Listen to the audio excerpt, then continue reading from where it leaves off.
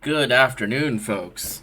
If this is your second stream of the day, welcome back. If not, welcome. We are continuing my big stream day that I like to do on Saturdays when I'm not like on call or working or anything like that. I just like to do as much streaming as possible because I can only do so much during the work week because I work a normal night not it's like a 9 to 5. My hours are not 9 to 5. But yeah, I work a normal job too, so Saturdays are kind of like a day I can just stream a lot of stuff, get a lot of content made, get a lot of stuff played.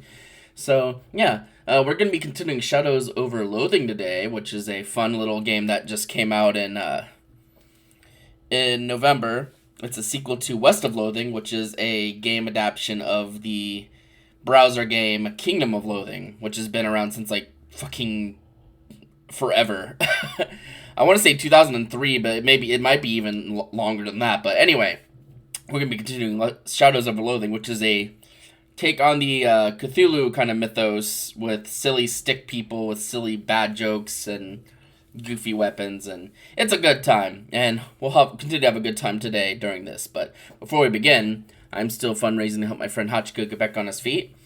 If you'd like to help support that, below my stream there is you can click the GoFundMe kind of picture to get sent to the GoFundMe page. I also have a chatbot that shares that every once in a while, as well as a Discord link if you want to join my Discord for more notifications. And I also have the GoFundMe link just on my layout. I'm trying to find time to work on a nicer looking layout, but I don't have a lot of time all the time. So for now, the GoFundMe link's also just on my layout. So anyway you choose to help support Hachiko, I appreciate you for it. So, that was a big spiel. Jesus. Alright. Where's the game?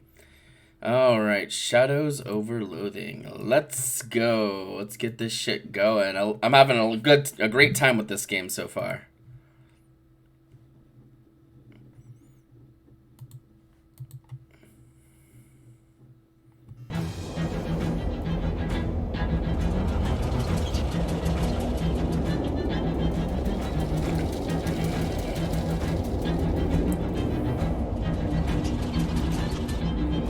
Continue.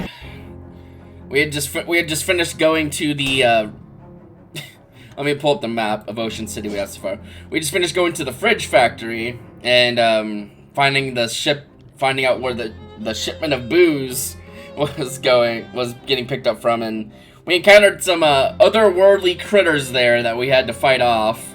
And one of those guys was carrying a pocket watch that we need to uncurse now. Let's talk to Jessica here. Oh, we have these heavy shoes on that make us really loud.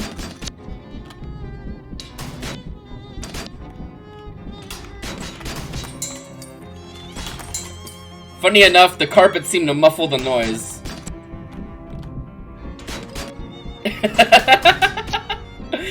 That's so stupid, I love it. As far as shoes go, though, we have these, and we have single shoe, which I prefer, because with single shoe we we walk around like this. It's fucking ridiculous. Alright, let's talk to Jessica. It's pretty busy, but then she always does.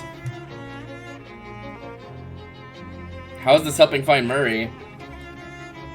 Not to dispute the importance of collecting these weird artifacts, but I'm worried about Uncle Murray. How's this helping him? Oh, I guess I didn't really explain that. See, the Detectotron 1000 is new. We already got it running after Murray disappeared. He always searched for artifacts in more hands-on ways. Research, networking, following rumors, that kind of thing. That last artifact he went after, it could be basically anywhere, but the Detectotron only detects the nearest artifact. I see, so you figure if we pick them up in order, eventually we'll get the one that he was looking for. Right. I wish to hell he had left a note about where he was going, but I guess he either thought it was too dangerous and didn't want us following, or he just rushed off all excited like a kid in a toy store. That's Murray for you. Yeah, that tracks. Alright, so. It's the uncursing machine. Sit in it. You sit in the chair, which is surprisingly comfortable, and pull the weird metal dome down over your head. What would you like to uncurse today? The dangerous pocket watch. The machine snorts the pocket watch up into its dome and begins its strange and loud work. The pocket watch is pulled this way and that. Its ticks become ticks, and its talks to cots. And as its 3 hands are forcibly bent back, you swear you hear screams. Then it's done. The watch falls into your lap, hands now set to 11:36:05. You got an item, the uncursed pocket watch. Now that it's free of a taint of that shadow energy, it's just a boring regular watch. If you think about it, though, being on time for things is kind of like a magic power.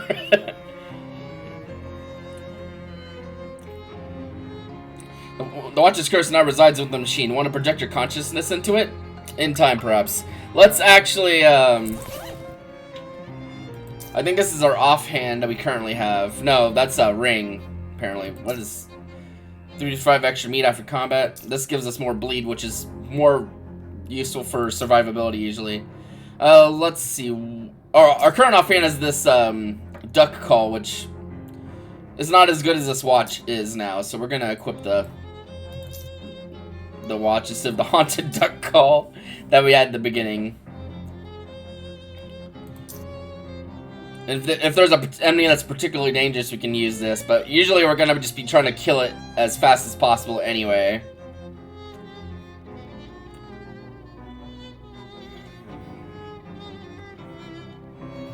At some point, I'm probably gonna try to grind the turtle up, because when Turt levels up, they'll be able to heal a random wounded ally by his mysticality, which right now is 1, so it's not super useful, but we can start to... A turtle is like a slow bandage. Alright, so let's hop back in and let's go after the Pocket Watch's curse. In your mind's eye, you see the hands of a Pocket Watch spin back on themselves with jittery violence. With each revolution, the face of the watch itself expands until it is larger than you, and the building, and the street. Your whole world lives in the blur of the fast-running hands, in which you see life go in reverse time. Submarines turn to longships, cities into stone dwellings, cowboys into courtesans. You are traveling faster and faster to the beginning of time itself, and there's no telling when this ride will end. Hold on tight! Oh my god, there's a dinosaur! We are the dinosaur! Oh my god, this is great.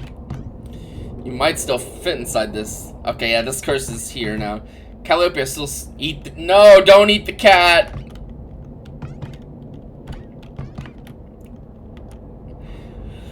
With these 2 salad forks? No, you lack the opposable thumbs necessary to turn a doorknob. You're completely contained in here unless you figure out how to open doors. If we had 10 dexterity. I don't know anything about dexterity. I'm a dinosaur! Break the door down. I'm a big dinosaur! You slap your prehistoric tummy against the wood, but it doesn't even make a dent. Maybe that's why the dinosaurs went extinct. Couldn't open doors. Rawr. Oh yeah, we don't have enough muscle or dexterity. I didn't know dexterity was even a stat. Oh, nope. Did not in fact eat the cat. Knock the chair over. Rawr. Mar. Looks pretty busy. What strangeness afflicts thee? Never mind, for the sun transits the horizon, and I grow ever the more in need of thy assistance. Understand, whilst you sleep under this roof, thou art my lodger, and the signature in this paperwork is by me required. When did you start talking like this? Norgabor, a provocative remark, friend, and by thee well made. Can you open doors for me?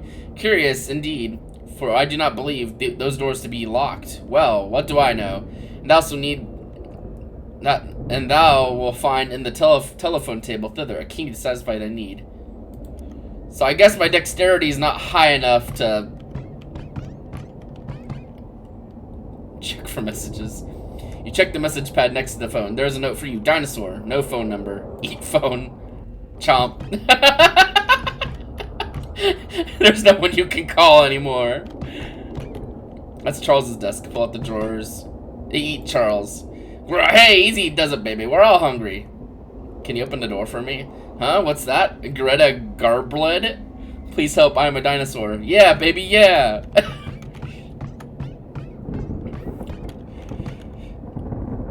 Gabby nods cheerfully at you. Whoa there, Haas! What got all your horns and rattles? Been dipping in the nose paint again? Gabby doesn't talk like that.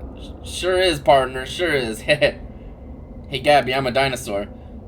Whoopa! Pee-poo! I'm the quickest draw in the West, sure enough. Can you open the door for me? Oh, I don't know. Never had a head for puzzles, Mar. That's got me right funkified. Oh. It's Murray's desk, probably with books and papers. Shelf full of books. To do. Open a door. Eat cat. Does eating the cat give us dexterity?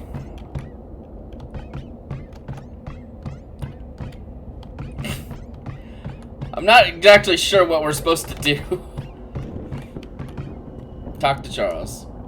Right, Groovy Pocket, what you got there? I like the way it ticks. You understand me? Yes. Rawr, lots of power in that timepiece. A lot of power. Would you make a promise to me, baby? Would you promise not to throw that power away? A lot of good can be done with that groovy power, baby. Charles doesn't call me baby. I hear you, kitty cat.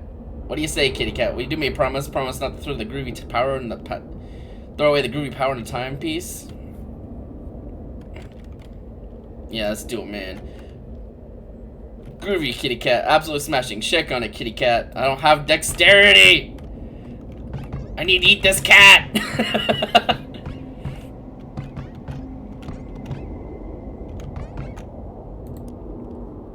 Howdy, Mar. What you chewing on? Snuff for me. Same as always. Whilst thou tarry, good lodger, the absence of thy John Hancock on my paperwork grows ever more urgent. Thy signature, if it pleases thee. Yeah, I ate the phone. I don't have the muscle to break down the, I might need to have more muscle to actually do this. Because I can't break down the door with... I might have to leave.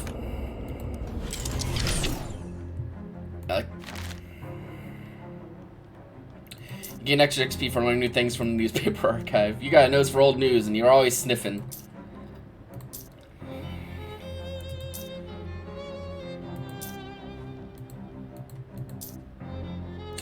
Yeah, we're...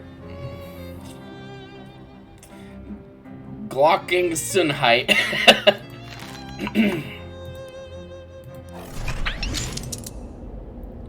Okay, so yeah, everything still remains the way it is.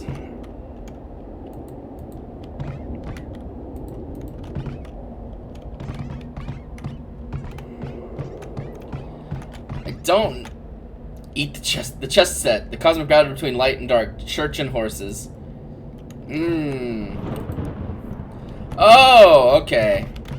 I gained a dexterity. I don't know if that means I can do anything else now.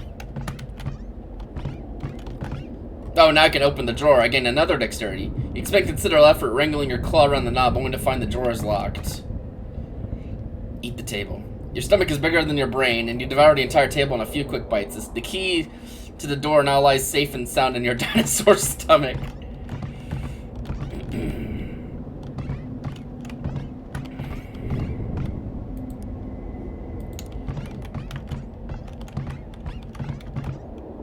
To do, open the door, eat cat. Oh, now that's Charles' desk. Now I think we have 5 dexterity, so we can probably shake his hand now. A solid, strong handshake. Right now I uncursed a pocket watch, and I am now inside the curse with my consciousness, and it took us back in time, so I guess we are currently a dinosaur. I'm trying to eat this cat, but it's too fast. Because to do, open the door, eat cat. Well, okay, not the kitty. It's Murray's desk, piled with books and papers. You peruse the newspapers, claws making only minor holes in the pages. You gain 1 dexterity. Okay, so this is a puzzle, because every time you do something that requires dexterity, you gain a dexterity with your little T-Rex arms. You can't relate to most of the books they have here, but there's one travelogue by a Diplodocus that proves moderately diverting. Gain 1 dexterity. Add to the list. Your talons carve the letters HALP in the chalkboard. I think now we can sign our name. You scroll an uneasy line.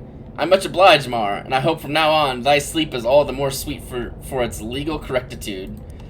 So now I think we can actually open a door. have a big head and little arms. The clock casts a long shadow over a barren wasteland, cold and infinite. It is the end of the world. What's up? So we meet at last, with I looking the older man, though you are far older than I shall ever be. Wow, I never saw this room before. Arr, we are the Alpha and the Omega, you the beginning of time, and I its end. Will you walk with me, dear friend, to watch the death of our world and the birth of another? I'm just trying to uncurse a pocket watch, pal. Oh, he's going. Uh-oh. Oh.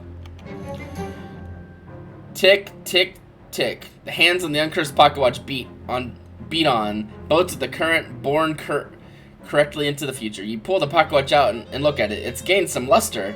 The curse is lifted. Time is in its rightful home, and you no longer have a tail.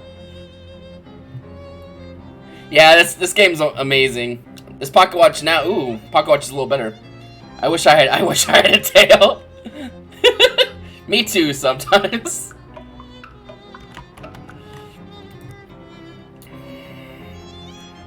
That letter was real surprised. I didn't read it. What did it actually say? Basically, he just asked if I could come visit because he needed help with something big, and I had an adventuresome spirit. Adventuresome spirit? Yeah, that's Murray, right? I haven't seen him in ages. I mean, I only ever saw him at Crimbo, and sometimes he came with us when we went camping in the summer. But after I moved out to go to college, we kind of lost touch except for birthday cards. But you dropped everything to come see him? I wasn't carrying anything of value. Just a crappy desk job that I was sick of. Well, working here would definitely be more exciting than working at a desk. You yourself are working at a desk right now. Yeah, but you aren't taking over for me. You're taking over for Murray. Okay, to-do list. Let's see. Go to sleep. I guess let's go to sleep. Hey, Mark, before you go to bed, I need you to approve a new tenant for the storefront next door. What? Why is that up to me? Somebody's got to do it. There's 3 applicants for the place. Okay, what are they? The first applicant is Ye Old Chemiker, some SIT science lady who wants to sell potions. Second is Rodkin's Fine Jewelry. A jewelry store could really class up Old Plunkett Street. And the last applicant is La Table Enchanty. It's like a high-end kitchen store, magic utensils and the like. Potion store might be useful. Jeweler sounds fancy though, and I'm a jazz agent, so we like fancy things. Okay, I'll get it moved in and get the next storefront ready for applicants. Thanks, Charles. Our luggage is still just charred. Anything? It's a shelf for knickknacks and chalk keys. Oh, we don't have anything there. Is there anything here? What about this television set? You've heard of these. No shows have been invented yet. Alright, time to sleep. Oh, we get more. Do we get more dreams? More fucked up dreams? Appears that the answer is that we get fucked up dreams. The bed in which your corporal self is presumably still sleeping. All your favorite pants gone. Uh-oh. It's Jeff, the kid who used to bully you in 3rd grade. Make amends. Hey Jeff, listen. I just know our feelings, okay? I understand in retrospect that you must have had problems at home, and I just want you to know everything is okay now. Jeff swats the overdue library book out of your hands. Ah, I see. Since this is just a dream version of you, you're still as much of a jerk as you were in 3rd grade. Jeff suddenly punches you, knocking out all your teeth. Hey, if this was actually happening, I'd be really mad. You pick up your teeth and walk away. These are unmistakably your teeth. You can tell by the scar on the upper left second bicuspid. But your teeth are also still definitely in your gums where they belong. What a jerk. Thanks for the teeth, asshole. You better get away from him before he knocks out something more important than your dream teeth. It's that spooky nerd from the refrigerator factory. Yeah, who invited him to your dream? Excuse me, I need to get past you, I think. You do not belong here. In my own dream, I think I'm literally the only person in all of existence who does belong here. This dream is only partially yours. This central vicinity is under different ownership. Whose ownership? I should think it's obvious. I have claimed this region of your dream space for myself. And are who you? And you are who? And who are you? And are you who? Accountant General Terrence Poindexter. Decidedly not at your service.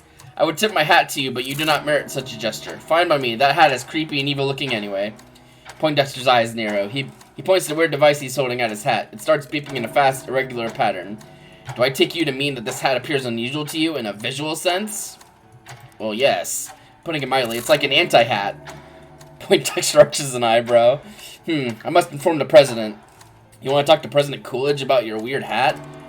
You have misapprehended both subject and object. It is the real president I must speak with, and a topic of conversation will be you. I see. Indeed, you see far too much, in fact. When next we meet, I will have to prepare a remedy for this complication. He steps off the edge of whatever it is you're standing on and plummets into nothingness below. Well, that's a troubling bit of foreshadowing.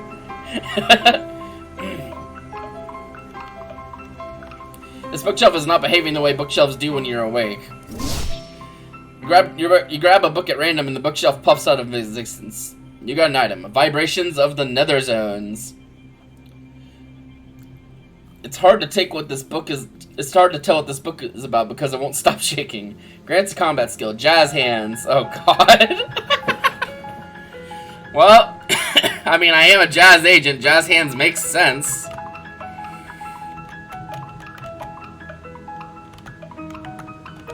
A doorway back to the waking world. Do we get to keep my dream teeth?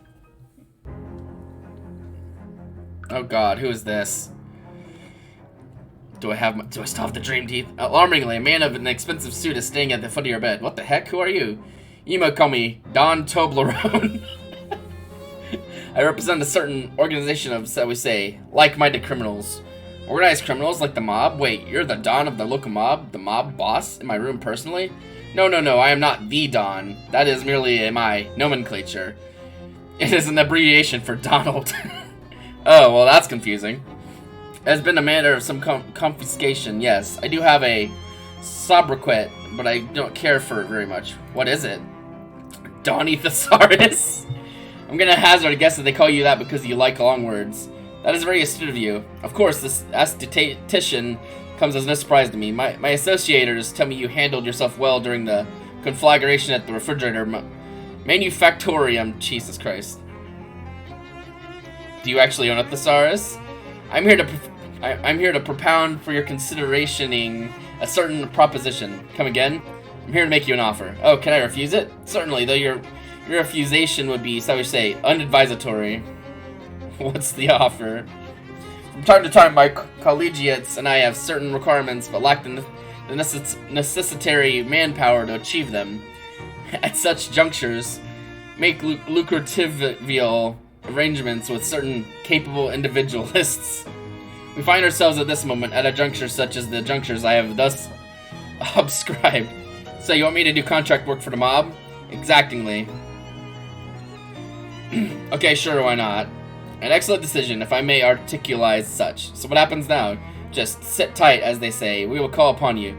Telephonically. He gives you a curt nod, then leaves the room through the window. It takes him 3 or 4 tries to work the latch. Alright, then.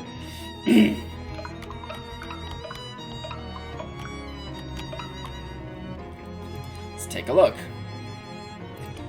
Anything new in here? No. Do I have the dream? I have my dream teeth.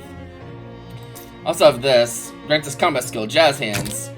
Touching the shaky book makes your hands start shaking in a way that you surprisingly find is really cool. The inventor of this technique was a guy named Jazz Hans. That's so stupid. If you held on to it longer, you could probably get your hands shaking even more stylishly. It takes some effort, though. If you do, Jazz Hands will increase your moxie by 2 more. Not right now.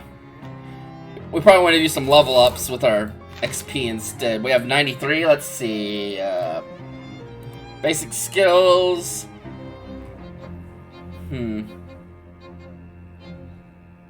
Another like 7 XP. We could get Sharp Eyes, which is better, which is more moxie. Which is currently our main combat style is moxie. It's like basically like think of like a thief or like a rogue or something. That's kind of like the style with moxie there. The fucking noises. Hey there, Mark. I just sleep fine until a mob guy crawled into my bedroom window. Oh yeah, that window is pretty lousy. Anyway, the next antique I need to find is a compass. The directions kind, not the circles kind. The Technotron says it's out near Crystal Dream Lake. I don't know where that is, but I bet it's too far to walk. Do you have a car I can borrow? No, but I have something even better than that. 2 cars? bus pass. The stop out front is your gateway to a whole wide world of adventure. An unlimited bus pass, good for an entire year. It's truly a ticket to a world of moderate convenience and comfort. Swell, thanks. Where do I go when I get there? Unfortunately, I couldn't get a more specific reading than near the lake. Something about the place is making the instruments go all screwy. Here, take this map. This is a postcard. It has a map of the lake on it. It has a picture of the lake on it. Yeah, that's what a map is. A picture of a place. I guess I can't argue with that logic. It's Murray's desk pile of books. You get a weird feeling about it for some reason. Nestled among the books and papers is a book of old, but still valid postage stamps, with a few missing. They're surrounded with a haze of weird shadowy entry, but you can still clearly see the illustrations of cute dogs on them. Wait a minute. Cute dogs? That's just like the stamp that survived your luggage fire. Oh dang, of course. That stamp is what destroyed your luggage. All your best stuff was in there. Your clothes, your teddy bear. That tears it. This shadow business has become personal. I mean, it was personal already because of Murray being your uncle and all, but now it's extra personal. Urgh. What's up? These stamps have shadow gunk on them, and one of them killed my luggage. Oh my gosh. I guess that was my fault. I ran out of stamps and found those inside of Murray's desk. I didn't even think to test them. I'm so sorry. It's not your fault. It's whatever is causing this damn shadow stuff. I'm definitely going to put a stop to it, though. Wait, how many of these stamps have you used? Just one, thankfully. The rest must have already gone when Murray found them. Well, that's good news, at least. That horrible book of stamps is still there. This wasn't here before, was it? No, the antique bookshelf man came by yesterday and Charles couldn't resist the deal. Well, I can't believe I slept through the antique bookshelf man. All the books are in Latin. Never heard of Latin myself, so who knows if it's the history of Roman Empire we got there or pornography. Could be both. You know any Latin, Mar? Are you kidding? Yeah, they say it's a dead language, but I think nothing ever really dies. It just ends up in our store.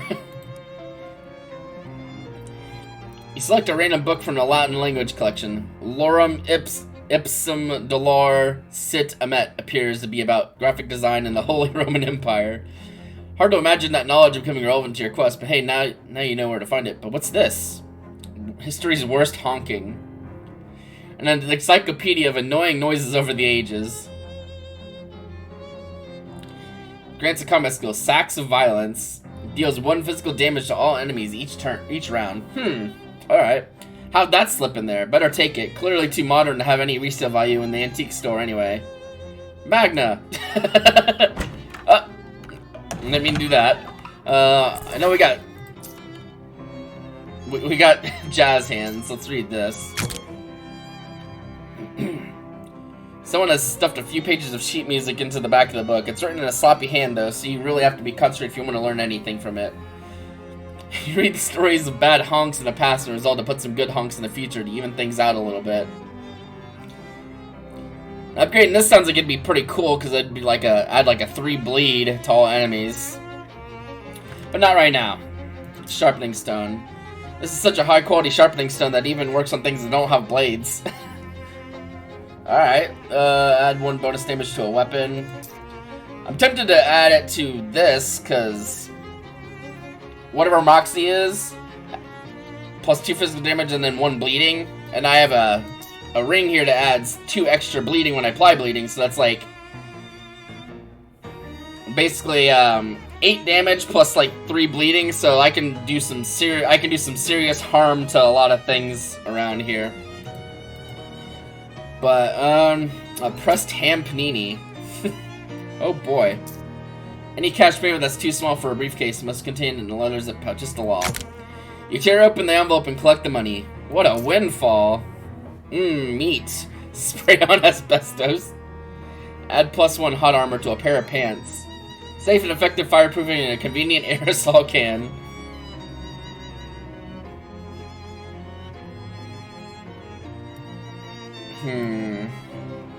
Handmade pet pill. You made this with 0 medical training. Even referring to it as a pill is probably against some kind of regulation. The combat item. Let's see.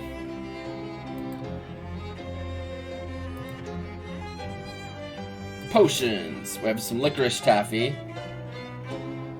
Some root beer taffy. A vibrating solution, which I'm probably going to use because it gives us more AP to fight for fights. You struggle with the vibrating vessel and manage to get maybe a quarter of the liquid in your mouth before you spill the rest on the ground. You're like a human tuning fork. Nailed it. Alright, so we had our daily potion. Let's see, what about food? What we got we can eat here? Glockenbrat is decent. Chum is more moxie. Cold number by 5. Mysticality. This bucket contains a feast fit for a king, as long as it's the king of some kind of disgusting fish kingdom and is thrown as a gross toilet. Oh my god. We'll hold off on eating a food, because in case we need to make a skill check of some kind that's not moxie. You know, let's try turning Turt up, because, yeah, Arlington usually gives us, like, mysticality or something that's not moxie, so it's not really usually very helpful. So let's try to do some, we got a message. You check the message pad next to the phone. There's a note for you. Call Don T with the phone number. We'll call the mob back later. We get this boon here from the cat, because you can befriend cats, and they can give you buffs. Give her a nice scritchy. She purrs as she goes back to sleep. Aww. Sleepy kitty.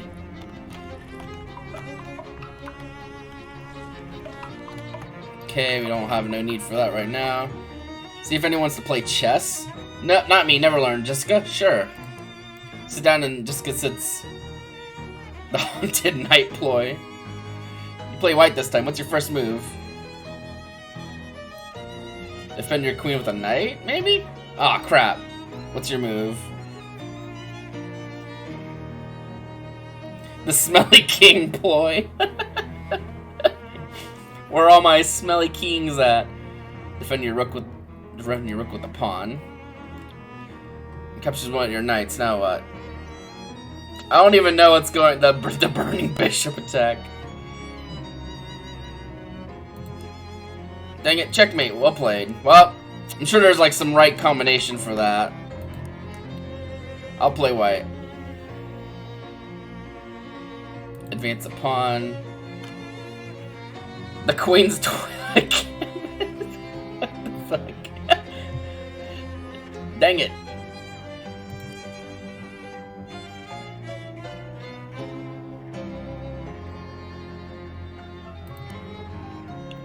I'm guessing you have to do the different things down there to win, like the smelly king or whatever. Where are all my smelly kings at? Are you sure you want to leave without checking your phone? Fine, we'll call the mob back. You dial the number. Salutations, whom is telephoning, may I inquire? Hi, Don, it's me, Mar. Ah, you recipientated my missive. Commendable. Yeah, what's up? There is an assignment of which I require your formation. Assignment? Well, were I the committing sort, I might refer to as a undertaking. Ha ha. You want me to kill someone? Okay. Your eagertude is appreciated. Permit me to elaboratize upon the mission parametrics. There's an antiquated distillery near Crystal Dream Lake. Grandpa Joe's Distillery, to be precocious. It was abandoned when prohibitioning began, albeit with its liquor manufacturing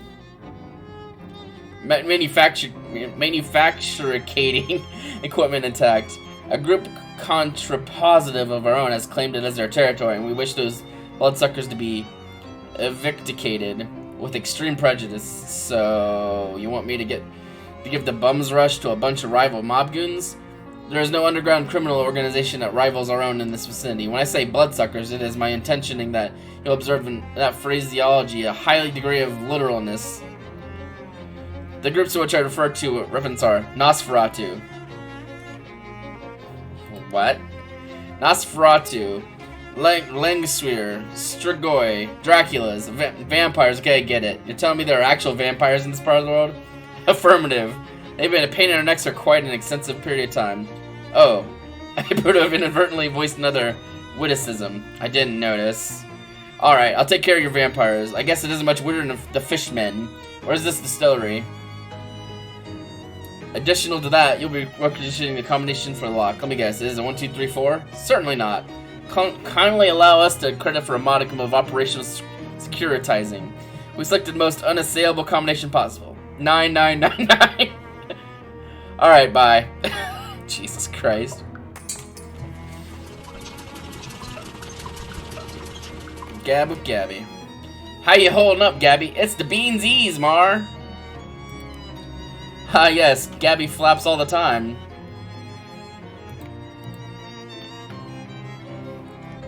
Parent Gabby popped a year and a half ago, but this Gabby basically is that Gabby, and previous ones too. It's okay, don't worry too hard for it to get it. Us goblins think human baby making is super crazy. It is. Alright.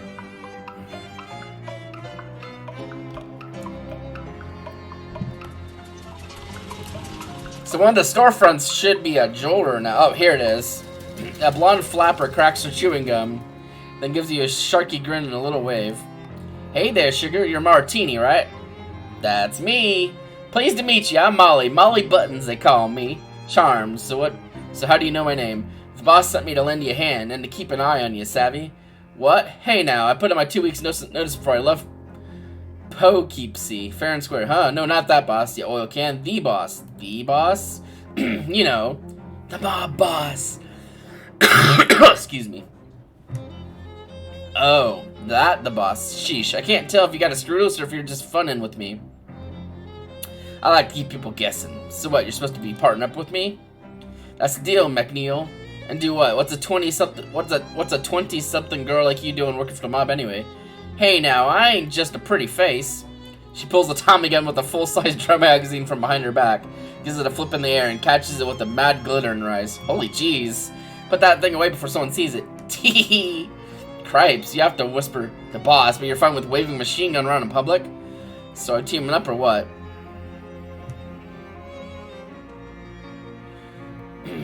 I always got room for a gun-toting cutie pie. Oh, are you flirting with me? That's real sweet, but I got a sweetheart already. No offense, but she's cuter than you. Lesbian! You got a 1920 mob boss, mob lesbian. Shucks, welcome to the party anyway. Peachy, you want I should come with you for now, or cool my heels at the purple door for a while? Come with me now. Hey Gabby, mind waiting for me at the purple door? Okay, you have it. You got it, let's hit the bricks. Hit those bricks. So now we've got a 20-something-year-old mob hire person with a Tommy gun. We'll see how she pans out, and if I end up liking Gabby better, I'll switch him out. Alright, let's see what the jewelry shop's got going on. This reminds you of your favorite Sherlock Holmes story, the case of assorted jewelry. Fuck's sake. Fancy jewelry, fancily presented. The proprietor nods polite at you. That's what I about almost fucking said. Hi, my name's Mar. Hello, I'm Dorothy Rodkin. If you want a ring or amulet or whatever, old Dottie Rods will fix you right up. What do you have for sale? A fancy tie tack. This is a way to show people that you can afford a more expensive tie if you wanted to, even if you're already wearing the most expensive possible tie. I believe we already have an accessory that gives us moxie. I think it's the glasses we have somewhere. Yeah, we already have an accessory that gives us moxie, so we don't need to buy anything here.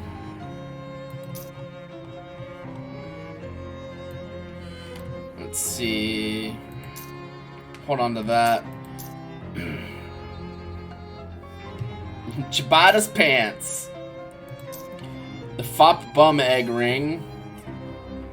We'll probably have that on while we actually grind up our turtle friend here. So let's see, accessories. Let's see, where was it? Not that one. No, it's a ring. The Fop Bum Egg. Gain 3 extra meat after combat. Okay. And then we can do the Cola Wars Have Sacker, which will give us more item drops. And we're gonna grind up or try to grind up the turtle a little bit by just wandering around. As you're walking down one of Ocean City's residential streets on the way to where you're going, you hear eerie music coming from upstairs window of a nearby house. Eerie Music House. We'll go there eventually. You round a street corner and encounter a woman in a welding mask using tightly focused magical fire to cut the fenders off a parked car. Hey, I'm pretty sure that isn't your car. There's a polite cough behind you, and you turn around to see a woman in oil-stained coveralls casually spinning a grease gun around one finger. Is this your car? No. Then it ain't your business either, so maybe we should teach you a little lesson about minding your business. You just said it isn't mine. Fight him. Rude.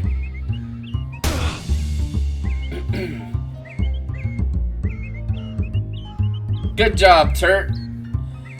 Alright, so we've got various things, but we have 3 AP, so we can,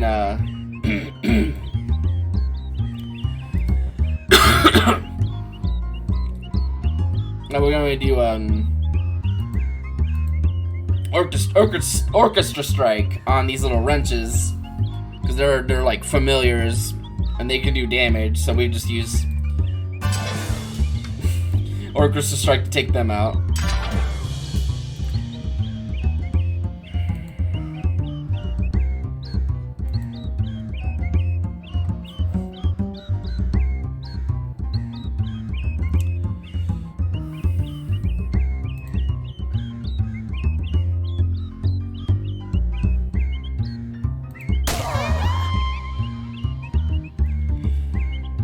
Let's see, we can use our leaf thing here to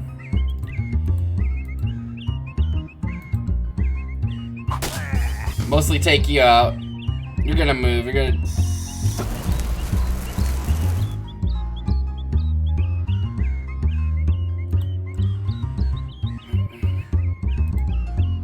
for 3 we'll target a random enemy for 3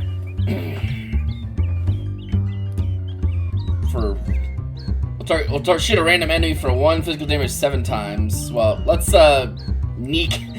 kneecap this person. Let's clobber him right in the knees. Oh, well, Turt left, so I don't know if Turt's gonna get XP for this fight now.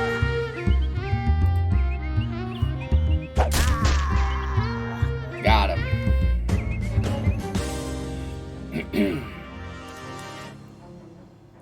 You won. Looks like your business was their displeasure. Face grease. XP, your fought bung egg ring twinkles. So we gain like 3 to 5 extra meat. Nice. So yeah, I'm just gonna wander for a little bit.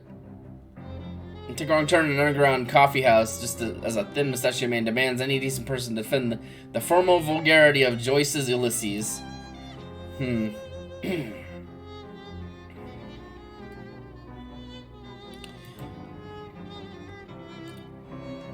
See me there. When do you have a match on your person? I'm afraid not. Well, that just won't do. What if you should have cause to set something alight in the future? Here, take one of mine. Thanks for the match, I guess. Molly notices some tin cans scattered in an alley and stops to stack them in a pyramid. Let's do some bean shooter practice. Every little bit helps. And anyway, my finger's getting itchy.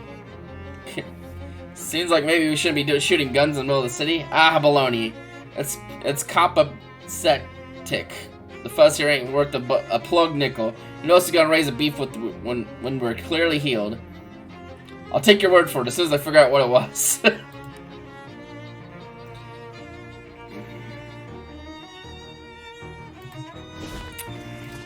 Okay, we should have... Yeah, we can level up now.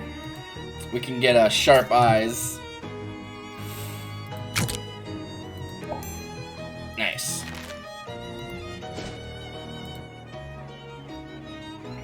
This is a muggery. V insists on that you give us all your meat give. Donathy thought you could use some... Oh, just some random person, just... Genevieve Two Legs Anderson.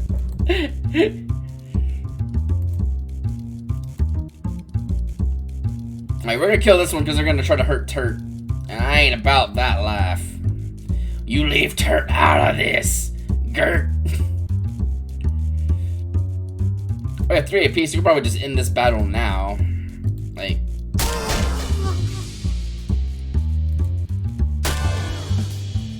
Yeah, we just end this battle now. You got an item. Glocklin Mallet Ball. This used to be part of a glockenspiel mallet. You can't make music with it anymore, but you can still probably put someone's eye out. Birkenglocks. Oh no. More annoying footwear. Whee! I gotta test those out right now.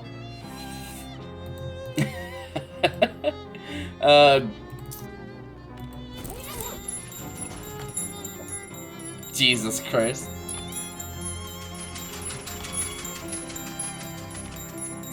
Okay, that's gonna drive me insane. So let's not do that.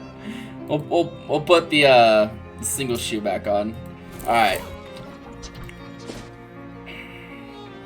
Let's wander a little bit more. Operator, get my worthless son on the line. Mister, I'm not a payphone. That's what the last payphone said, and I'm not buying it.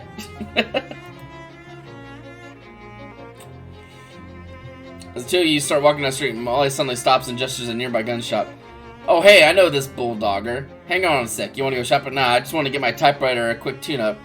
The side of it's kind of kinky. Cut yourself a piece of cake. I'll be right back. You don't see any cake around here, disappointingly. But Molly returns presently with a freshly polished Tommy gun and a cheerful grin. Moxie increased by 1. Now we're hitting on all 6s. Come on, sugar. Let's get a wiggle on. And here I thought Gabby was hard to understand. As you're walking past one of Ocean City's many disused public urinals, you notice that one of them has been filled with ice cubes. As you investigate further, for some reason, you notice that one of them isn't an ice cube at all, but it's a frozen rock. Let's use our psychogeologist perk to harvest rock things. You wipe the rock off, examine it, and then pound it into flakes. We got frosty flakes. It's like snow, but in flake form. Can you even imagine?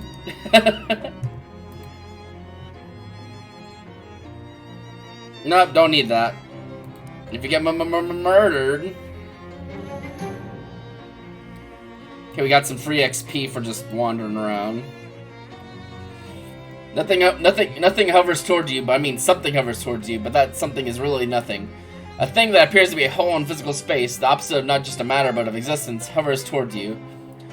Through it, you can see the faint twinkling lights of ancient dying stars, and the black smoke drifting out of it appears to be more of itself, more nothingness, or perhaps anti-thingness. Is that a better description? I think it had to do. Oh, here comes another one.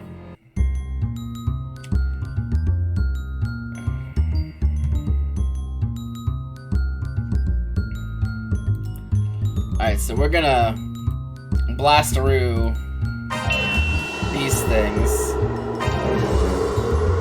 Because they can only take up to 5 damage at a time. But that's fine, because we've got plenty of ways to just do damage. So we'll just... Yes! Turd has grown stronger!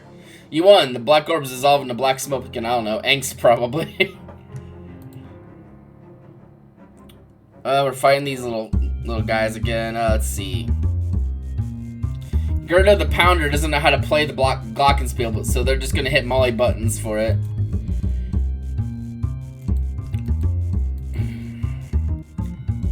Alright, so let's go ahead and polish you off.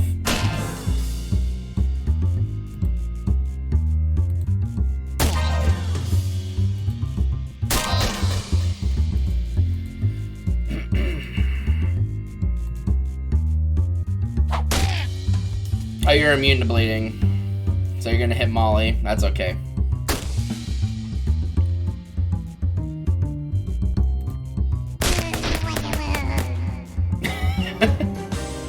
We got some more Glocken stuff that we can sell for meat if we need it.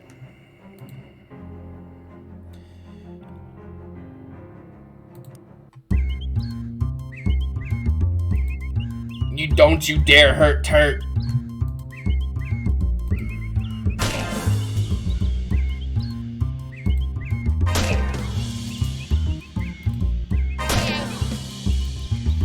I want Turt to survive because I think that Turt has to survive combat to have a possible chance to get a skill up, so that's the only reason I'm fighting these little guys. Well, the XP is nice, but like...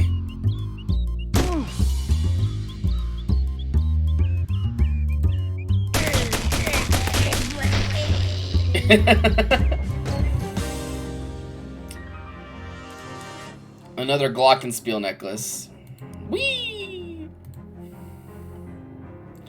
Make it more ribald. More XP. More of meat because the dude thinks we're a payphone. Across the street, you see a guy who tries to sell you those dirty joke books. You tap the man on the shoulder. Second thoughts? Well, today's your lucky day because the book is still available. Surely shocking jokes. Complete set. A set of dog-eared paperbacks with offensive jokes. Somebody must have carefully assembled this set out of individual volumes found in filthy public bathrooms. This item will grant an upgradable sleaze armor perk. I feel like that's worth it.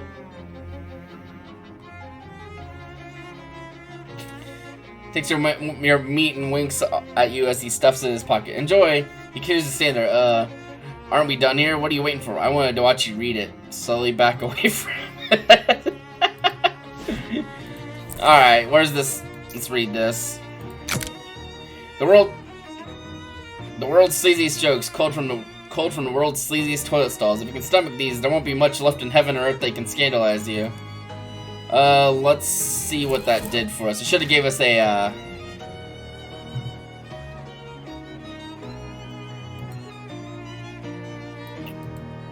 could have swore that would have given us something to,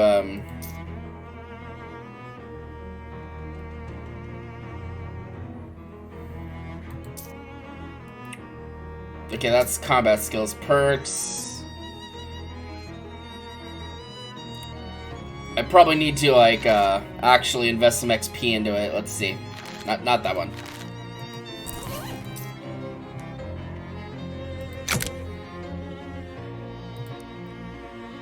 Okay, and Pitt the Elder said, "Why, under the wig of a wig, my dear? Huh, wait. Oh, no, that's disgusting.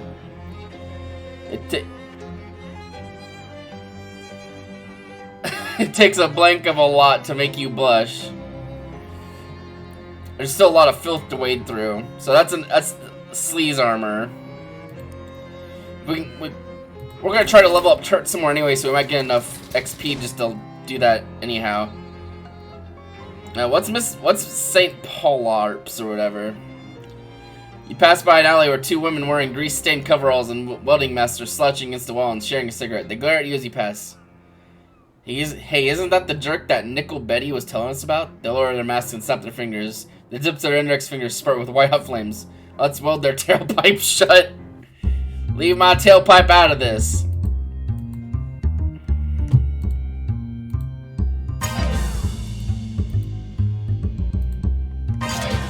Alright, are any of you trying to hurt Turt? You're gonna try to hurt Turt. So we're gonna kill you. I'll kill you dead. Let's see. I can do 7 to you, 7 to you. That'll kill you. So we're gonna do that, and then we're gonna stab you with our sword leaf sword. Fucking, that's a hell of a name. All right, and then you're gonna like torch me, which doesn't matter because that only affects me next turn, which is there's not gonna be a next turn.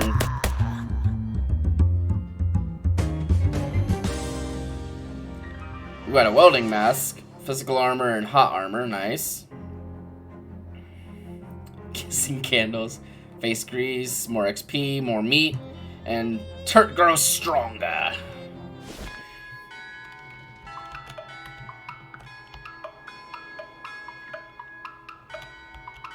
Are they playing fucking Mary Had a Lamb? They might be. It's the unsinkable Molly button. She shoots you a wink. Hi, Molly. How's it going? Let's ankle. My chopper's got to stretch its legs. Shoot the breeze. It's been a few years since I was in Ocean City, but I don't remember it being this rundown. Yeah, she's been in a tailspin for a while, and I ain't sure why. Ain't the mob's bag to hold. Sure, we've been raking in the spondylix ever since the Fuzz was given their walking tickets. But we didn't throw this shindig. Hey, this looks like hobo code. The code says meat stash, 4th tree to left of church. Back row.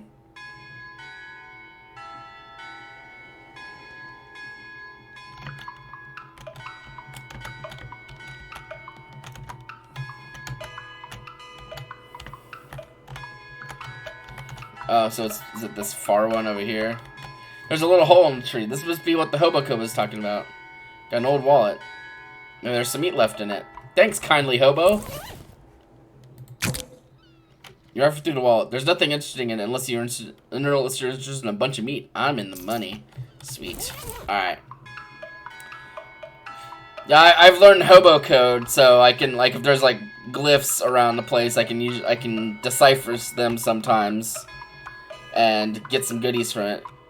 Alright, well, let's see what this is all about.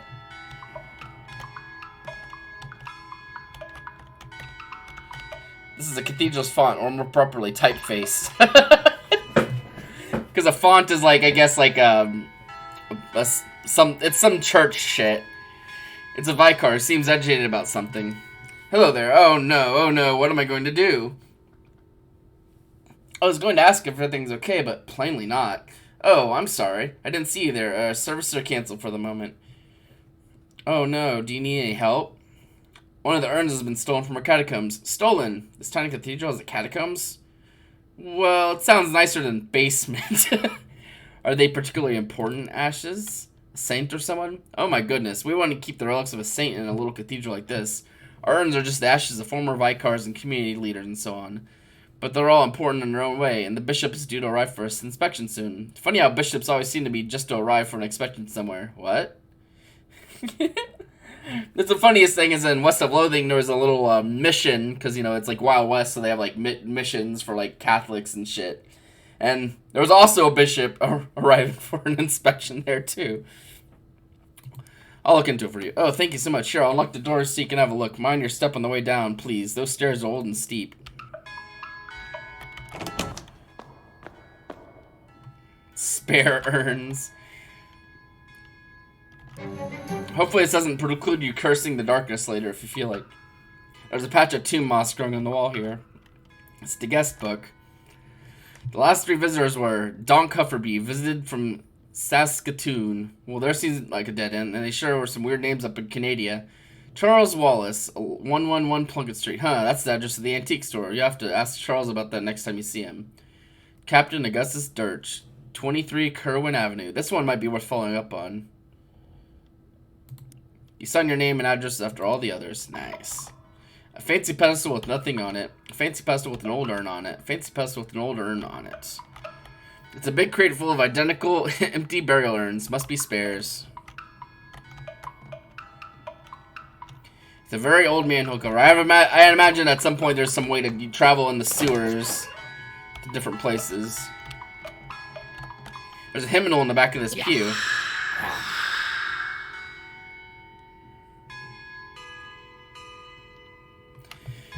Unpleasant hymnal. There's something unsettling about this book of hymns. Maybe it's the fact that every instance of the word God has been replaced with some kind of weird shifting ink blot thing. Oh, it's a cursed Bible. Okay, cool. Thanks. Please don't disturb the altar. Alright, well, that's neat. Let's see. Wait.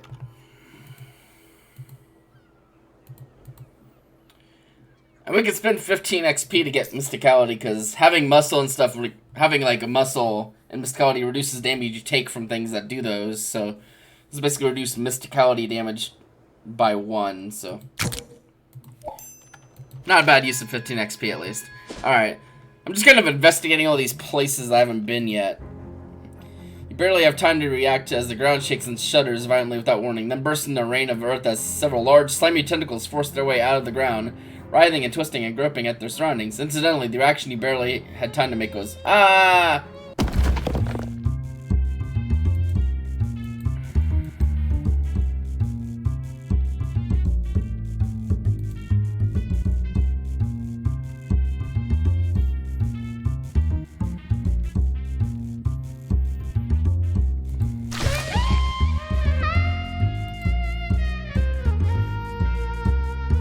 Oh, that's Tentacle Buddy. I was like, wait, what?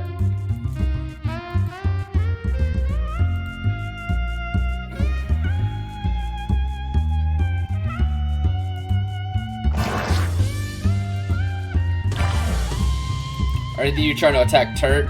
Nope, you're gonna just attack Martini. That's okay.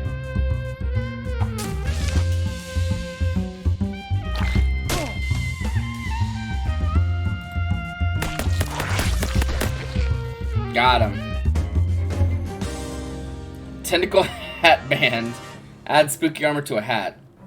You're not entirely sure that the inside of a tentacle is any different from the outside, but if it is, this is some of the outside part. Follow a trail of disturbed earth and cracked pavement from the place where the tentacles popped out of the ground to the place where presumably they popped in. And by presumably, I mean obviously, because that place is a house with slimy, wriggling tentacles poking out of all the holes. Do you have to phrase it that way? Tentacle house. Mrs. Brewster's home for traveling salesmen. The goat says nice lady, but she only likes salesmen. Ah, well, not super useful in a non-hobo. At least you got some translation practice.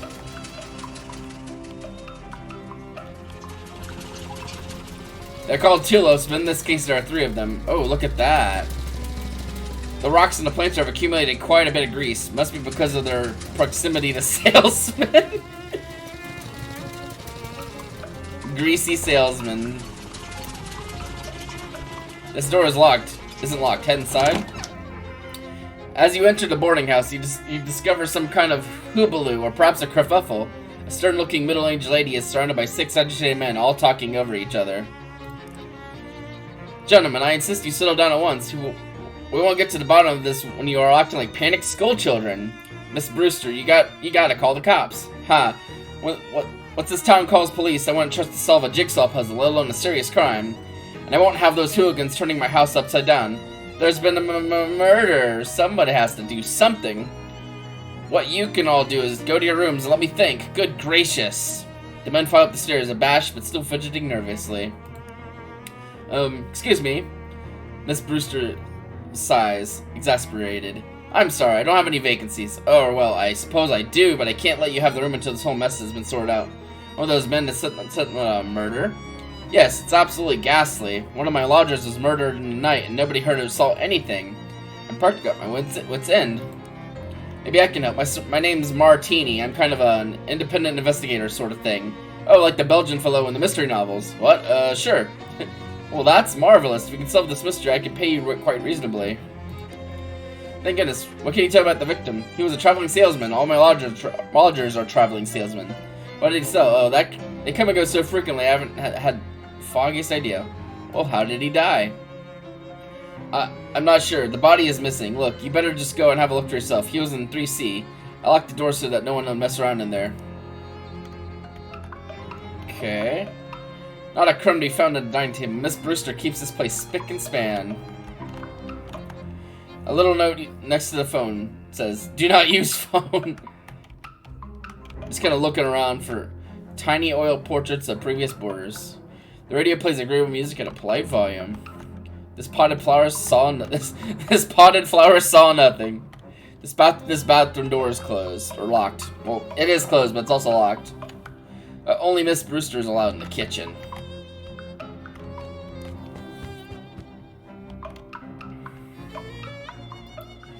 Okay, so we got the 2 floors here.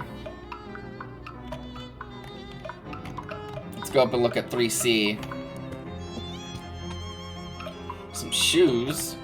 Some high-heeled shoes have been carelessly left in the hallway. You're not sure which aspect of this would upset Brewster the most. They'll be safer with you. We got some high heel. We got some shoes. We have to test them out. Let's see, step higher. Okay, I like that.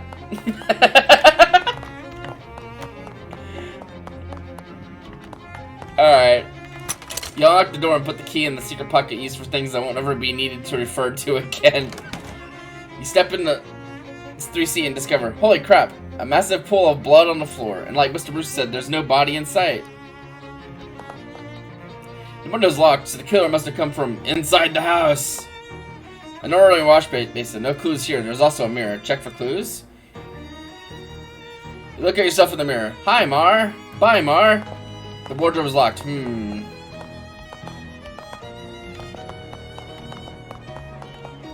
Oh jeez, is there even this much blood inside of a person? Nothing interesting about the bed, except it's next to a massive pool of blood.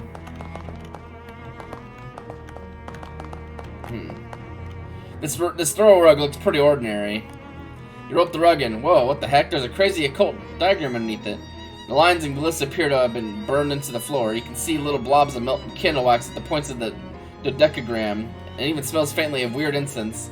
Was this some kind of ritual killing? Great, like a regular old murder wasn't enough.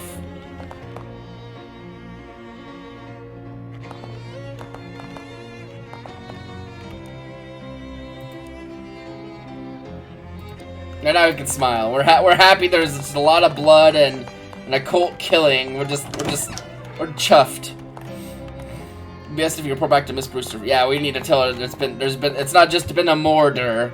There's been a ritual murder. Well, Miss Brewster, I've had a look in room 3C. Did you find anything? I found a huge pool of blood. It was really gross. Did you find anything else? Yes, actually. An occult ritual circle. What? Oh my goodness, think this was some kind of black magic sacrifice? I'm afraid it looks that way. Yes, ma'am. Well, I've always felt the lodger's religion was no business of mine, but I won't stand for this one bit. Are any of your lodgers involved in the occult, do you know? I do recall that one of them specializes in selling occult supplies and paraphernalia. I'm afraid I don't remember which one. You'll have to ask around. Okay. Well, time to go bother people.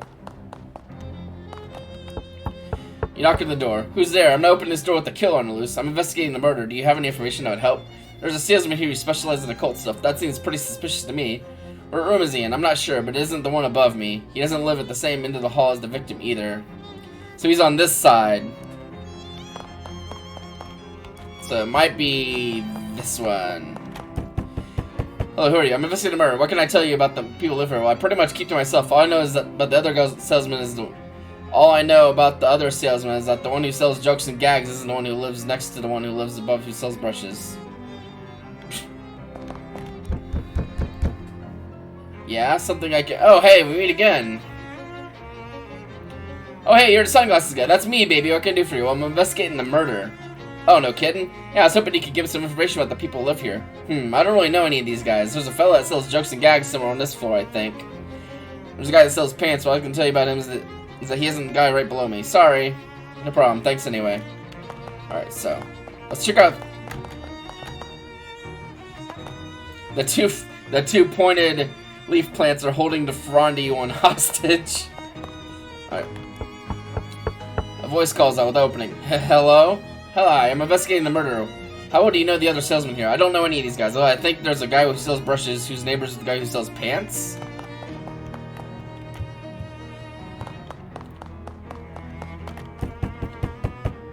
You knock on the door, and a nervous-looking salesman peeks up. I'm warning you, I'm armed. Oh, I know you. Yeah, I think we went for it. You sell derringers, right? That's right, yes, you should buy one. There's a murder on the loose. Actually, I'm investigating the murder. Oh, thank God somebody is. What do you know about the other salesman here? I know that there's a guy who sells occult stuff. I give him a wide berth, though. All I know about him is that he doesn't live in the room below the sunglasses man. Neither of them are the victim, by the way.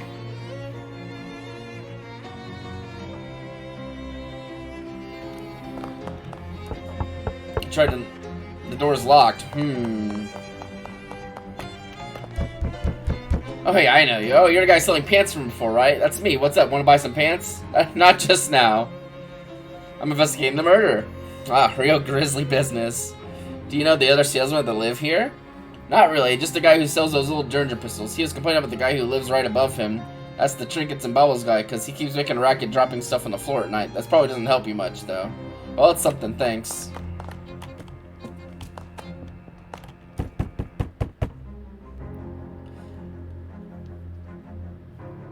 The brush salesman next to the pants salesman. I don't know if that's pertinent information. Maybe it is. Excuse me, Miss Brewer. Who lives in 2C? That didn't answer. The door's locked. That's because 2C is my room. Oh, well, can I have a look inside? Certainly no. Not. That's private, and you probably can imagine I would kill one of my lodgers. That'd be terrible for business. I guess you have a point there.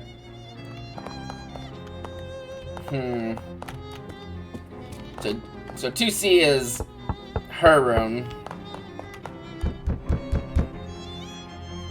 Don't kill me! Oh, it's you. Colt salesman doesn't live in the room above the sunglasses salesman. They're both still alive. Okay, so this is the Derringer guy. Sunglasses guy was, Wait, I need to reread what this dude said. Okay, so the salesman below the doesn't live in the room below the sunglasses salesman, which I'm almost certain is this guy, sunglasses guy. Only two guys I've met around here are Jokes and Gags, so lives on this floor, and a pants hawker who doesn't live in the room right below me. Okay, so it can't be.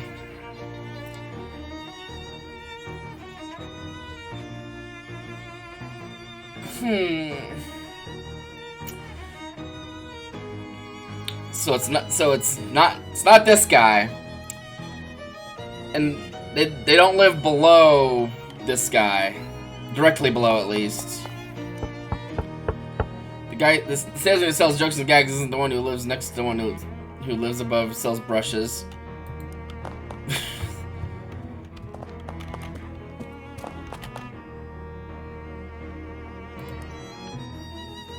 I figured out the goal is maybe if we confront him, he'll either confess or give us some useful information. He's certain you know who which one is. I won't have you accusing the wrong fellow. I want to say it's maybe the pants guy. Well, let's double check first, because the Derringer guy gives us. All I know is that the Colt salesman doesn't live in. I might actually make a little diagram for this.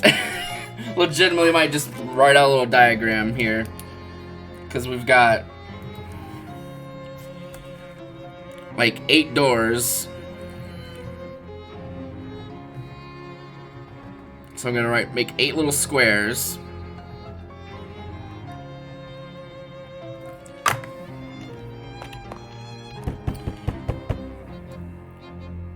The Colt salesman doesn't live in the room below the sunglasses salesman. They're both still alive, so that square is not where the Colt person lives. And 2C is her room, so the salesman doesn't live there. Alright, let's ask some other people. Wanna buy some pants? The guy who sells Derringer lives right underneath the guy who sells trinkets. So Derringer's and trinkets. Okay. I'm probably thinking about this way too hard. The guy the guy who sells occult stuff doesn't live above him, because that's the sunglasses guy. And he doesn't live at the same end of the hall as the victim. And the victim was 3C. Which means it's either this guy or it's either this guy or it's the one above this guy.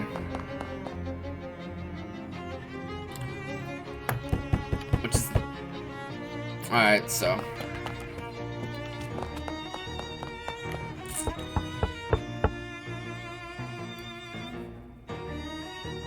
the salesman who sells Jokes and Gags isn't the one who lives next to the one who lives above the one who's.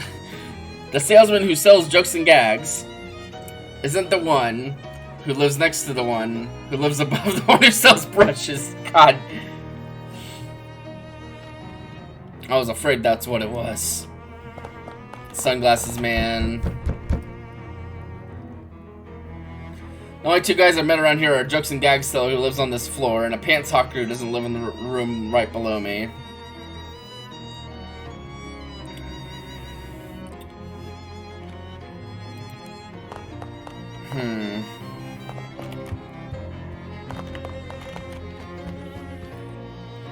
And it can't be the ones on the right. I'm just trying to put these pieces together, make sense. Okay, so pants guy. Derringer's lives underneath the guy who sells trinkets, yes. Also, the guy who sells occult stuff doesn't live above me, and he doesn't live at the same end of the hall as the victim, so the right side dudes are out.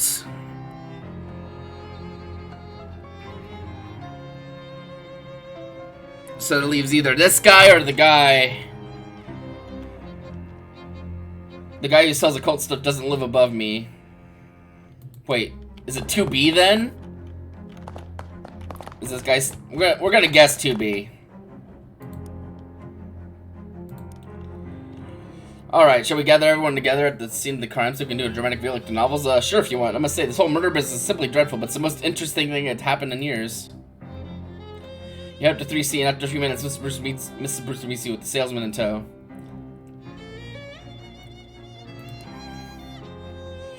Right, well, as you can see by this weird circle on the floor, this killing probably had a occult symbol to consider for the most likely candidate is the occult good symbol who is...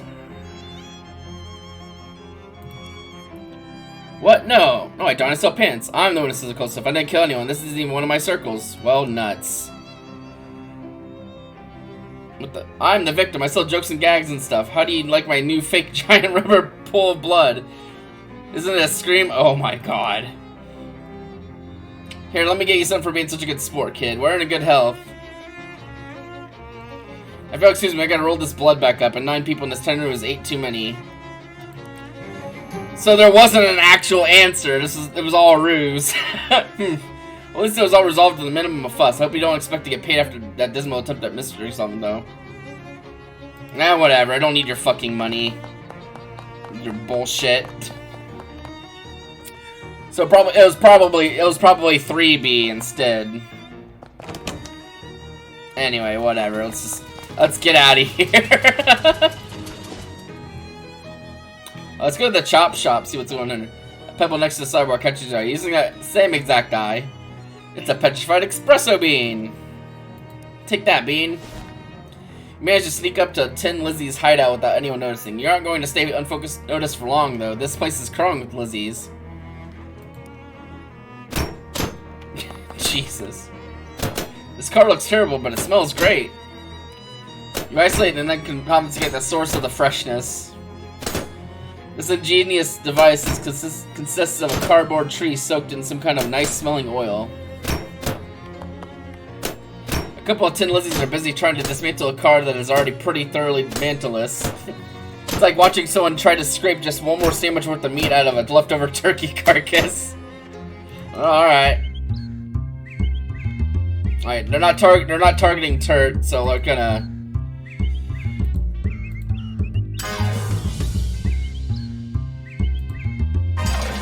Let's see.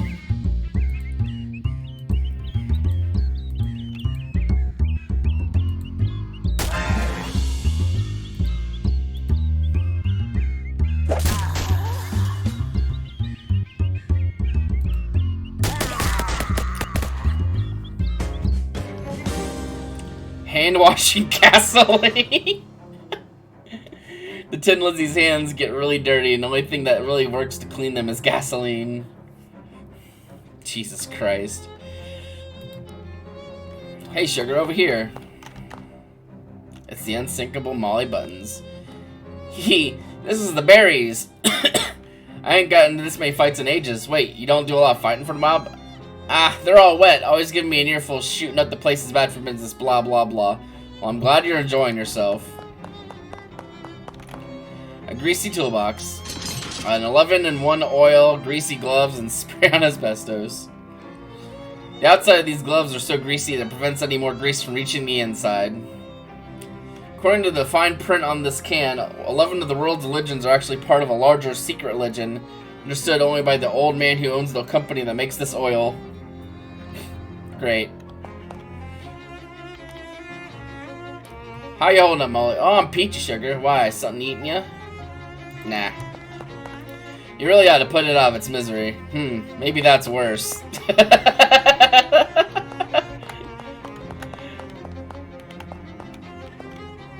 A bunch of Tin Lizards hanging out here. Their attention is mainly focused on something further to the right, but the camera doesn't move far enough for you to see what it is. Oh, you're fast.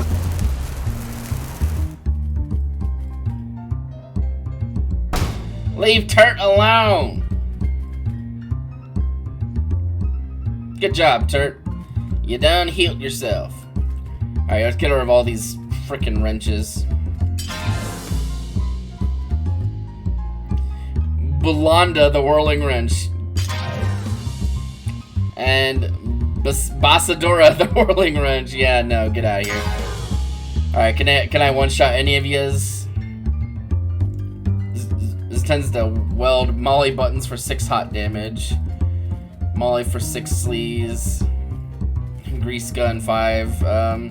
Let's kill this one.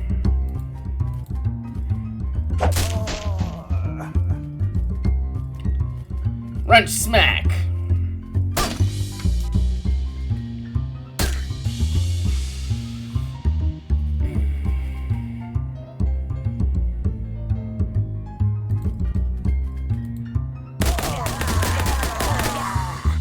Ah, I see.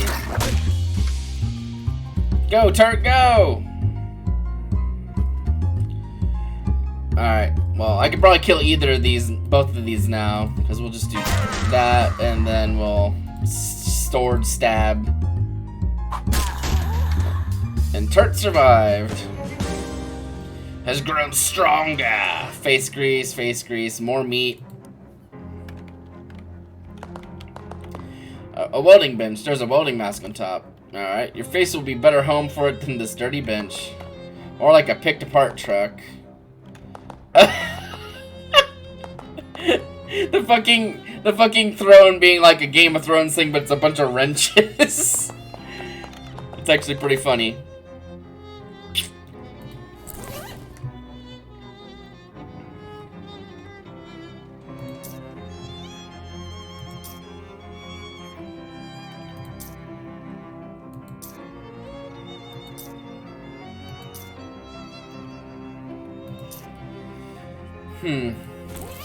I'm guessing this is Tin Lizzie herself. A muscular woman with flaming red hair is sitting on a throne made of welded together wrenches and glaring at you.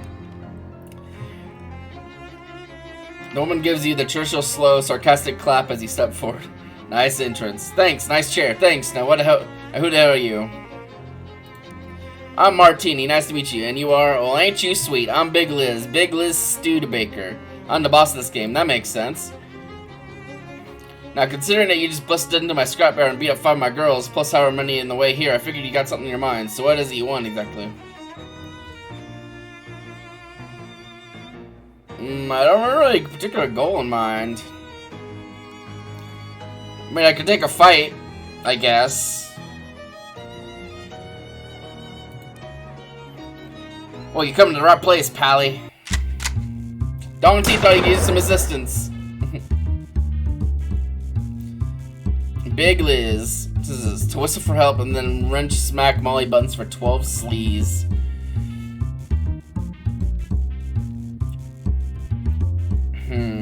Trying to see how much damage I could. Maybe I could one rounder.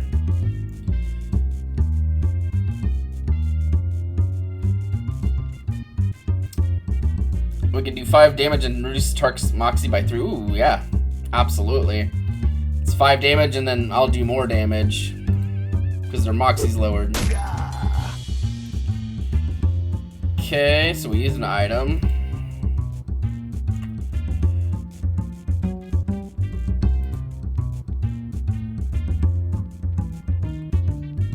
Cha-cha-cha. Well, I guess we're gonna do that since these don't seem to do much of any damage.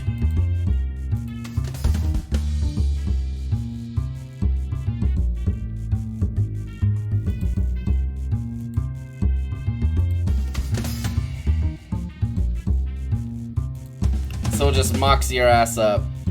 14 Moxie, which means now we can do 10 damage and 1 bleeding.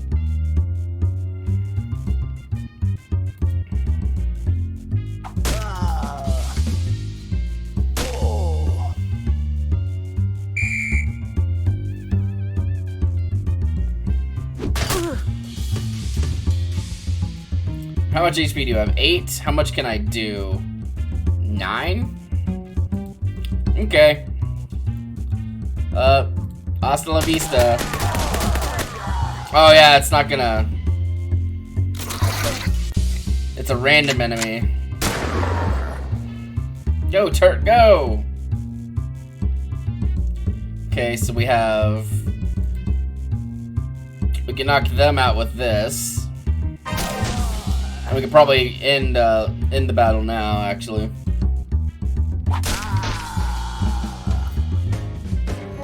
You won! A key falls out of Big Lizzie's pocket as one of her minions gloomy drags her unconscious body away. Now that Tin Lizzies know who they're messing with, you shouldn't have to worry about them anymore. Chop, shop, shed key.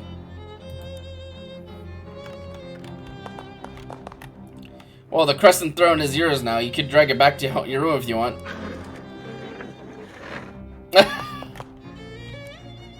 Heavy is the hand. You have surveyed your kingdom and decided which parts of it need to be hit really hard with the throne wrench.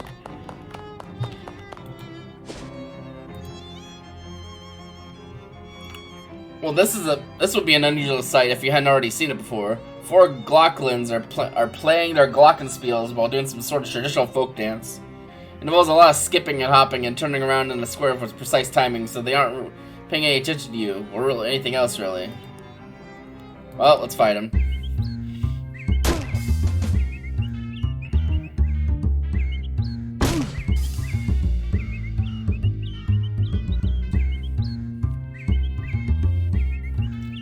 Alright. What are we dealing with? There's a few of yous, huh?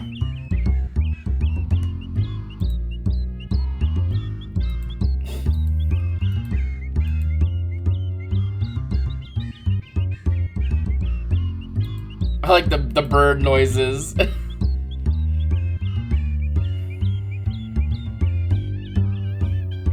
Okay, we're gonna do one strike on you.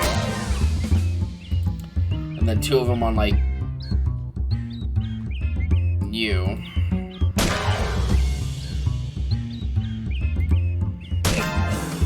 And then we're gonna kill this one.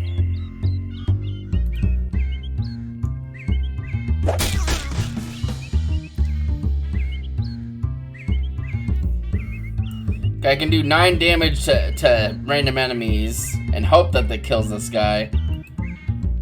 Or I can just pound this one in the dirt. That's gonna hurt Turt. Okay, yeah, that's what we're gonna do, because I don't want Turt to get clobbered too hard, so that Turt might be able to level up, so. Go on, get!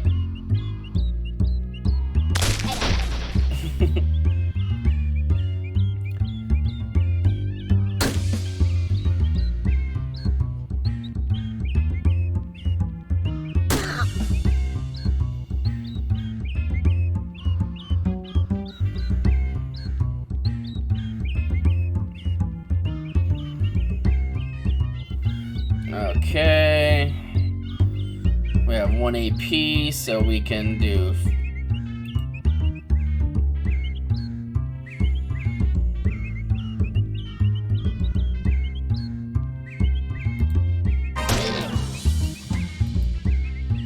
Oh no, I made a mistake.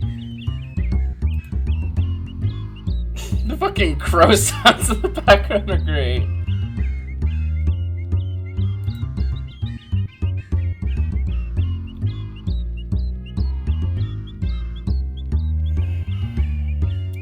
I will swallow one of these. Because I want this one to die because it's gonna hurt Turt. I don't think Turt has enough HP to survive otherwise, so.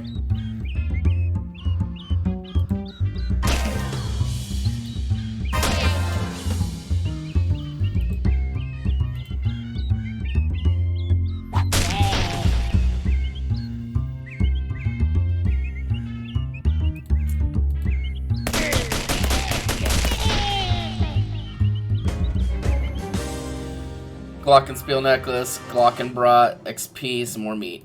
Sweet. Let's go back to the chop shop because I think we can open the shed there.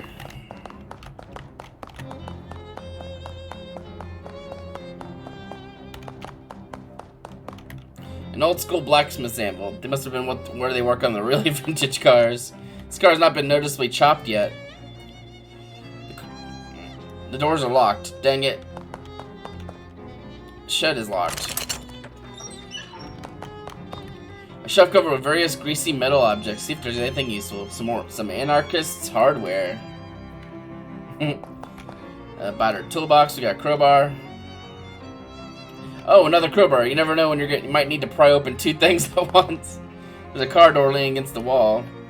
Oh, it's been converted into a shield.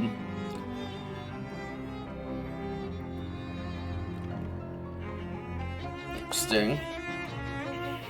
The poster says, antifreeze is delicious, but it's poison. It's a workbench covered in tools. Make some stuff. Let's see what we got. Fancy combat items. Let's see. Grease bomb, 5 damage.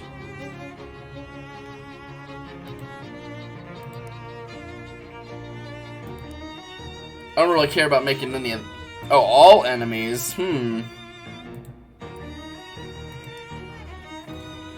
That could save my ass.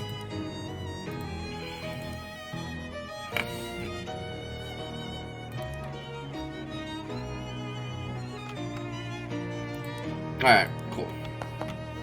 Every day in this calendar just says crimes. A book of repair manuals for cars you've never heard of, except one of those books is about weapons instead of cars. Welding and wielding. Advanced weapon repair for do-it-yourself defense by TIG FluxCore. Teaches advanced weapon repair techniques. Okay, let's see what that does.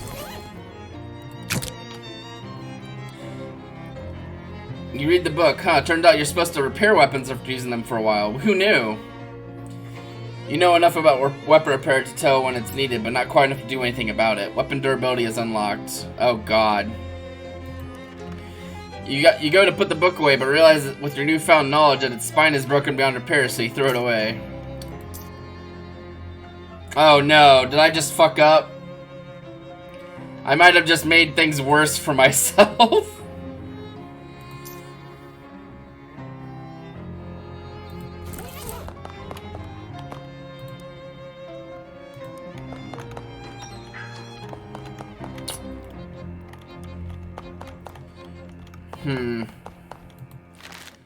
Okay, so we have 44 XP.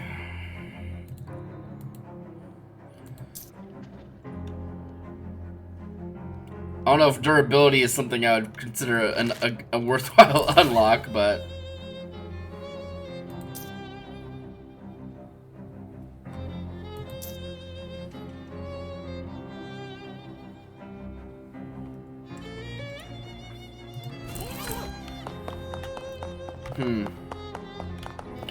There's nothing in that direction except tetanus. Well, alright. Alright, let's go to the boardwalk. I haven't been there yet. You're unexpectedly surrounded by 3 Glocklins, menacing playing their glockenspiels at you, which is a real trick if you think about it. Hey, what gives? This is a muggery. Get him. Oh, friend tentacle.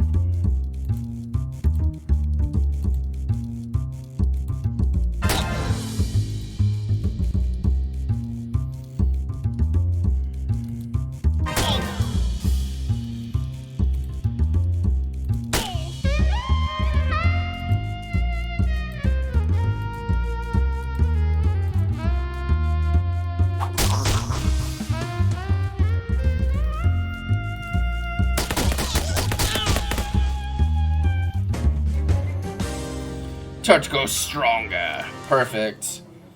Because before I want to move on to a new area, I want to make sure Turt's like strong enough to actually survive in said new area. Boardwalk. You're not sure if the lamppost is holding up the hobo or vice versa. Hi there, I'm Mar. Well, hey there. Pleased to meet you, Mar. I'm Dusty. I can see that. Yep, I met a lot of new people in my travels, so I got my name embroidered on my shirt for convenience. So, what are you up to? Oh, nothing much. Just hanging around. I was going to run a 3-card Monty down here on the boardwalk, but that didn't pan out. Why not? Well, there's a fella already running the game down by the way, and I prefer not to step on his toes. Just a matter of professional courtesy, you see. I see. Also, because carnies get real scary about that kind of thing, and I ain't looking to be murdered anytime soon. Any way I can help? Well, that's real kind of you. I was thinking of looking for a different corner. Can you spare a nickel for a cup of joe to get my feet moving? There you go. Thanks, pal. You're a real good egg. A fortune teller's tent. Tony Fiasco. Hat photography. A grouch-looking guy is standing under the shade of this tiny building's eaves. Games! Game of skills. Test your everything. A privatized healthcare station. It's made of the cotton from expired bandages. Oh god. Flute music is the best medicine. This book was published by the International Association of Flautists, who are not doctors and should absolutely not be taken as an actual medical advice. A gauze pad for 5 HP. A good hat to wear if you're planning on stinging a scalp injury. Tube of sunscreen, increase hot armor by 3, okay.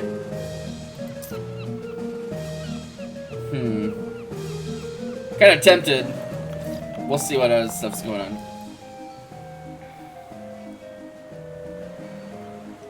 Step right up, step right up. Test your strength and your agility and your intellect. Every winner gets a prize.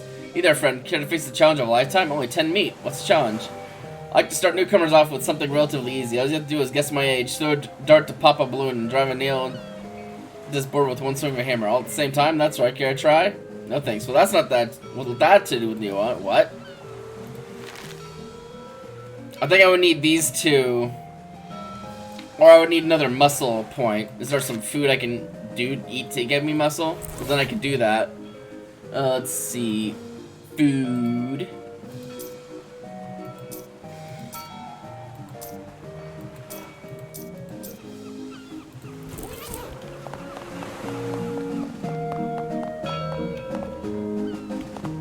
It's an even longer period, but you don't want to take an even longer walk off of it.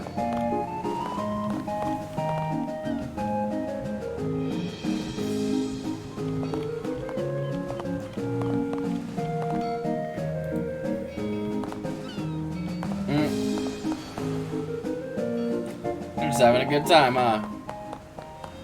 What about this guy? He glares at you silently.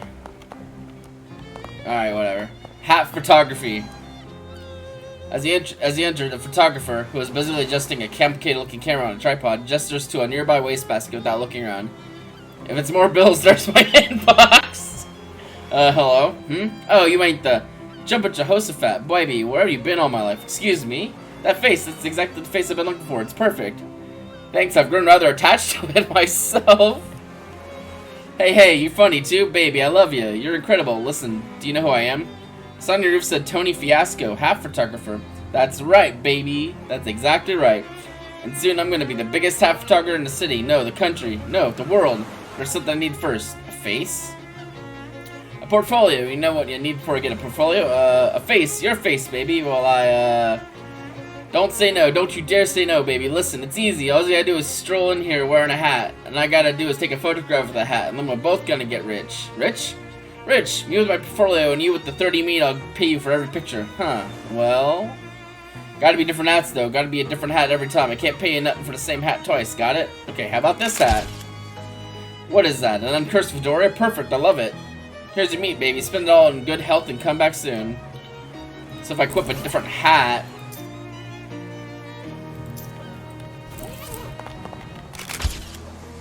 Hey there, welcome back. Let me see that. What was that? A Cola Wars gas mask? Perfect. Alright, well, we can get some easy meat this way. And then we gotta get a welding mask. Alright, let's get the fedora back on because it gives me, mysticality, huh?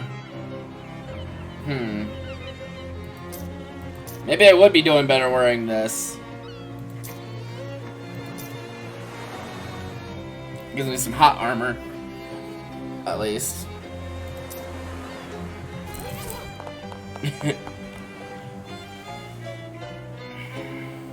You're at a dimly lit tent to see a teenage girl dressed as an old woman sitting at a velvet draped table. She points to a sign that says "Terror readings, 50 meat." 50 meat is a little steep, isn't it? I can buy 7 and 63 and 64 gallons of gas for how much. She stares at you and points at the sign again. The teen takes your meat and begins. The first card tells us about where you've been. She opens the card. This is the respected engineer. Is this your first day? She flips through a little book. This is about a piece of unfinished business in your childhood. I see. A church, huh? I don't remember anything like that. Second card is about where you are at the present. She licks her thumb and grabs the top card of the deck. Oh, is this one the boisterous barber? I see. And this card represents... This card means you're on a boardwalk. Can't argue with that, I suppose. Last card tells the future. She pauses for a moment for effect and draws a card. The hateful composer. I think? Yes, the hateful composer. Okay, that's a real tarot card for sure. In the future, you'll perform miscellaneous tasks for various individuals. Alright, great. Well, there goes 50 meat I'm never gonna see again. Oh, wrong thing. I meant to go to the map.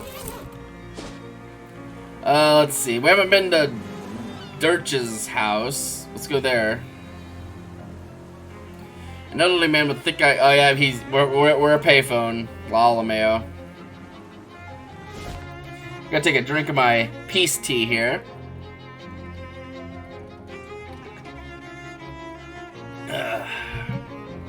Tasty. Why is this one rock smoking? You reassure the rock that everything's gonna be okay, and it sloughs off some of its rage. Of all the debunked theories of how fire works, this one is the one we all agreed to pretend is true. Oh.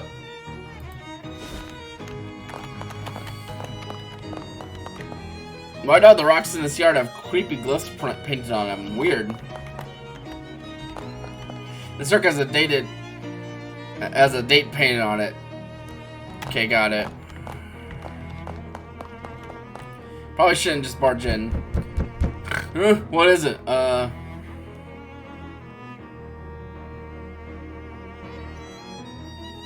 selling these fine leather jackets. Don't want any. Buzz off. I'm from the Municipal Census Bureau. There's nobody here but me and these 4 urns. Urns?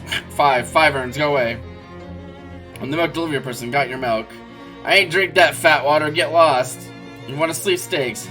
Fat chance. Never won nothing. Didn't or no sleep steaks. I'll come back later. Well, alright.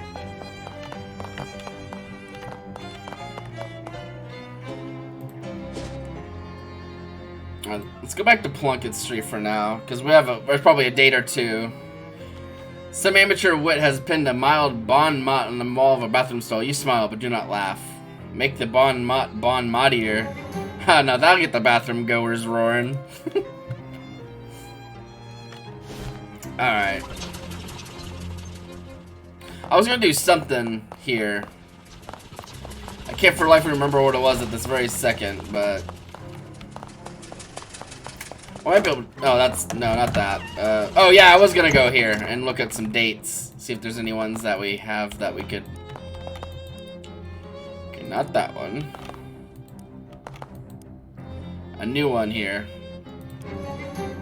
The cover story for that date is the sinking of the Porquad, a whale vessel that operated off the coast of Ocean City. The story tells us that the wreck had only one survivor, Captain Augustus Dirch. Despite his best efforts to go down with the ship, he was rescued and transported ashore by a friendly otter.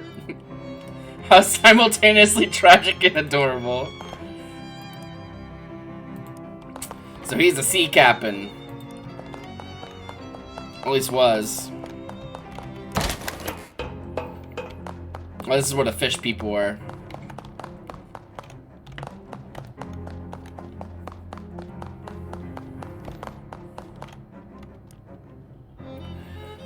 Second. I think I already looked at that.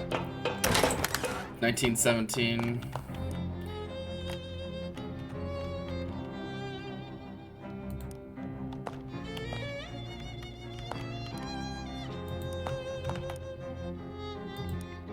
Yeah, I did. I'm sending animals over me. You're being crazy because someone is here to change the meter. Yeah, it's always feels bad if like some people do a surprise thing like that and you're like, it's like I wasn't ready.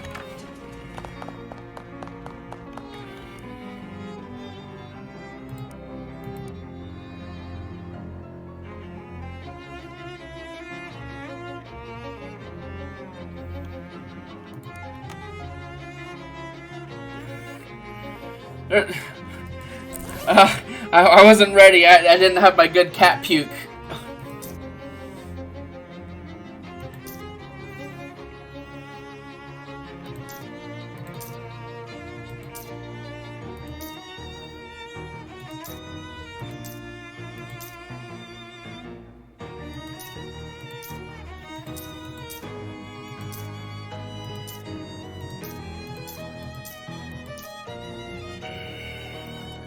I'd say it's pretty on par, which the other game was pretty damn good, so this being on par is not a bad thing. I'm having a good time with it.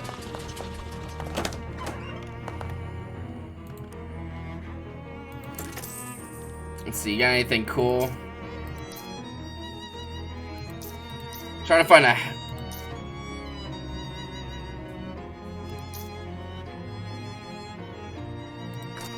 buy some cigarettes and probably smoke them to, like, want to end my life.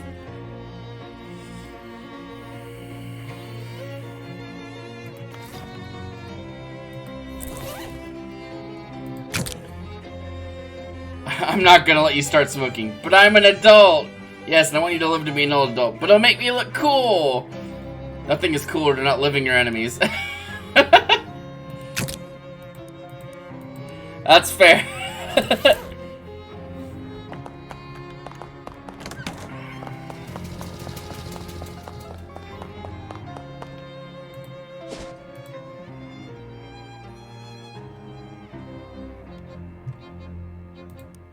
Okay, we got another match.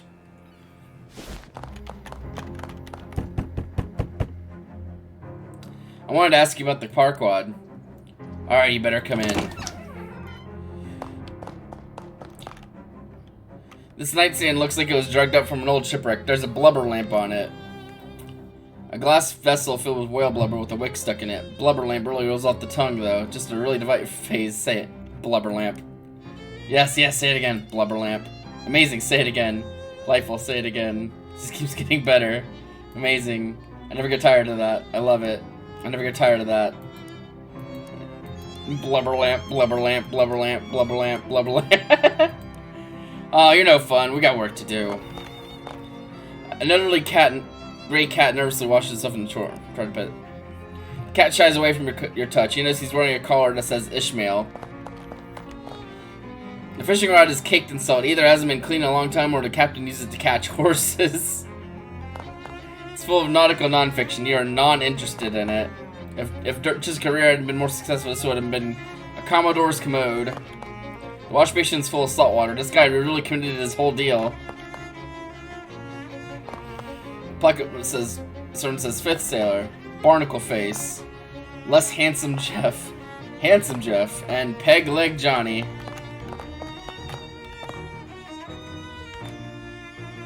What do you want? Well, I'm from the Ocean City Watchful Eye. You know, the newspaper? Don't trust newspapers, nor newspaper reporters neither. Well, nor otters.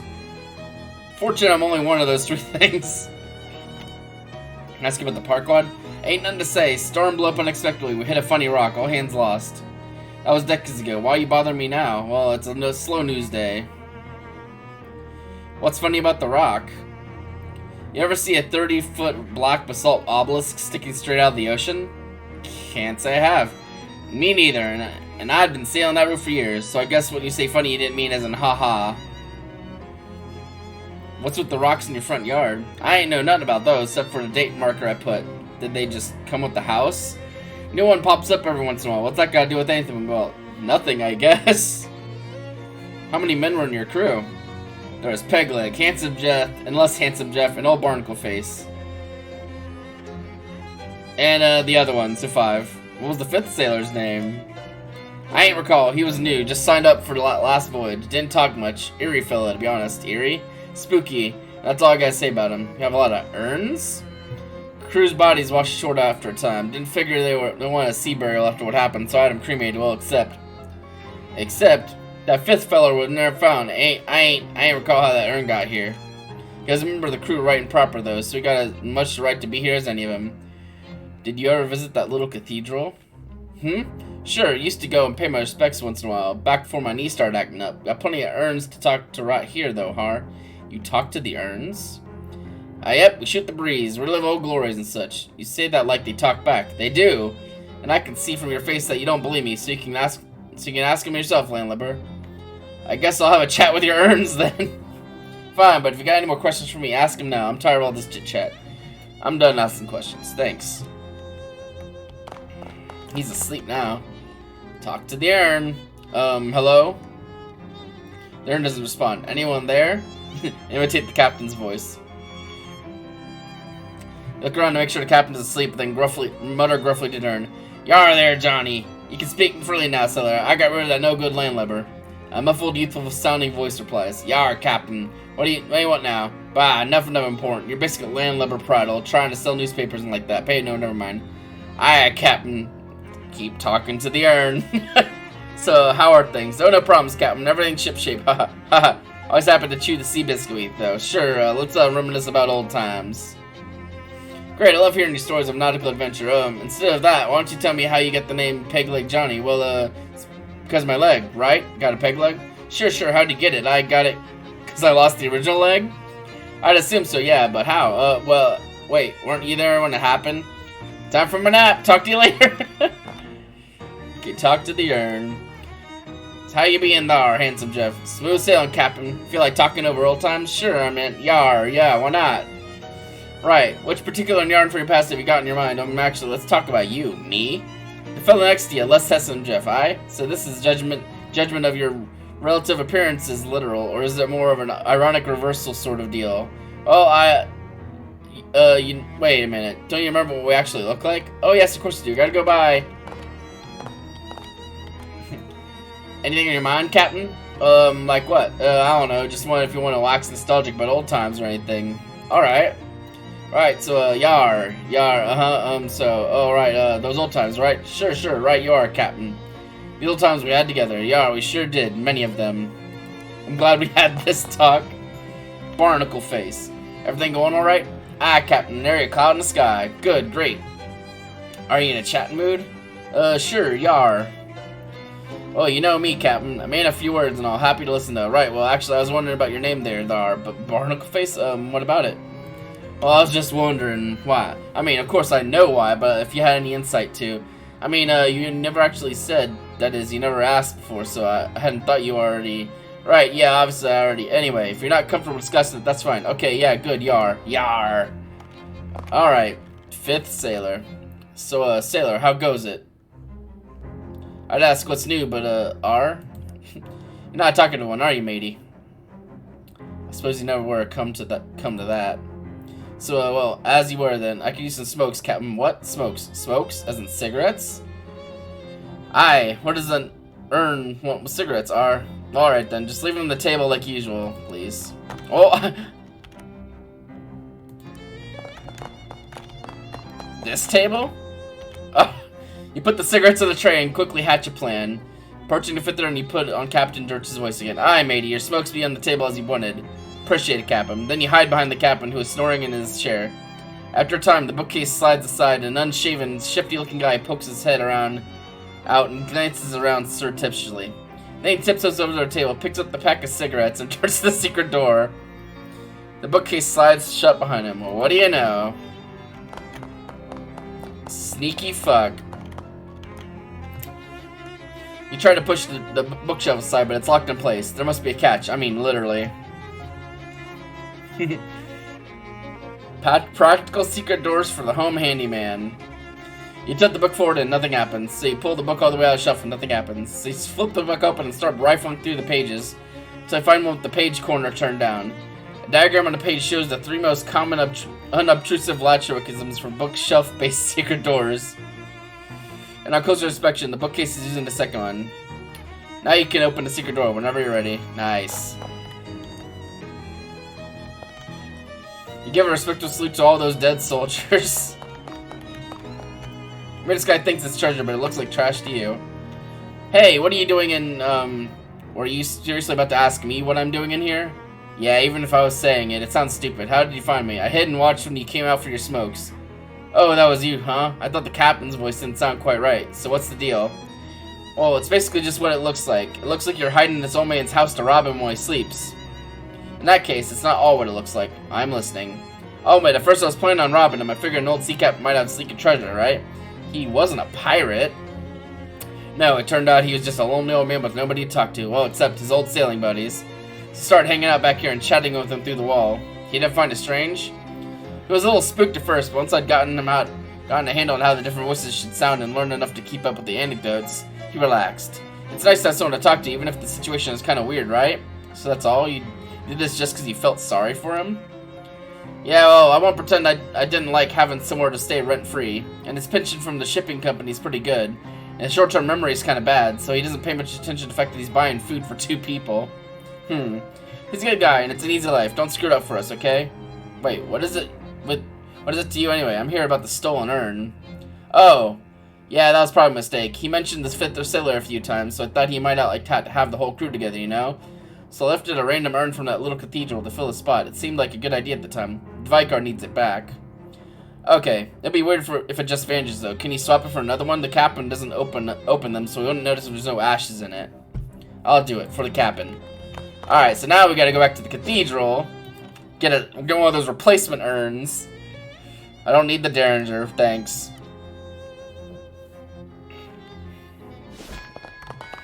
Gonna get an extra Derringer.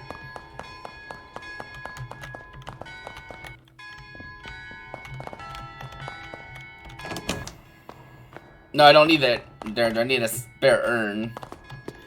Okay. Okay, and then go back to Dirch's house. Swap the urns out.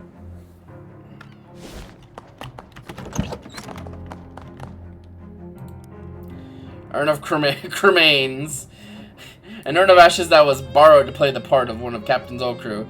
Name plaque on it is too old and weathered to read. Did you switch out the fifth urn yet? Yeah, I did. Great, so we're square then. Everything's Jake. Look, this is really shady and weird. You should just be honest with the guy. Yeah, I guess you're right. I gotta build up to it though. If I just pop out of the bookshelf at him, he's liable to have a heart attack or try to kill me. Alright, well, good luck. You got an item, salty fishing rod. The captain shrieks hoarse in his sleep. This device combines the fishing pole and the harpoon in case you want to go fishing, but you don't know what order of magnitude of fish you're after. Ishmael seems a lot calmer than he did before. You can out pet Ishmael and receive a boon. Only one's favorite at a time. Replace it with Ishmael's boon. I'll keep the current one. You decide to keep your current boon. Well, there's another kitty, friend. Alright, let's return this urn. A couple of black orbs or holes or whatever these bizarre shadow monsters are made of are drifting towards you. You experiment with them a little bit, walking around behind them, moving erratically to see how close they track you. Try to get them to collide with each other, and so on, but you can't really draw any conclusions from this. Also, they seem to be getting annoyed with all your fooling around, although you're not sure how you know that.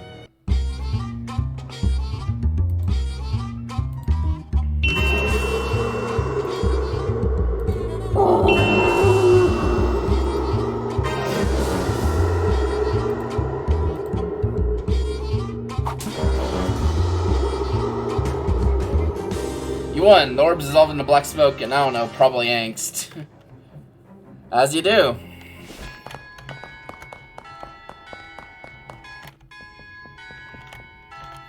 Oh, it's you. I found her missing ashes. I did. Here you go. Wonderful. I'll get this polished and reinstalled right away. Blessings upon you, my child. In fact, let me make this blessing literal. I have some holy water of Saint Polycarp here somewhere. Ah, here you go.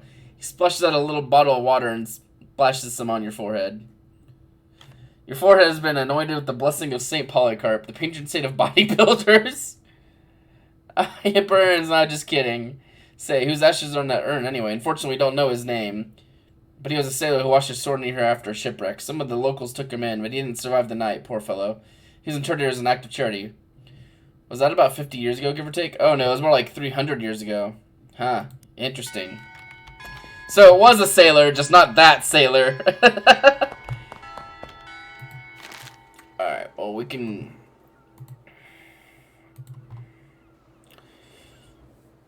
Stony Heart. You can relate to rocks on both an emotional level and on a being difficult to break in half level.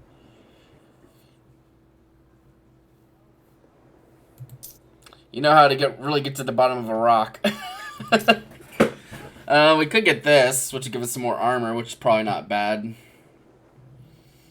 Plus, we get XP from gathering from all these rocks that we kind of gather from, so I feel like that's probably a good investment.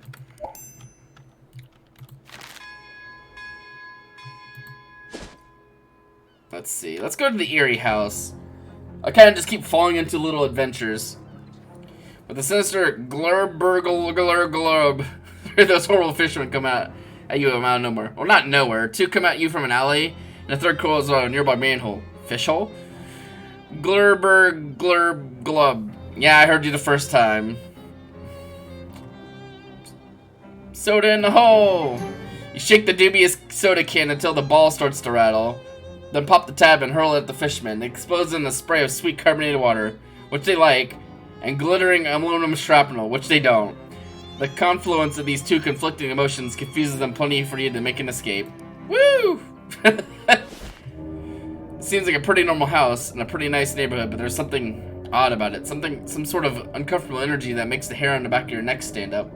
Maybe it's something to do with that weird droning tone you hear coming from inside, like a pained, inhuman moan constantly rising in pitch. Maybe that's it, yeah.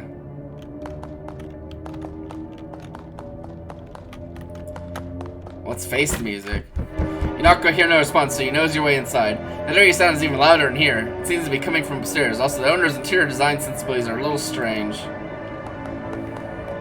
A dusty, disused chess set. It's a day stand, not a nightstand.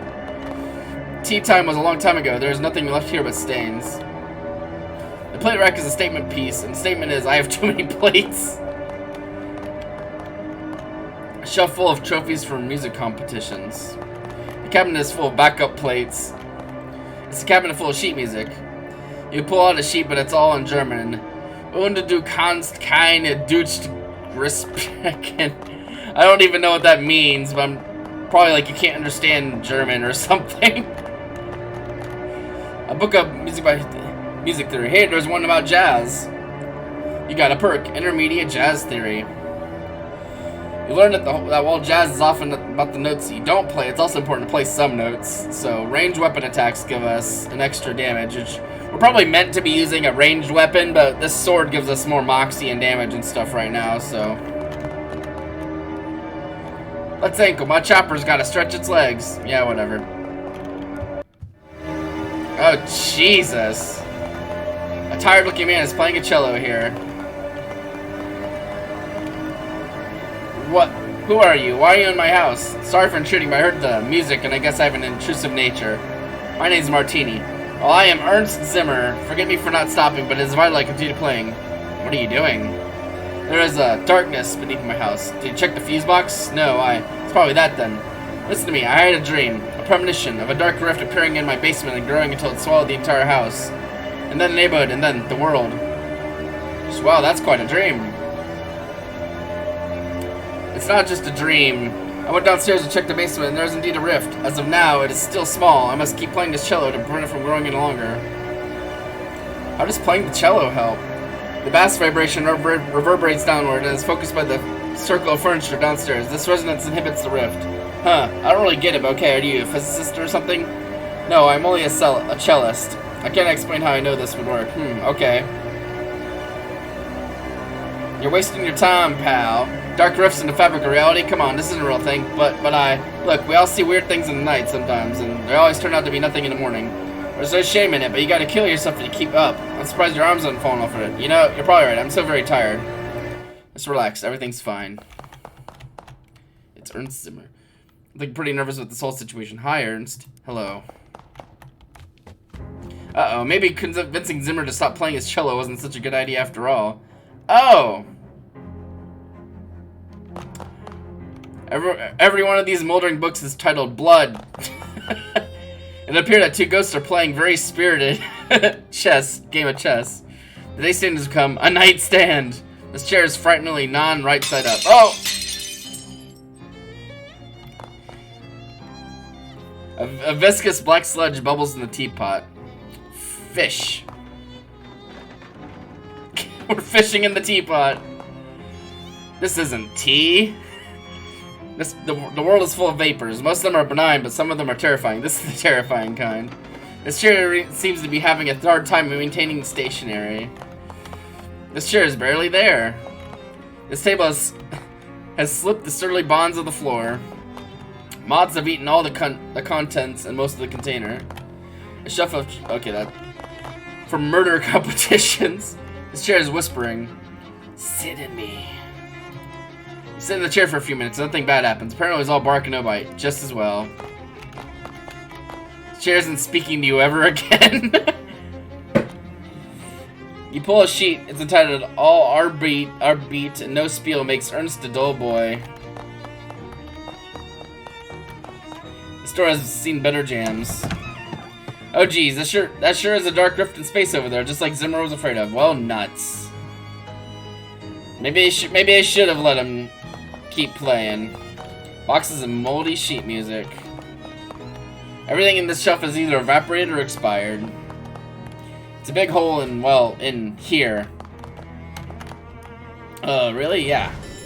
You find yourself in an infinite black void. Or, well, it looks like an infinite black void.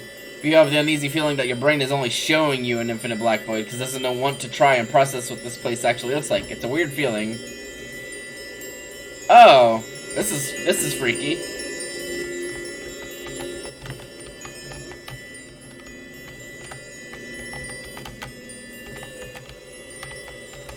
I'm mostly doing this because these are loud. I'm guessing that's something we have to do for this situation is dampen the stuff so we can fight this thing or whatever.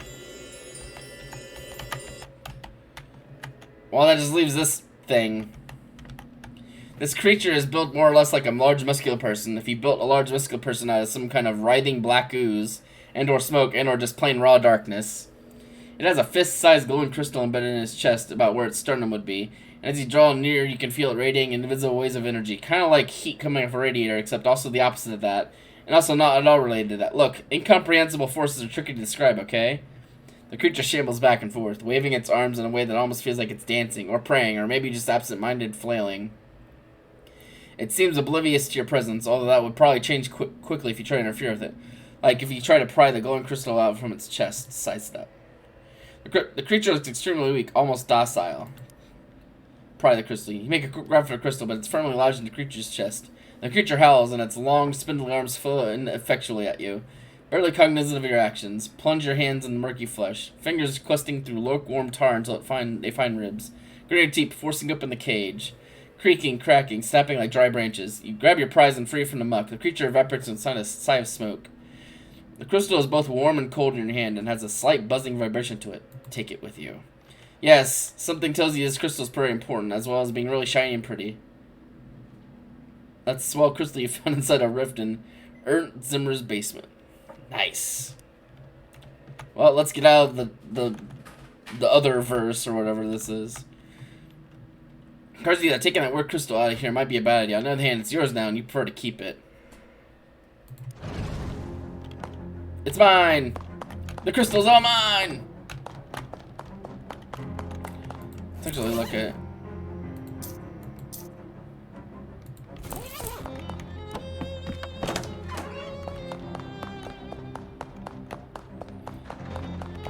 Oh, calm down.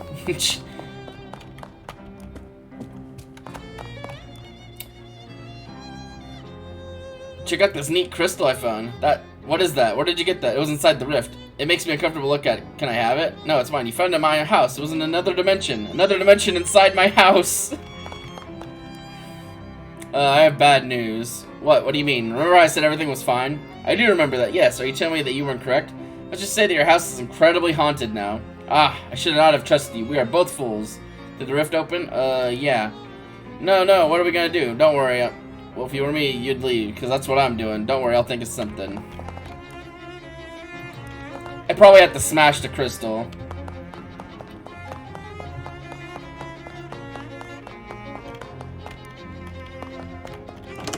I probably have to go in here and smash the crystal, and then it'll spit me out.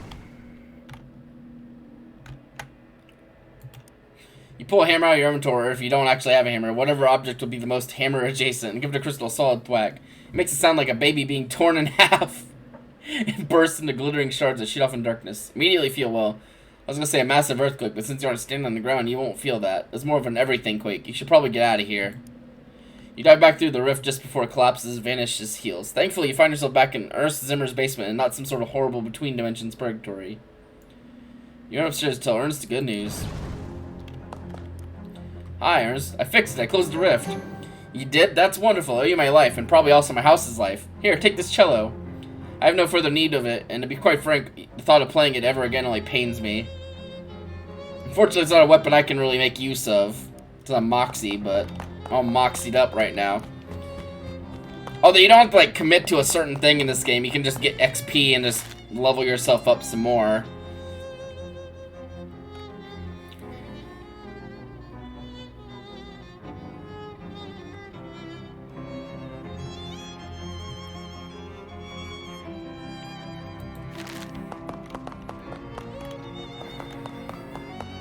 Well, that was fun.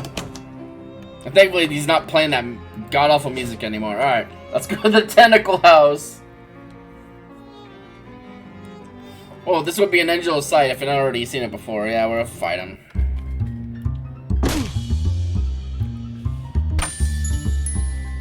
Leave her alone.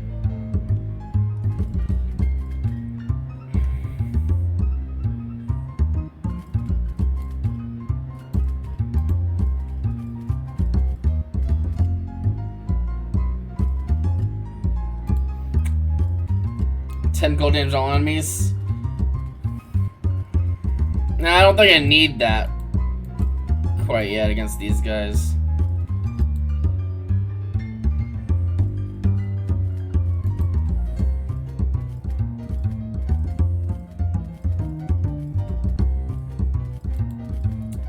Alright, let's blast this little dude.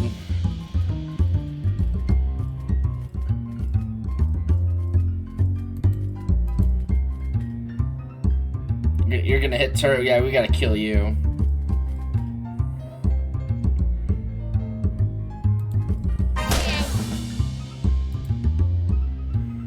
We can kill this guy off, so let's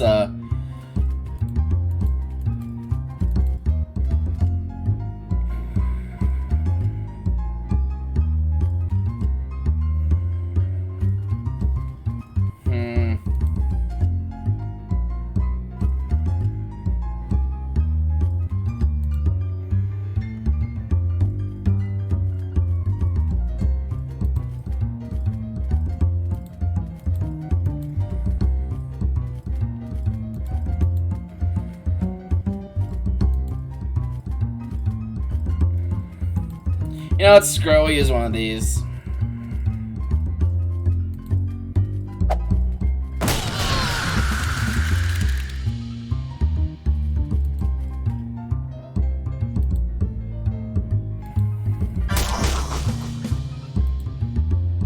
I don't want to use the other one, but like, yeah.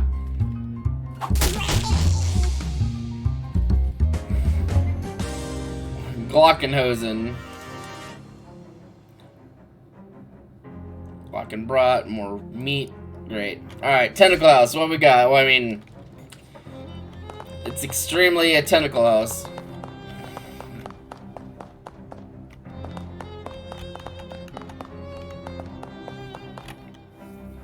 Either someone's pet Kraken escaped or something opened up here to the Waggle dimension.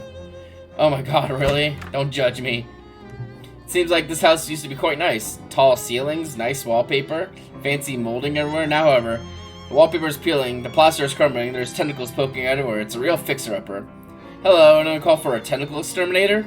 I don't think anyone called for a tentacle exterminator, but if you want to do some pro bono extermination anyway, I also don't think anyone's going to stop you. Well, except maybe the tentacles.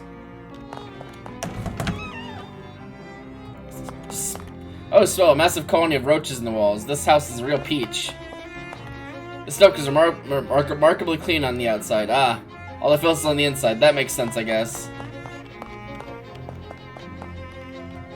These tentacles must have been in the mood for a snack. Give them an attack instead.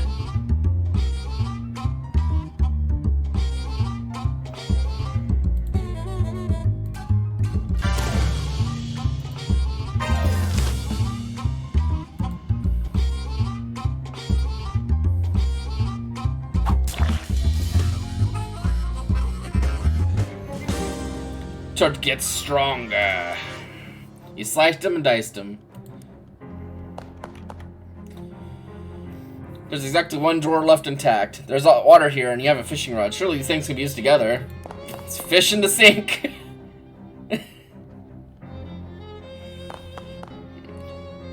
You caught a tentacle seed. The company that sells these things has never done a satisfactory job of explaining why. Continue fishing, huh? A handful of clean water. Here now, he was on fire. Pure water, untainted by even a container.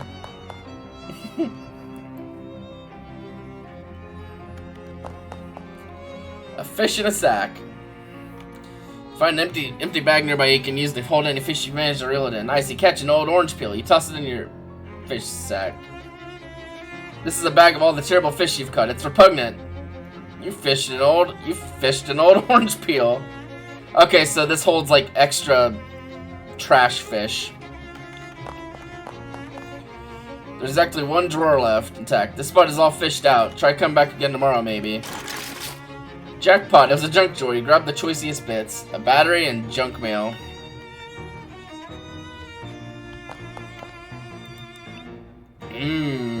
Oh no, no horrors, just some very old food.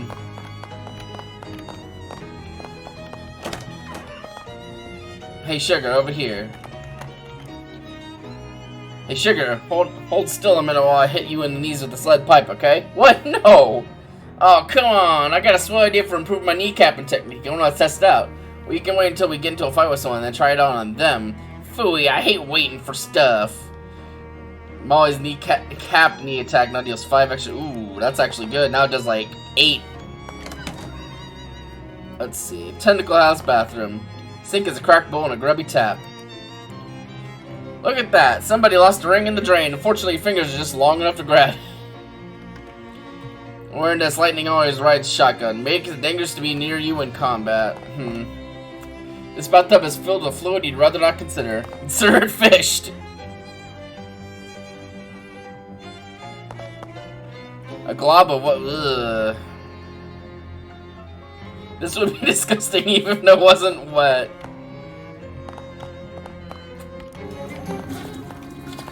Flush that toilet. 3 tentacles have erupted from the floorboards here. Interrupt the erupters.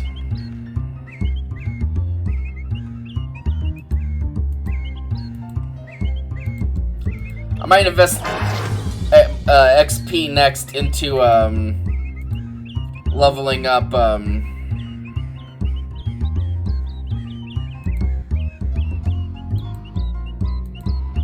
yeah, I might invest XP next into leveling up this skill.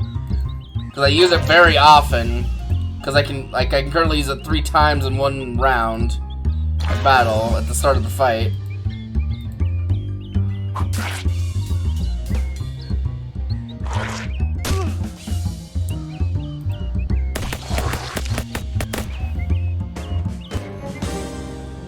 Three down. God knows how many to go.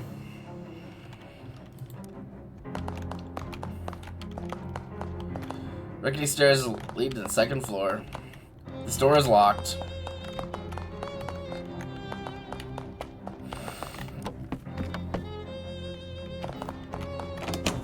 Oh, there's a bunch of them over here. Surprisingly clean wardrobe. Empty but for a single hanger. Ah! I got a hanger and I can go back to the junkyard place and unlock a car with the wire hanger. Even the 2nd story is festive with tentacles. Yeah, rude. Good job, Turt. Love your work. Oh, we gotta kill this one. We'll just use all of our shots on this one.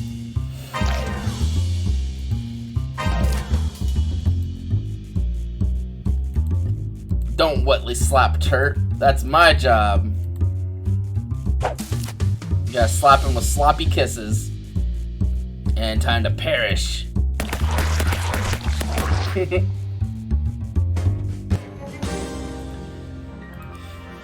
Tentacle destroyed. Can't even begin to guess what kind of furniture this was. Sure I can. Okay then, Smarty Pants, what do you think it was? It was a table. Guess again. A cupboard? Nope. A table? A patio chair? Was it a sofa? It was a 4-poster bed. It was a writing desk. How about an armoire? A tea cart? A lounger? Was it a love seat? Was it a headboard? Nope, wrong. Guess again. Was it a rocking chair? Wrong. A stool? Was it a cradle? What is it? I don't even know what that is. Or if there's an actual answer, if this is just like... I think it was a console. How about a console? Was it a...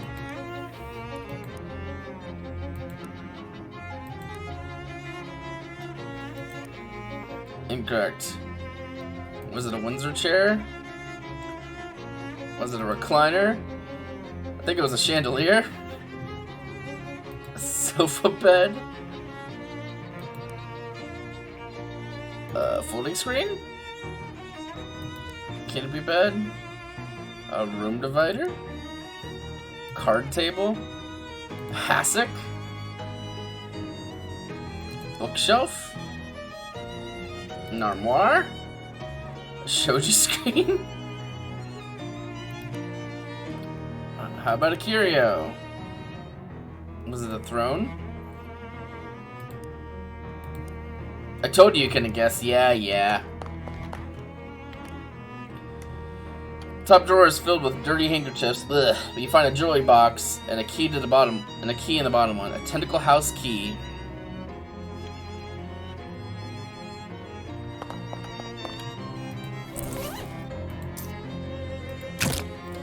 You dump out the jewelry box's contents, which are so excited that you forgot to keep the box itself. A amethyst. Bacon stone, or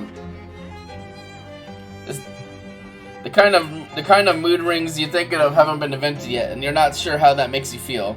Probably it makes you feel a little different every time you walk into a new room.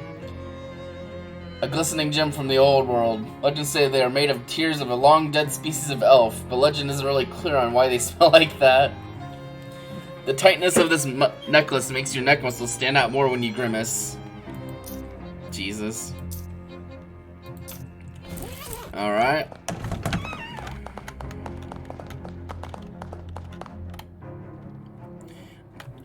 Excuse me. This door is barred from the other side. If the bar is anything the rest of the house, that won't take much to break in. I don't have the muscle for that. I'm almost to the point where I could get another muscle, but that still wouldn't be enough. Unless I have something for muscle. I do have that, so if I can get enough XP elsewhere, I can come back up here and break that down by equipping the thingy.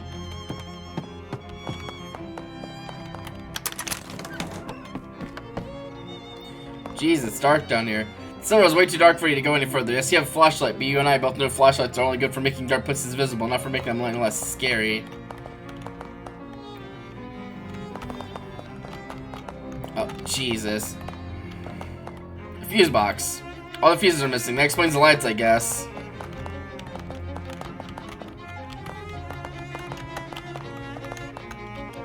Everything good, but just swell, sugar. You looking to beat your gums? So I'm guessing I have to find fuses somewhere.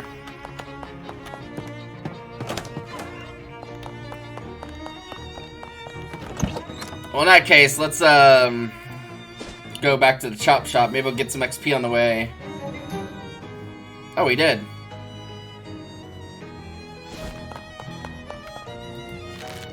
We're like 3 XP off from getting another muscle.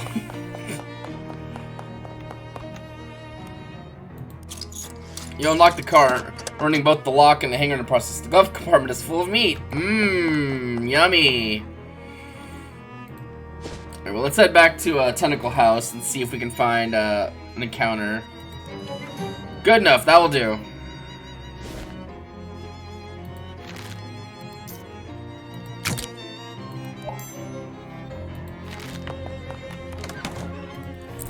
Because now we can equip the Amethyst thing.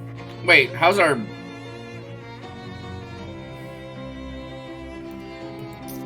Oh, that's the what, like the. Okay, so our muscle's 4 somehow. I think our muscle was like 3 somehow otherwise, but yeah, whatever.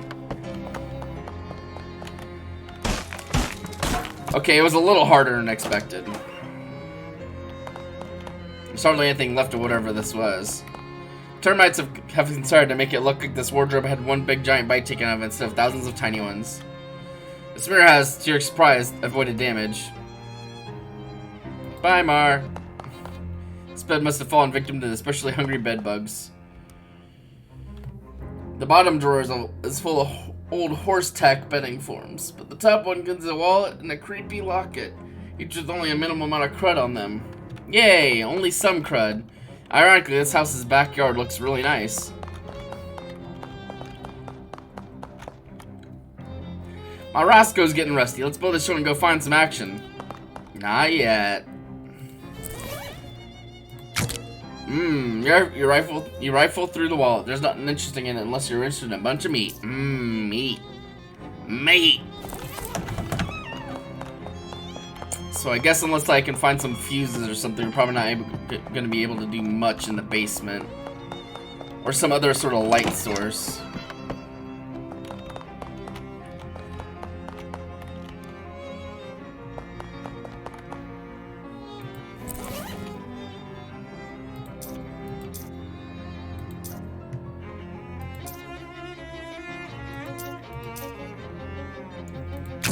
You can't open a letter because you don't have a letter opener. I know it's frustrating, but I have to admit that the logic behind that is sound. Damn it. Okay, no, that didn't do anything, so I want to equip my other stuff back.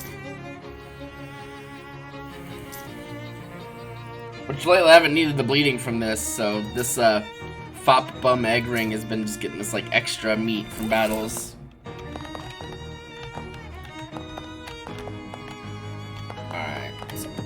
Let's leave here. And let's see. Well, that's all the areas around here, like, explored and most of them figured out, I think.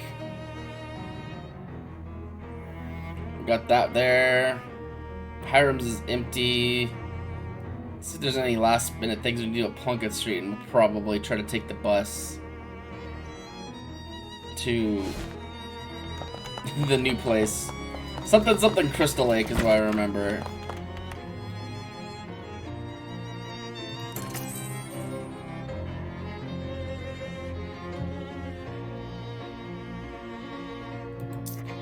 Muscle plus 3 damage. Well, technically it's Teeny's cello now. We have no idea how to play a cello, but you do know how to swing a great big club. I don't think we're gonna need 2 crowbars, so let's sell one of them.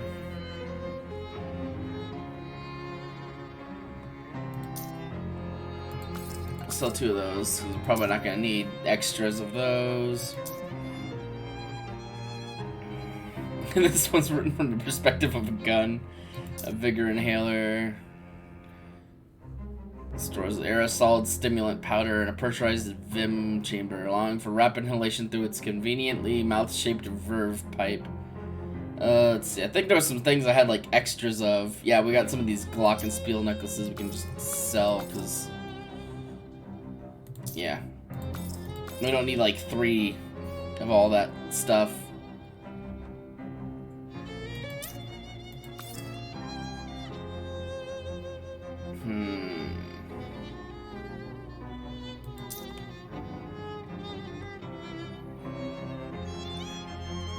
Well, we've got a good amount of meat. Is there anything we can buy, per se?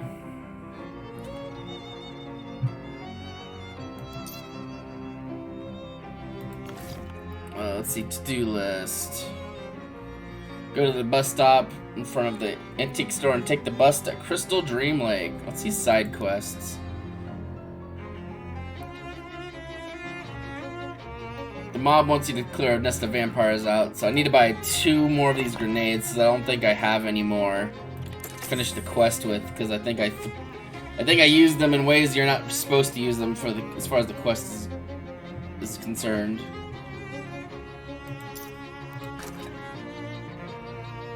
So we're gonna have to buy those and like use them in like random low stakes encounters real quick.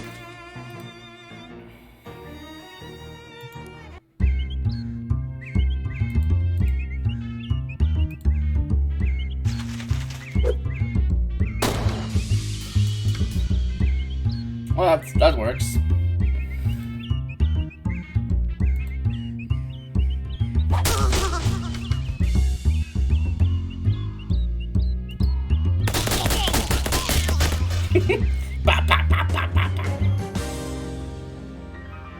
Turret goes stronger.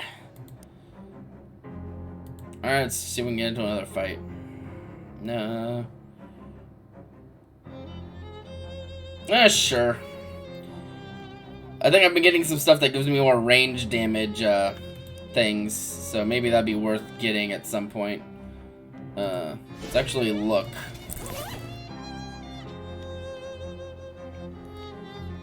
Because our Moxie is 6, so that does 8 damage. This does like damage and 1 bleeding, but bleeding doesn't affect all enemies. And I think we have some like effects that do more. Yeah, we have a buff right now that gives us 3+3 to ranged weapon attacks, which is not actually that bad. And I'm almost certain there's other stuff we can equip that would do something as well like that. So we just start doing a lot of damage. Like I think the Glockenspiel piece does 2 extra damage for range stuff. Which frankly is more valuable than the Glockenspiel, is the sunglasses. Overall, actually, I don't know. Cursed Pocket Watch, Chopped Off Car Door, Pleasant Hymnal, Derringer.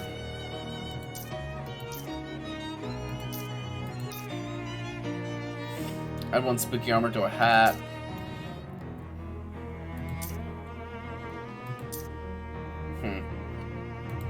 Chibata's pants. What? Let's see. 1 mysticality versus Sleeves armor, HP. 1 physical armor.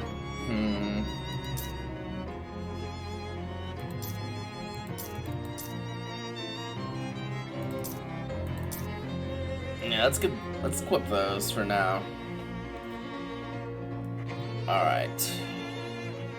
And Turret is currently at 9 HP. I was hoping that his mysticality would have gone up by now. But it has not. That's okay. Just stepping around. We have 6 XP. That's not much. Maybe things in the next area will give more XP. So I guess we're gonna go to... Where do you want to take the bus? Crystal Dream Lake. Chapter 2. The Spooky Forest. Can we go back? I think we can. Yeah, it looks like we can come back whenever we want. Which, that further expands the map, because we had all these areas, and then we can go to here. There's the distillery where the vampires are. Let's ankle. Yep. You probably ought to introduce yourself before you start poking at stuff. Lighthouse Keeper, presumably. Excuse me, are you the Lighthouse Keeper? Sorry to bother you. My name is Martini. Red leather, yellow leather, leather, yellow leather. Are you okay? I just ain't talked out loud in a while. I get rusty. I see. Lighthouse keeping's a lonely job, huh? Well, it's solitary, that's for sure. I ain't minded, though. Ain't exactly a people person. What can I do for you? What does a lighthouse keeper actually do? Well, it used to be I had to light the lamp every sundown and then douse it at sunrise. At sunrise to save fuel. Used to be? When it was an oil lamp. We got to hook up to the electrical grid a couple years ago, though, so now I just leave it all on all the time. But all I have to do now is change the bulb once in a while. It sounds very peaceful. Aye, that it is. Nice and quiet. Plenty of time on my hands. You must have a bunch of hobbies. Yeah. Got a book and a widow knife and plenty of middle distance to stare into. How'd you get into this line of work? Oh, my family's always been lighthouse keepers.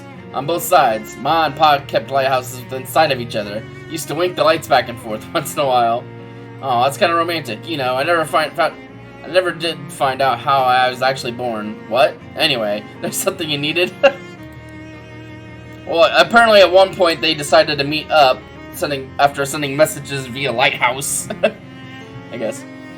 See an old compass around? The directions kind or the circles kind? Directions. Got an old one I picked up at an estate sale about 20 odd years ago, I reckon.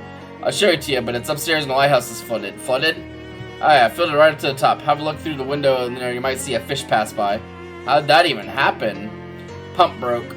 No, I mean, how does the lighthouse just fill up with water? We ain't even below sea level here. Something to do with the tides, I reckon. This is a lake. Anyhow, I need a Glock's involved to fix the pump. There's a hardware store down the road a piece, if you mind me helping out. It's a nice chess set. Do you whittle the pieces yourself? Aye, it took 6 years. 16 years. It took you 6 months to carve each piece. Pawns were quicker than the other, tall ones. More or less, yeah. Horses are particularly tricky. No sense in rushing it. Want to play a game? Can't. Already got a game in progress. The only piece that's been moved is a single white pawn. I went first. That was about 2 years ago. Who are you playing with? Nobody? Well, here, I'll play you. Push one of the black pawns forward. Interesting. It's your turn. Don't rush me. I want to consider all the possibilities. Come back in 3 or 4 months. Through the window, you can see that the lighthouse tower is entirely filled with water. The lighthouse keeper has put a little cork in the keyhole. It's an arcane oven. Do some cooking. Fancy foods. Haunted croutons. Basic foods. Alright, so there's so we can use the stuff by itself to make kind of weaker forms of these. A simple vanity for a simple man. Hi, Mar. Bye, Mar. A single book sits on the table. Ask about War and Peace. Oh, that's a hefty one. Mind the bookmark now, of course. Oh, looks like you just started. Been reading about 5.5 years. Your bookmark is still in chapter 1. I just about got up to the last sentence of it. I've been reading 1 word every day. War and Peace is almost 600,000 words long. Don't tell me how it ends. I won't. Gee, 1 word a day? That seems a little extreme. It's some kind of funky pump contraption.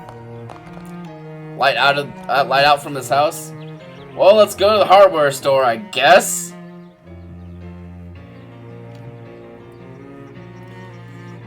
With a ruckus of mumbling, burbling, grumbling, and screeching, a whole crowd of very angry mushroom storm out of the underbrush will attack you. Jeez, what is this deal?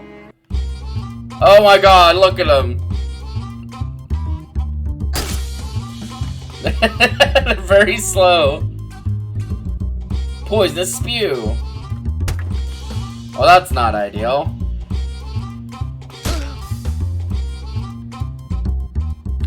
$13 damage, huh? Well, we definitely need to kill, like... It does defeat itself and its allies, increasing their max HP by 4. Okay, well... You can kill this thing.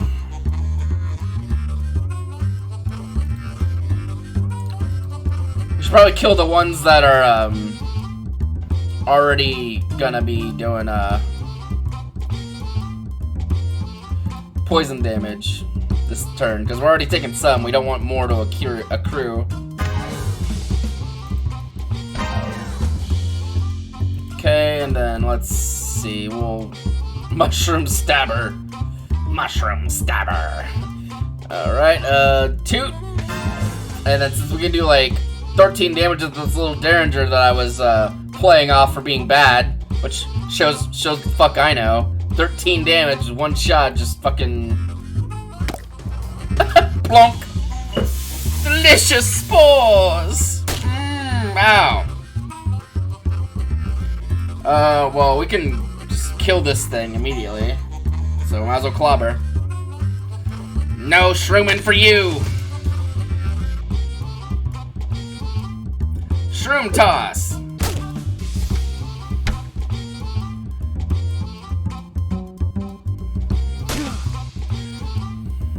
Oh, Oh, that thing's at 20 HP. Jeez.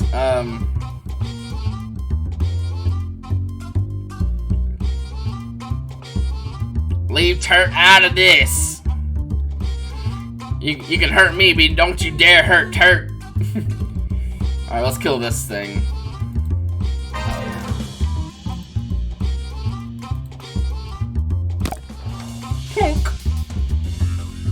Rock. Alright, well she is perished. That's okay. All that matters is that I don't die, and I'm not gonna die to this shitty mushroom here.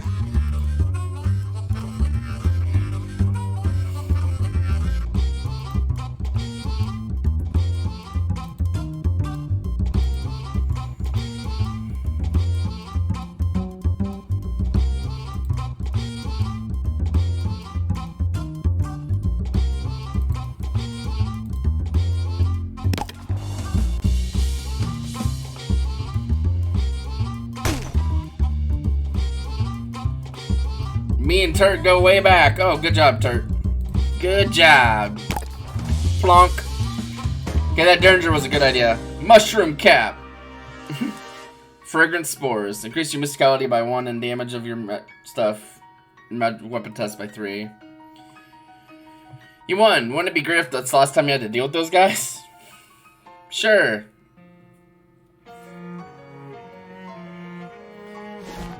After a short hike, you find a small hardware store nestled in the sparse woods surrounding the lake. It's a very model of a down-home country hardware store, except it doesn't have any old-timers sitting out front chewing the fat. Maybe it's their day off, or maybe they ran out of fat. Hobo code. Nice man, ask him for candy. Neat. This barrel has a joke price tag on it. 10,000 meat. A barrel of rusty nuts and bolts, in case you want to buy some garbage, I guess. Paints in all of the season's trendiest patented colors, such as ochre brown and teal purple and ochre brown. The shelf is labeled ineffective pesticides. You don't understand the purpose of any of these tools. The proprietor, you presume. Or the proprietor, I presume. Aya! Welcome to Valley Hardware, best hardware store in Crystal Dream Valley. Why is that? Because it's the only hardware store in Crystal Dream Valley. Haha! Haha! Been a long time since I got to use that joke. Don't get many new customers or new jokes. What can I do for you? Ask for candy. Do you have any candy? Why, sure, here you go. Pulls out a piece of hard candy out of a jar under the counter and hands it to you. Ooh. Ask about something else. Ask about a valve. I think it was a Glaston? Glarston. What's he need eliminated? Maybe, no, it wasn't that one. Snackston? Malston, Snackston, Marston.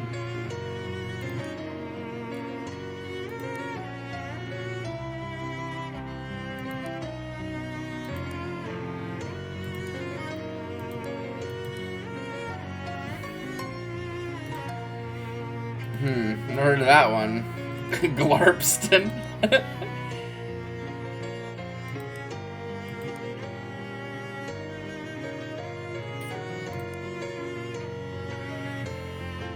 Wixton. No, maybe not. I don't fucking know. Never mind. Let's look at the to-do list. Glaxton. I thought I said that one.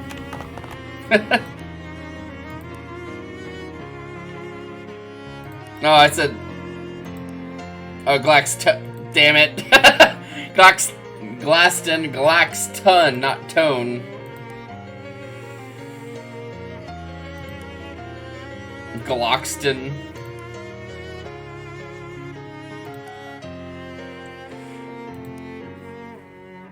There we go. Glaxton valve. Well, shucks, they stopped making those things nearly a decade ago. I guess there's a slight chance they're still in the back room. Ain't been back there since termites got at the inventory, or maybe after it flooded. Anyway, it's a real biblical style of disaster back there. Here, I'll lock the door for you, so if you can take a look around, if you can find a Glaxton valve in that mess, you're welcome to it. Mind your step in there. What do you have for sale? Comfy hat lining. Ooh, okay. A used plunger. Steel-toed boots. People will hear you coming. Sharpening stone. Add 1 bonus. Add 1 physical armor to pair of pants. Okay. Oh! Well, let's buy a fuse.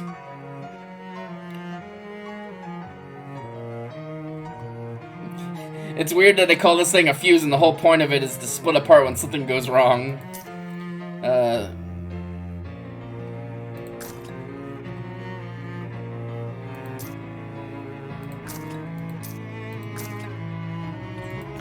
I've got a lot of excess meat stored up from just grinding stuff out.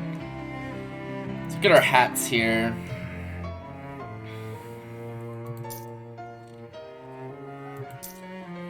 Well,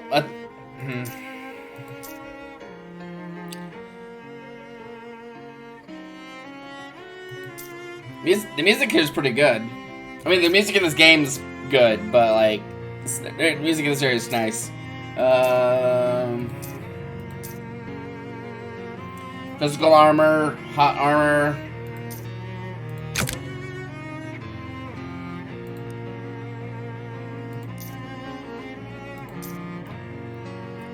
Can we add other things? Can we add this to it too? Eldritch comfy welding mask. Alright. Well dang, that thing really is just like my best hat then in that case. 3 HP, spooky armor, hot armor, physical armor. Nice. That's good. Our pants here. We can add some spray on asbestos to those. Safety first.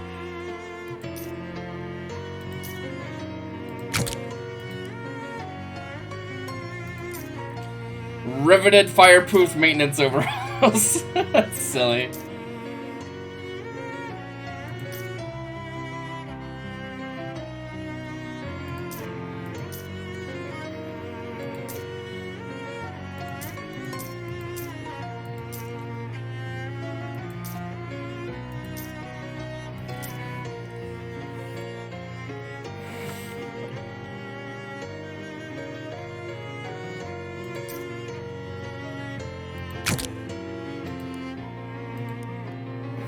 Sharpened extra Derringer. Alright, cool.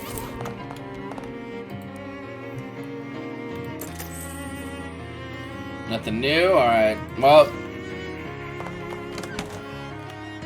Oh! Water like garbage. Good thing you don't care what month it is, because this calendar is worthless. Shelf is empty, but even emptiness is somehow dirty. Seepage has caused this concrete to become set in its ways, blow its mind. You open the concrete's mind to the wonders of the world. It feels stronger and more capable. We got powerful grit and some XP. You know, it's just an inert powder. You're still pretty sure it's going to bully you. Nasty trash. These boxes would be perfect for storing a collection of mildewed clothes. How much of a door has to be gone before it doesn't count as a door anymore?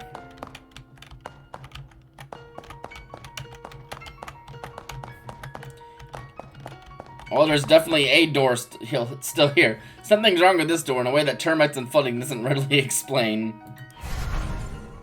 You step through the hole in the door and immediately feel a sickening urge in your stomach and a burst of "this was a bad idea" in your mind. Like when you hit the first drop in a traveling carnival's rusty and hastily assembled roller coaster. For a moment, when the feeling is subsided enough, you open your eyes and look around. It looks like you're still in the same place you were, except someone's come in and cleaned everything up while you aren't looking. Huh. Stacks of boxes neatly labeled. This must be what happened. What it was.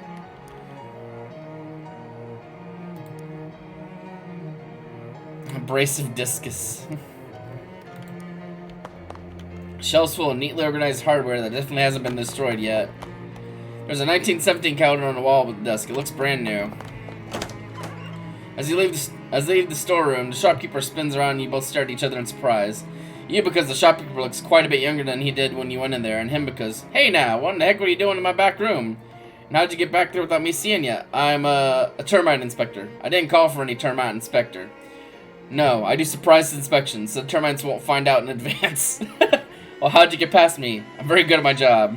Huh. Oh, I don't expect you to find any termites. I make my own custom pesticide. Yes, it seems to be pretty effective. I might have to go back in there for a follow-up check later, though. That's fine, I suppose. Just don't move stuff around too much. I like to keep it tidy back there. No problem. Paints in all the seasons' most popular colors, such as old-fashioned red and traditional yellow and plain yellow. A sun dispersal is not for sale. A barrel of gleaming nuts and... Yeah, this really is like the past. You don't understand the purpose of any of these tools and never will. This shelf is laden with dangerous pesticides that you're pretty sure were banned years ago. Outhouse rentals. It's the hardware store guy, back when he was younger, or is younger. Welcome to Valley Hardware, best hardware store in Crystal Dream Valley. Why is that? Well, shucks, nobody's ever asked me to justify that claim before. Is it because it's the only hardware store in the valley? Ha, that's a good one, I'll have to remember that. I'm sure you will. What can I do for you? You're renting outhouses? I mean, you're renting out outhouses? Yeah, at least I was. Now the indoor plumbing's starting to get popular. There's no market for them anymore. Just got the one left, and after I'm calling it quits, I'm putting up new ones. Can I rent the last one? Sure. It'll be 200 meat up front for the installation, half that each month afterwards for maintenance. What maintenance do you do? I dump some powdered lime down the hole, clean out the ventilation pipes, and check for splinters. And once the pit starts to get full, I move the outhouse over a couple yards and dig a new one for you. Plus, you get a free subscription to the local newspaper. Great, where do you want me to put it? I don't know. I've heard of impulse shopping, but buying an outhouse when you don't actually need it, that's a new one to me. Listen, that thing ain't going nowhere. Why don't you hold out to the meat and come back when you got a plan?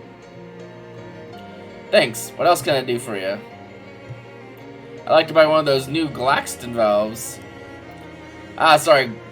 Government fellas bought my entire stock. What? Yeah, for the big dam they're building. I can order you one, though. How long will it take? 6 to 8 weeks. Would you mind holding out onto it for me if I'm not back right away? Oh, sure, that's no problem. How long you here? 11 years.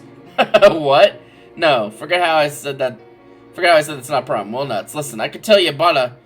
Yeah, they bought a heap more Glaxton valves than they were going to need for that dam. If you go up to the work site, you might get the foreman to sell you one of their spares. Where is it? Southeast of the valley. You got a map? Well, I have a postcard. Crystal Dream Lake? I never heard of that, but it's got a little picture of a dam out there. See, that's the same place, right over here. So I think that means in the future, we can go to that place and get a valve. There doesn't seem to be anything on the other side of this door. Weird.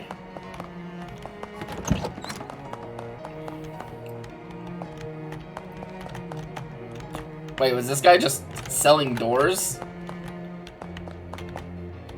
Okay, yeah, it won't let us investigate anything else. So I guess this guy just, like, had doors in the back room for sale.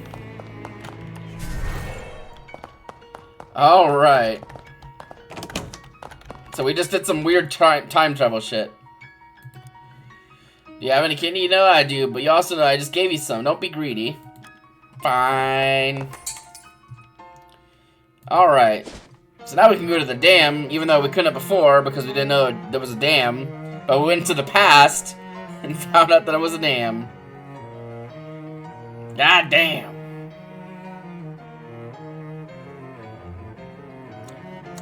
Two of those hovering shadow orbs float up to you. They look basically like the ones you saw before. That is, they look like nothing or perhaps holes in everything. But these ones move with purpose, and that purpose is menace. The two orbs squint at you, and Mr. Poindexter's voice echoes inside your head in a way that makes your eardrums itch. Ah, Teeny, clearly you do not recognize the warning inherent in our last meeting. How predictable you are. Did you predict this hand gesture? I suppose you think you're clever. I dislike clever people. Well, that makes sense, considering how you're so deeply in love with yourself. Teeny, you are interfering in matters that do not concern you, and they are affairs of very important and powerful people. I'm just trying to find my uncle. How about you creeps stop interfering in my affairs? This is your final warning, Teeny. We are not playing games. Well, that's a shame. I can teach you a pretty good one. It's called 52 Pickup. You buy a deck of cards and spray them at the orbs, which flinch and sputter in a fluttering cloud of white cardstock. By the time Poindexter recovers his composure, you're gone. Well, you dirty, uncouth little. Next time we meet, I'll put you in your place. I'm adding littering to your list of crimes.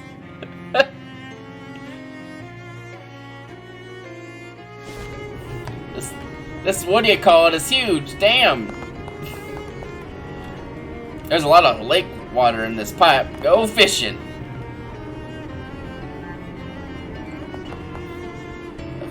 Nice, you caught a wallaby sprat. You toss it in your fish sack.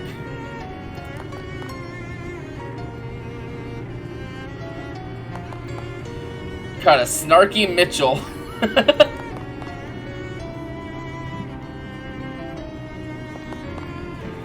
Got a trumpeting sack butt.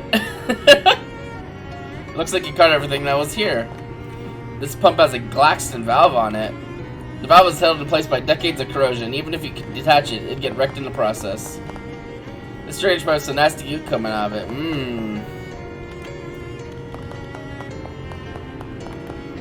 There's a hobo. I don't have enough hobo knowledge for this one.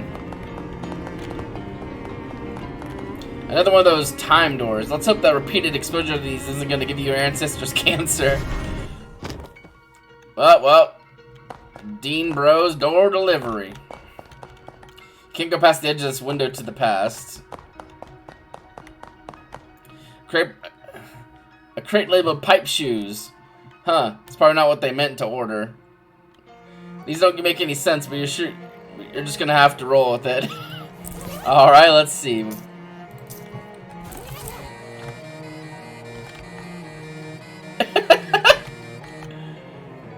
Some careless dam worker has abandoned a toolbox here. Their loss is my gain.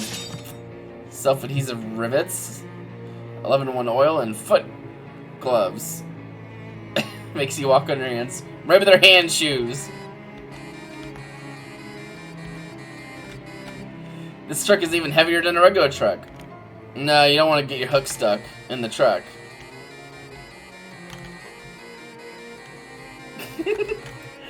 Jesus Christ. Foot gloves, go! Okay, I think I like the other thing better.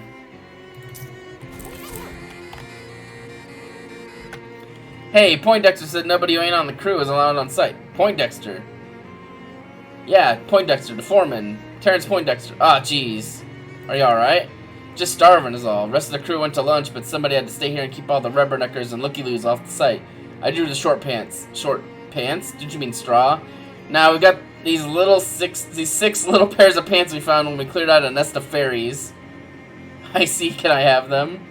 No, because then we'd have no way of picking who stands guard. Oh man, I can't believe how hungry I am. Feels like I'm gonna turn inside out. What about that table over there that says lunch? There's a reason everyone else left the site to eat, pal. You don't want to eat what Poindexter considers lunch. How bad could it be? Is it jellied eels or something? Man, I'd kill for a jellied eel. Poindexter brings these little bottles of sludge. He says, how's it go? He says, the point of eating is nutrition. Making sustenance pleasurable is a pointless waste of time and resources. Sheesh. He's a real riot at parties, that guy. That sounds awful. That's because it is awful. He clutches his stomach and groans. Would you like some, hot pouch? How about a Glockenbrat? Stomach is still growling. Well, I got plenty of these from the frickin' the Glockens or whatever. Thanks, but I already have one of those. You can only eat one of them given thing each day. Doctor's orders. Fine. Need some sardines. Let's give me something else.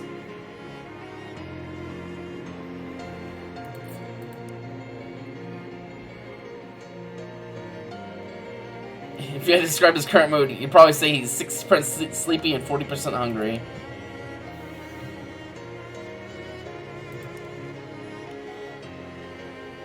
He's almost sleepy, but he still looks just a little bit hungry. How about he finally satiated. He slumps to the ground and falls fast asleep. I could have probably just killed him, but Taxton shafts, Waxman's discs, Braxton cords, Frampton picks, Glaxton valves. We got the valve. There's only one left. Good thing you got here when you did.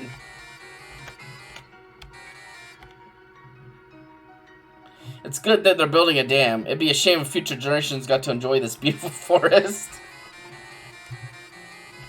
This brick outhouse is extremely well constructed. Let's fish in the sink. Go! Surprise, it's full of water. You should leave the rest for people who need to use this room for its intended purpose.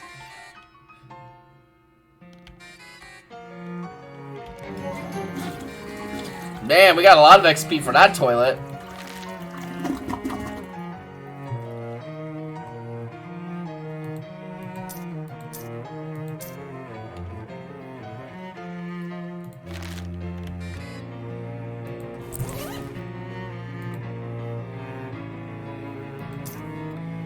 Let's see, books.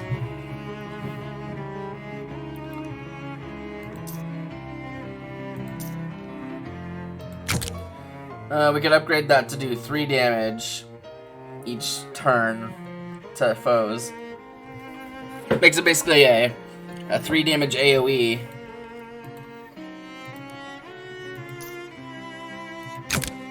But if we do 100 XP, we can do that to make our Orchestra Strike do 7, which is probably what I want to do. This guy is in a well-deserved food coma.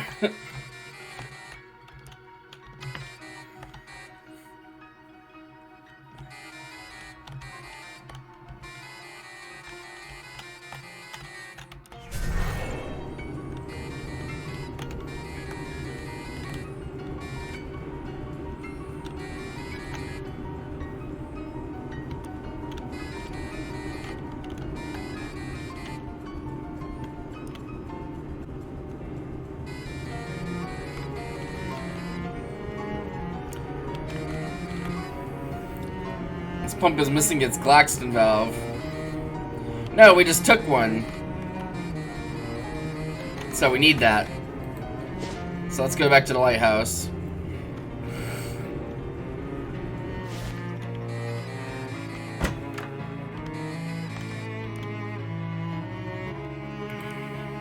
Did you saw it? No, I haven't. What does much good for your hands like that? Go hook it up to the pump outside.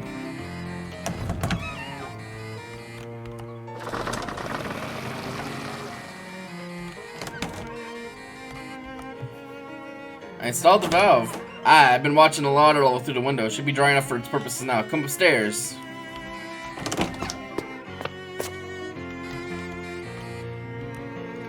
Welcome to where the magic happens. Magic? Sure. Fiat lux. Old lighthouse keeper joke. So, can I have that compass now? What? No, certainly not. I need that. But you asked if I had an old compass, and I said I did, and I did show it to you. I said, no, about give it to you. Oh, well, I really need it. So do I. I gotta calibrate this lamp to the North Star every so often. I need a good compass to show me which way is the north one. What if I got you a new one? Nope, I said a good one. The new ones aren't any use at all. Why not? Because of how they changed them. What? Change the compasses? They didn't teach you that in school?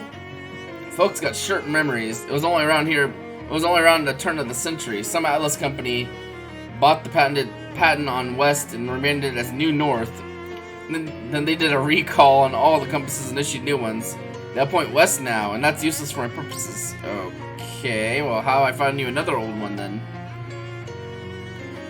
If we can find another pre-New North compass in at least as good a condition as mine, then sure, I'll swap you.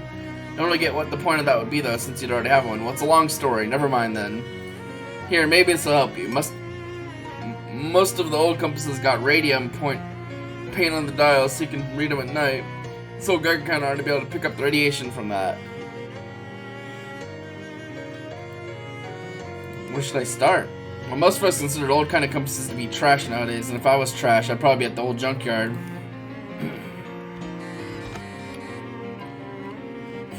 Most lighthouses have a somewhat bigger lamp.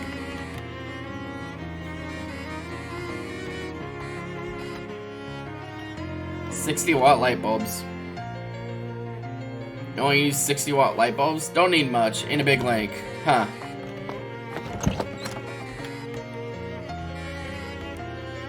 Hi, Mar. Bye, Mar.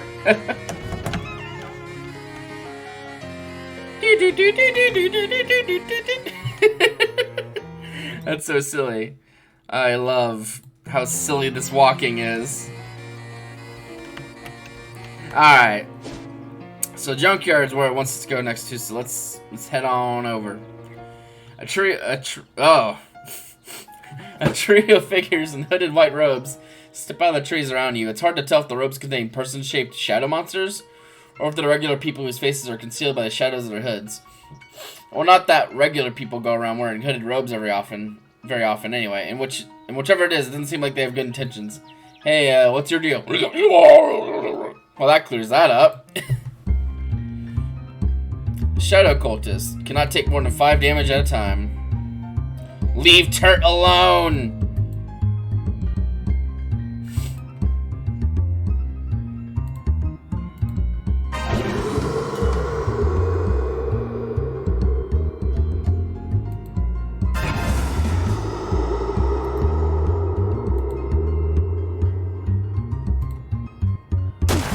Oh, well, that's unfortunate.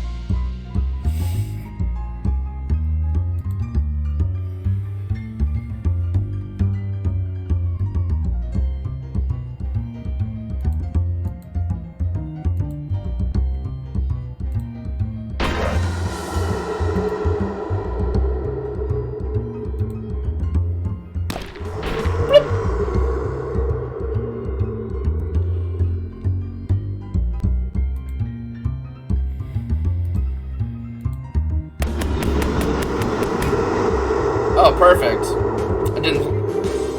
You won. All the black smoke leaks out of the roads pretty quickly after beaten, so you don't get a chance to question him any further. Not that it probably would have been any more effective than the first time. Turt grows stronger. Good job, Turt. Good job being alive. Oh, jeez. Yeah, it's a little junky here.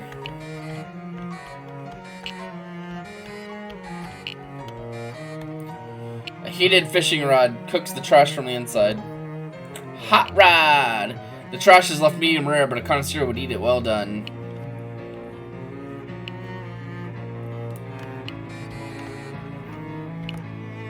Inside out ring of weakness.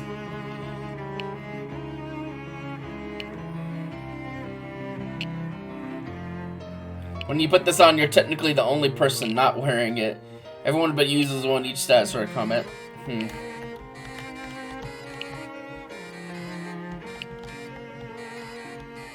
This radio must be solar powered or trash powered.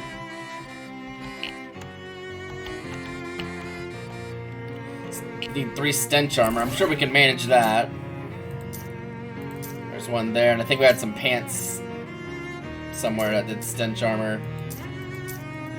Or we had like gloves or something.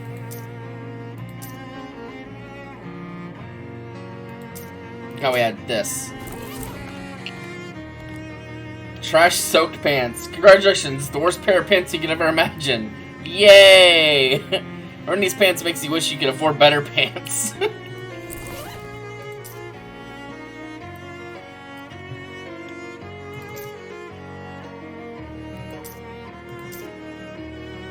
If you're doing a meat grind, that's probably worth wearing, but we are not currently doing a meat grind.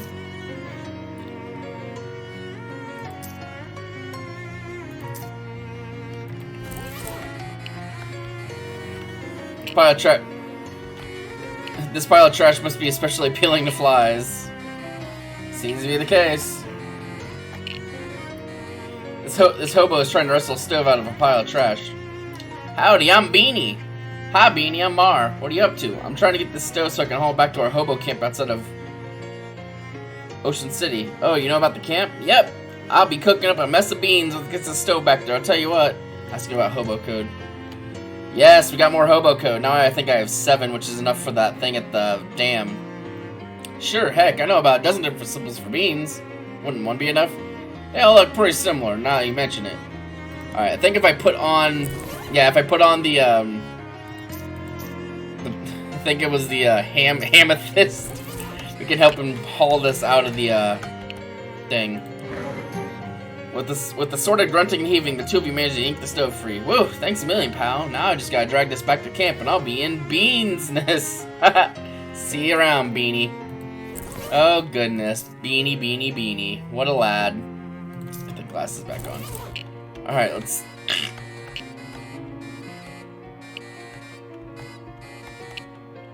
Three sleeves armor. The wettest, slimiest trash has been sorted into this pile. Well, let's put our stuff back on for...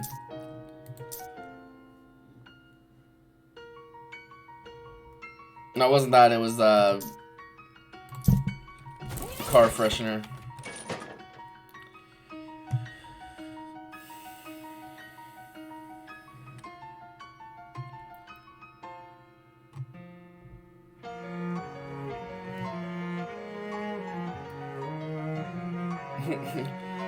You won't encounter any spiders. You'll encounter so many spiders. Oh, sleaze armor.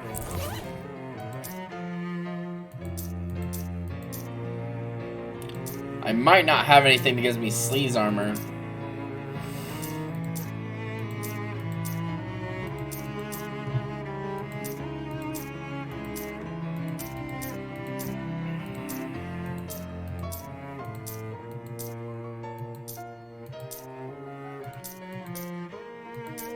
Well, that's one Slee's armor.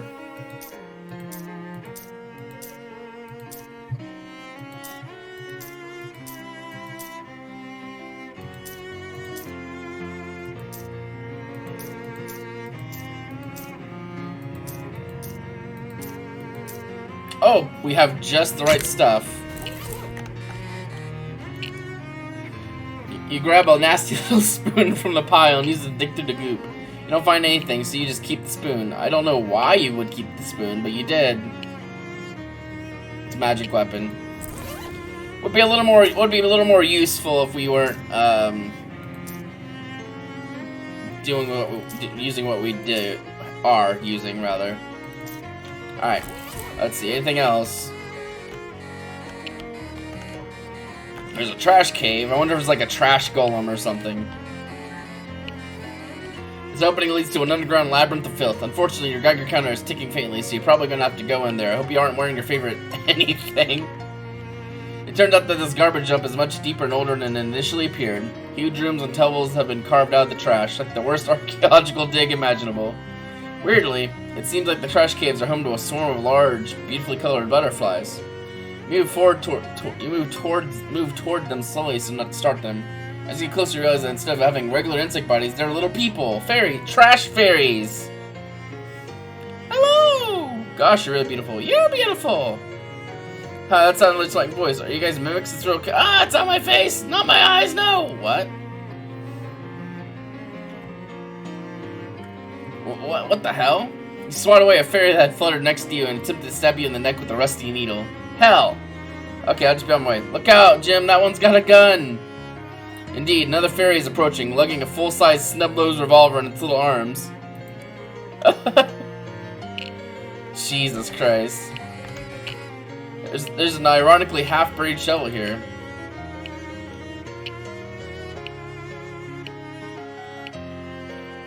I named it like the letter L. Trash fairies. There are a lot of fairies in that direction, frolicking around and making animal noises. Dying animal noises. Rude. Rude. They don't seem particularly fierce. Oh! Does Turt heal too now? He's gotten stronger. Alright, fairy weirdo. Wackadoo. Wackadoo is either going to heal everyone on the battlefield for 6 or deal 6 damage to them. Let's probably kill that one first. Fairy Mush Tender tends to conjure up a mushling to assist him in beating you up. Fairy Gunmother. Fairy Gunmother tends to shoot 3 random opponents for 4 physical damage each. Fairy Exploder intends to explode, dealing 2 hot damage to your entire party. Fairy Pine Needler intends to jab molly buttons for 4 physical damage and reduce their stats by 1. Okay, so this one... Oh, no, it was, probably should kill this one first.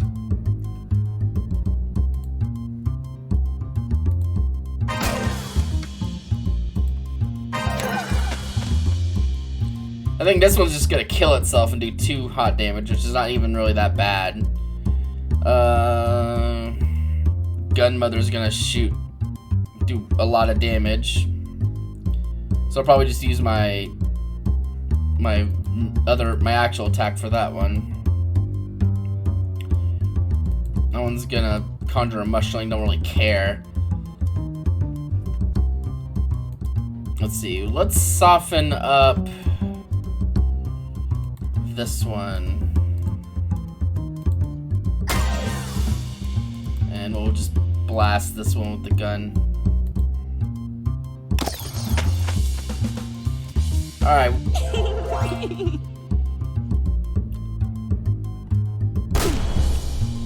Okay, it did less than I thought it was gonna do. Mushling! Leave Turt alone, you fungal piece of shit!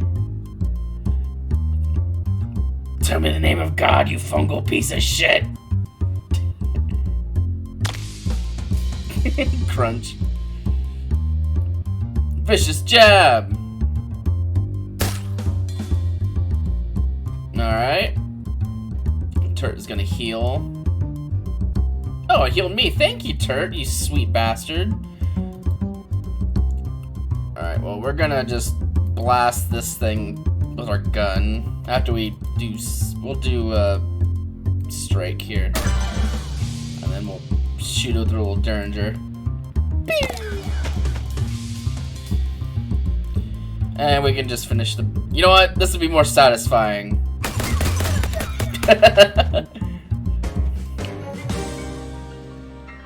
You won. Your reward is getting to explore further into a literal garbage tunnel. Okay, don't pout. You can have some loot too. Fairy Skull Wand.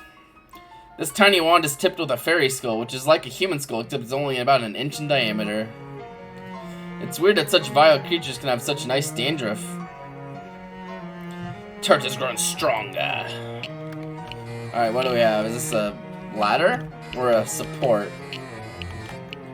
A nasty book is half buried in a nasty ground. Flora Faut today. Being a record of a royal botanist voyage upon the HMS Cannibals to catalog the world's stinkiest flowers. Stench armor, huh?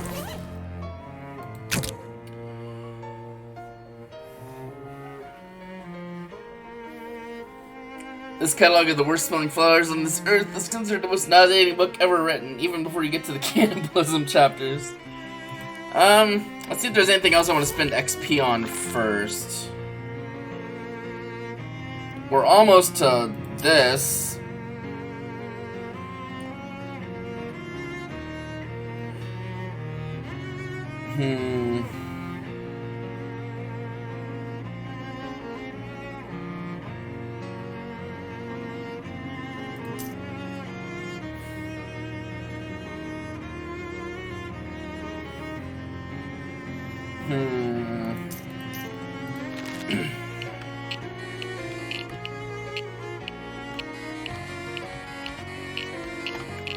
There's a whole flock of fairies here, all armed with rusty needles. It almost seems like they're practicing their fencing skills, but their fighting style is so chaotic it's hard to tell.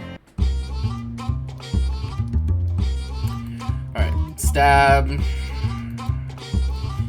Martini for one. Okay, you're gonna die first. Oh, I don't know. They're all gonna just reduce my stats a bunch.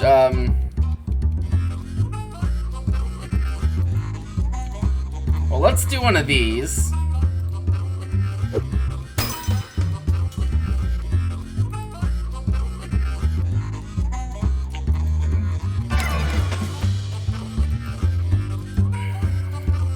And then we'll kill off one of these.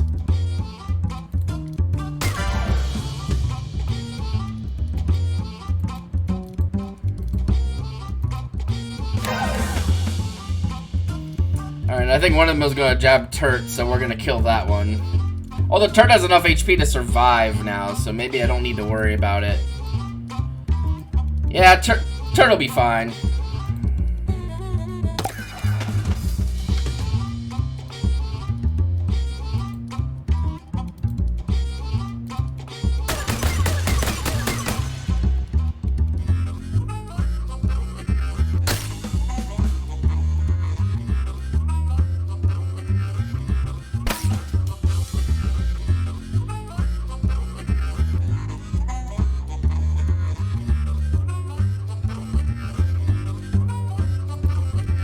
Alright, we can kill this one with this now. It got softened up by Molly enough to where we can just finish the fight now.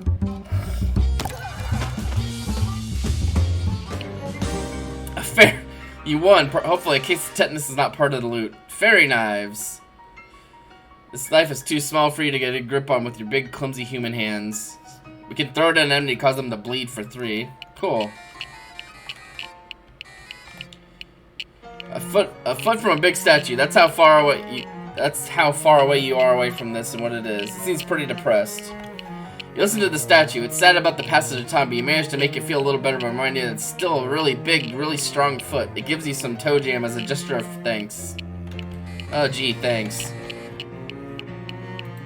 Alright. We should be able to, upgrade that battle ability I have. Which if I use all 3 of them at once on the same thing, that's like an extra 6 damage, which is pretty impressive. If we had 5 mysticality, we could study that to learn a new skill as well, but we don't have that yet. Orchestra Strike. Upgrade. You've heard there was a secret tone that Dave heard and broke his bones. You now know it was true. A passing drill sergeant yells at you and demands that you give him the book back to him. Okay, fine. Alright, cool.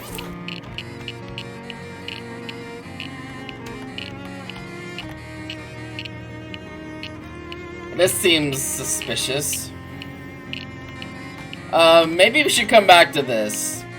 I feel like we kick that and it'll like collapse something, if not the whole place. So let's oh wait, I just know there's another door here. Holy dang, somebody threw away a perfectly good cow skull. These are rare as heck, considering there aren't even any cows in this country for more than 30 years. It's always hard to tell whether this will look great in your room. This guy is really going nuts. This must be the spot. Spin the serve as your shovel strikes the top of a crate. The Geiger counter continues its irritating clickery. You give the top of the crate a mighty stomp, ended up ankle deep in compasses. It's better than being ass deep in comp ankles. That's what he always said. Alright, anyway, enough jokes. Grab the least ruined looking compass. Okay. Oh, that's the hole we got in there. Okay, so that's where that is. Let's explore the rest of this place.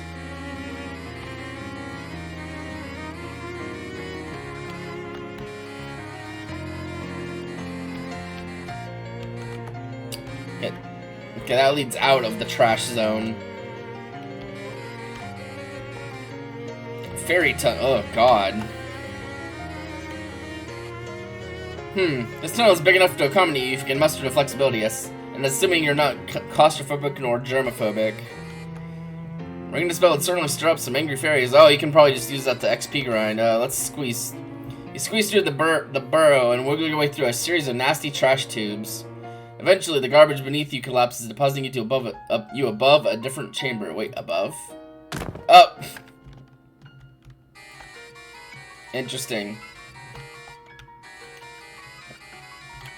Let's see if that does anything different.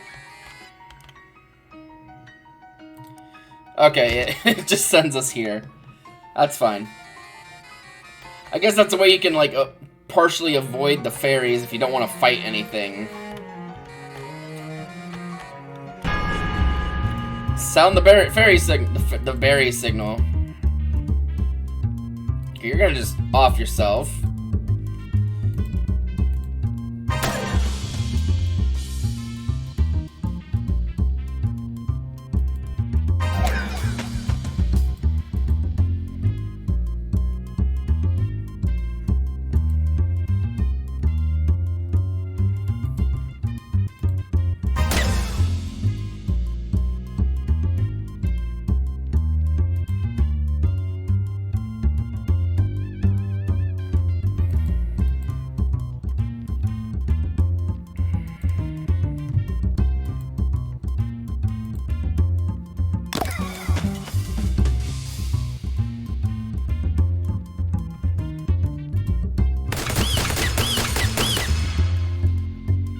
It makes unpleasant noises. Kablamo. Alright, cool. You've cleansed this trash pile of a few terrible fairies. Fairy cake. To a fairy, this is a huge birthday cake. To you, it's a grisly reminder that you killed a fairy on its birthday. Jesus Christ. Isn't clean enough.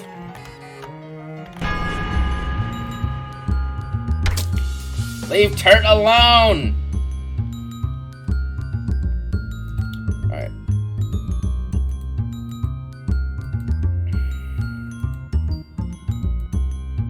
Okay, we're gonna just kill this one with our,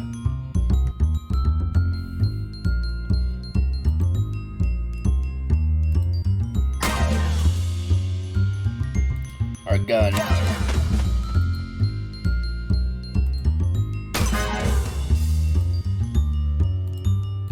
Pew! Plunk. Oh, we'll just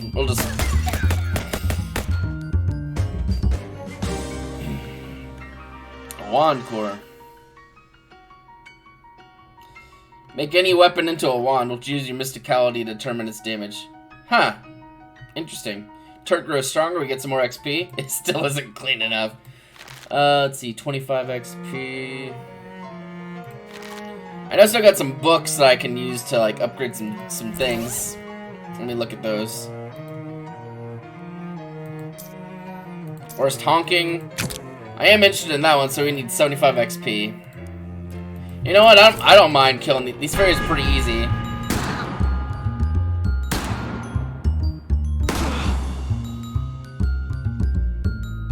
Aw, thanks, Turt. You're a real peach. I just need to make sure that Turt doesn't get offed by, like... Okay, so that one's probably gonna die immediately. Let's just, yeah, that one's dead. Okay, let's see. You probably need to die as well. You're gonna jab Turt. You're gonna jab Turt. That one's gonna blow up. So we're gonna kill that one with our remaining orchestra blasts.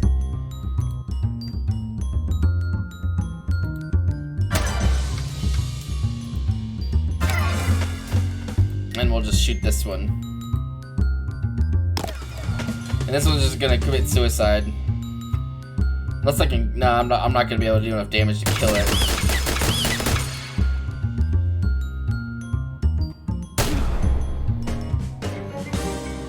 XP, more stuff. I could probably kill the fairy on its birthday.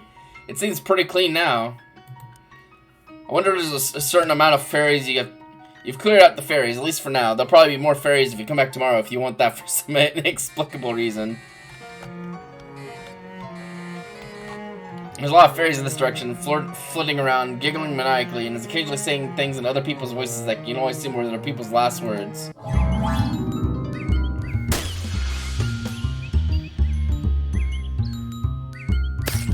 Aw, you shit ass!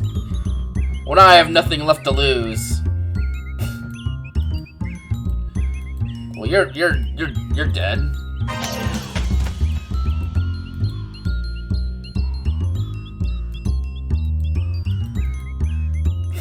The freaking random crow sounds in the comics are just funny to me.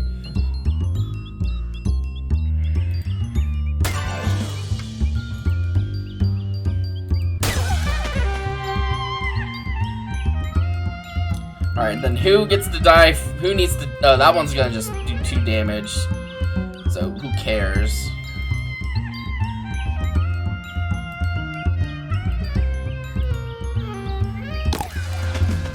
Plonk.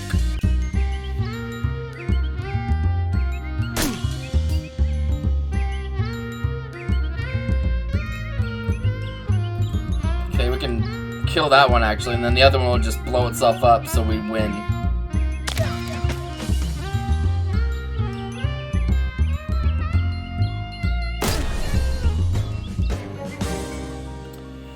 You won. This ferry's out of the way. You can get to the northern tunnel. Wait, is that north? The leftern tunnel. Yeah, it's lefternmost. There's a loose coat hanger on the ground. Well, I don't want to think of... Well, I mean, it is a trash heap, so I can see why there's a coat hanger here. More fairies. This half-buried sign has hobo coat on it. What is junk, really? Wow, that really makes you think.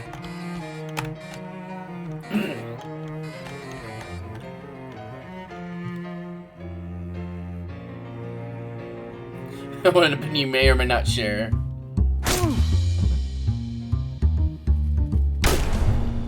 Okay, well that one committed sewer slide. Leave Turt alone! He's just trying to live! Alright.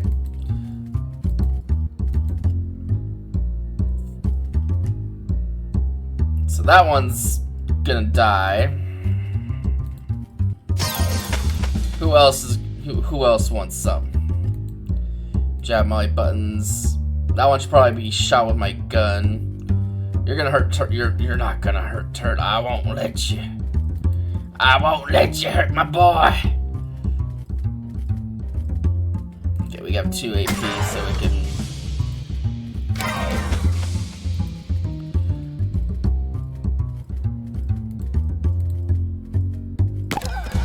Plunk.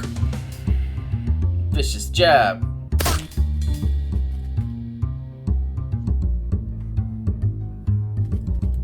Spray and or pray.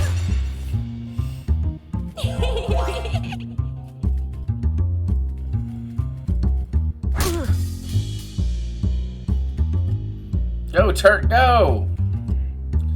Alright. Little bastards just wiggling. Well, that thing's just gonna summon another mushroom, so I don't really care if it does that, because that's not anything it can't handle. We just need to leave Turt out of this. And we'll just kill this one, because it's gonna try to hurt Turt. Don't hurt Turt!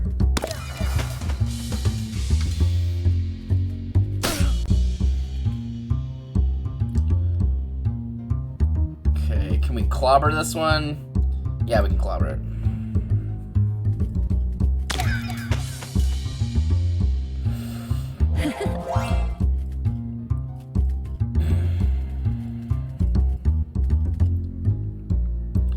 Okay, we can destroy this little monster again. And we can still do enough damage to kill this thing. Come on, now it's time to see what all the hoopla is about. Squirrel cheese. The fairies keep squirrels the way we used to keep cows. Only one can hope that someday they will face a similar reckoning. You're not sure what these fairy twig thumpers do with these things, because they're way too big for their tiny fairy hands. Makes any weapon into a melee weapon using... Oh, that's cool. Increase your moxie by 1 until you eat something else. Oh, okay. I haven't had really too many moxie foods as of late. What is that? Someone has thrown away a perfectly good and giant novelty piggy bank. Sorry, Piggy. Hey, whoever threw this out didn't take their meat out first. My meat. Oh, a stinky bathtub. No wonder they're excited. An inviting tub of piping hot water, piping hot and clean water. Your brain is insisting that this is impossible, and the rest of your body is yelling at it to shut up. You take off your clothes behind the privacy of this narration box and slip in the tub. Your aches, pains, and various worries drift off into the luxurious stream. Splish. You splish around for a while. It's very relaxing. You continue to relax in the tub until the water stops being hot. You've had a hot bath. It was just what you needed. Reluctantly, you leave the tub and dry yourself off with a towel you find on a nearby pile of trash before putting clothes back on. That was fantastic. Nothing left in that bath water but your filth. It's fish. In our filth. You caught something. I don't know how I caught clean water if it's full of my filth. I'm very clean filth. What? Ugh. Nasty goo. Looks like you caught everything there is with there. Alright, well, we killed all the fairies here. It seems like. The fairy bell is empty. There are no more fairies there. That's where we got the compass.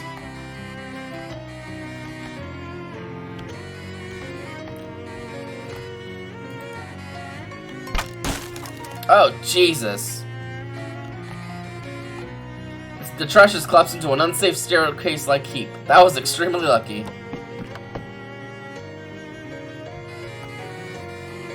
Wait, is that a different way out of the dungeon? Huh. Alright.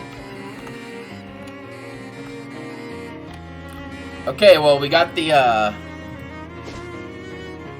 compass that the lighthouse guys want us to get to trade.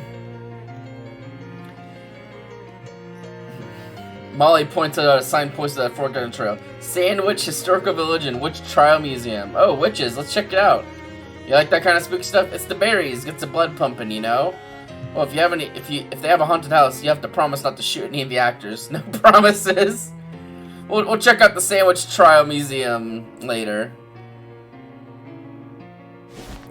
Hey, Ash. No, hey. You don't have to apologize for lurking. I'm a lurker positive experience. Probably at least another hour for this game. Let me see. Let me check my Discord, make sure I'm not missing nothing.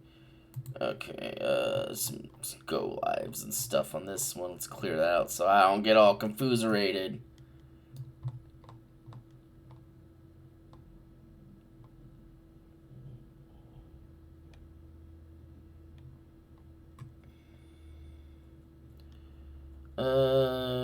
Okay, gotcha. Yeah, I'll probably go in at least another hour or so, because probably 4 or 5 is when me and the old roommate Reno will make dinner. Oh, when I walk now, I make a funny noise.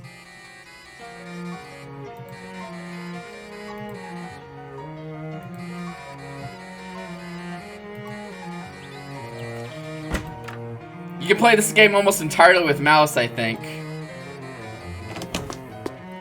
Yeah, these games are awesome.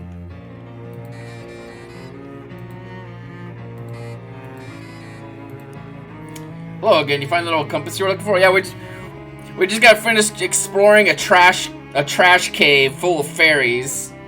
Trash fairies, rather. Sure did. Here, what do you think? Could use a polish, but it seems to be in good condition. Alright. I'll swap you. Let me get that old Geiger counter back from you, too. We got the cursed compass. This should not be followed. Thanks. Yep, no problem. Get along now. I got a lot more important stuff. A lot of important nothing to take care of. Hey, sugar, over here. Molly seems to be practicing some kind of dance with a lot of quick movements and hopping around. What's up? Working on your dance moves? Sure, kinda. Except this dance ain't about cutting rug. She makes a sharp gesture and the blade of her flick knife snaps open. It's about cutting, you know, an enemy of some sort. See? Right, yeah, I get it. Molly, now act earlier in combat. Nice. Alright, let's take a look here. Technically, that's all we need. We can leave this area for now and, like, go do stuff, but where's the fun in that? Let's go to the Sandwich Museum. And the witch it's a sandwich. It's a Crystal Dream Valley Crystal Shop. Well, we can go to that next, I guess. Sandwich Museum. The village of Sandwich was home to a terrifying witch cult until all the inhabitants were convicted and executed in witch trials in 1692, and the village stood empty and uninhabited for hundreds of years. Come explore the town and learn more. Well, that sounds a lot. This house was residence of Danforth family. Step inside to learn more. Shelves of laden with identical jars of off-white stuff. There's a kitty! The Danforth residence has been converted into a gift shop for your convenience. Why not take a jar of the sandwich cream that was the village's chief export, besides witchcraft? A black cat is staring gloomily at an empty dish labeled Hecate. We'll probably need to get them some sardines. See what's for sale. Sandwich cream. This condiment purports to be the perfect topping for any sandwich, but the ingredient listing consists of that of just old coagulated cream. This special piece of paper is made for making rubbings of historical graves and such like that. Thanks to advancements in rubbing technology, you don't need charcoal or anything. We'll buy one of those, and I'll buy some sandwich cream, too. Maybe the cat wants some sandwich cream. The cat wants sandwich cream. New cat unlocked. Fill the dish with the thick cream and Hecate starts going to town on it. Let's see. 3 hot armor or Calliope's boon. Calliope's just 1 physical armor is probably in general more useful. There you go, kitty. You can have all the sandwich cream you could ever eat. Enjoy. Putnam House, which partially burnt down under extremely witchy circumstances. This is a horse trough. Actually, it's a water trough. I don't know why I said that other thing just now. Well, let's fish in it. It's got water, rat. You got saddle shoes. Oh god. You're in a pair of old shoes? If I wasn't obnoxious before. Extra hard candy. The economy isn't what it used to be, so sometimes boiled shellac has to make do as candy.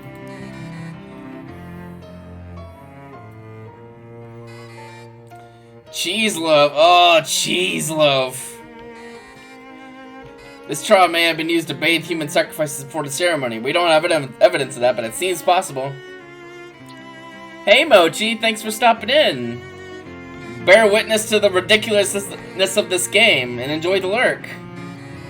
We make weird noises when we walk. We just got new shoes, which probably means we can make more weird noises. Saddle shoes.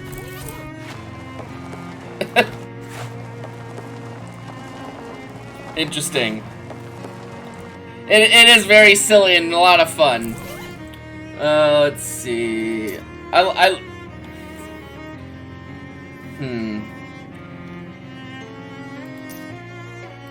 These Birkenglocks are obnoxious.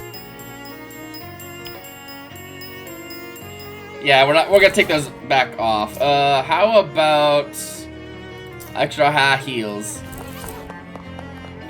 What's the deal with this one? Make a wish. Make a fish. We're fishing in the wish. There's some meat in the hook. Mmm. You fish up a little bit of currency.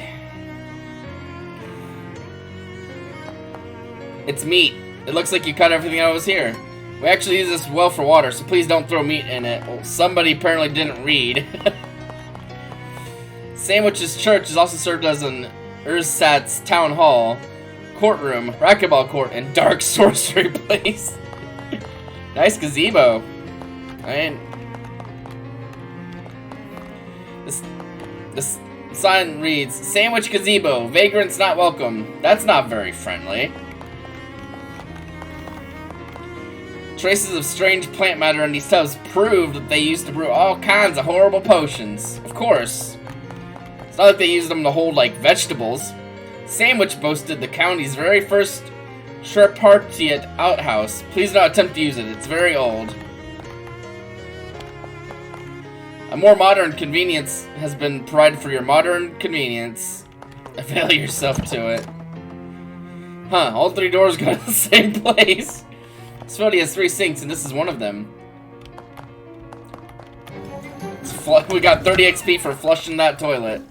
We have 120 XP. Is there something? Oh, there's some books that I could like upgrade skills on. Let's look at those. Let's see. We can get jazz hands or history's worst honking. Let's gotta upgrade that. Get more. Makes it where it's a 3 damage hit all enemies thing, which is gonna be pretty cool.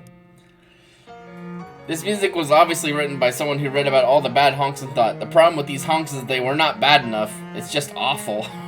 Speaking of bad honks, you really need to blow your nose. You can't find a tissue, so you use every single page of the book instead. Then because the book is disgusting now, you throw it away. Okay. Let's see. Probably this one for better jazz. Oh, we can't quite get better jazz hands. Very well. Alright. Let's see what this says. The wealthy Proctor family owned the biggest and most conveniently toilet-adjacent house in the village. I mean, that's important, right? This leads to a little cemetery behind the church. Where's the ghost? Is there gonna be a ghost in here? Welcome to Sandwich Cemetery. Please be respectful of the graves. Also, check out how many of them were terrifying witches who were executed in the witch trials of 1692. Oh, alright. Thomas Danforth. Okay, this is the Danforth family. Alright, so if the D says 1692, they probably get killed in the witch trials. So there's 3 of them that at least 3 of them there. He was a duty head until the very end.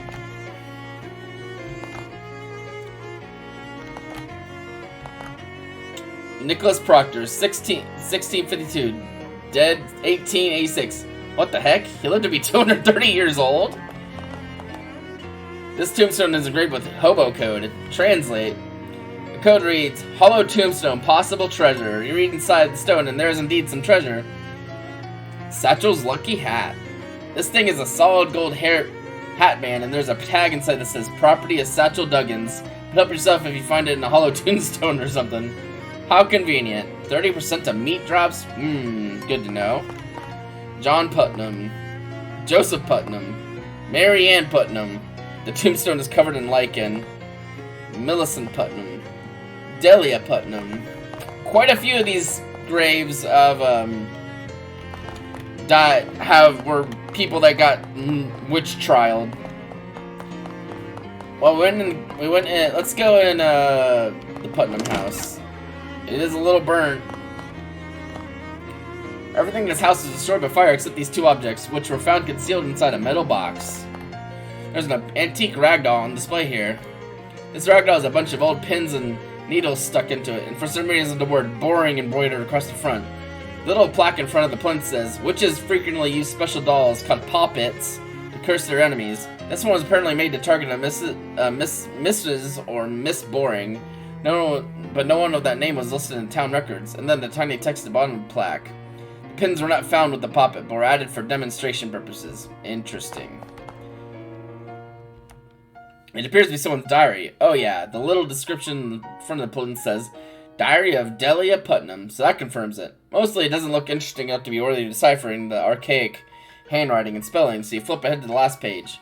6th of March, 1692. Ugh, I hate that Peter Proctor so much.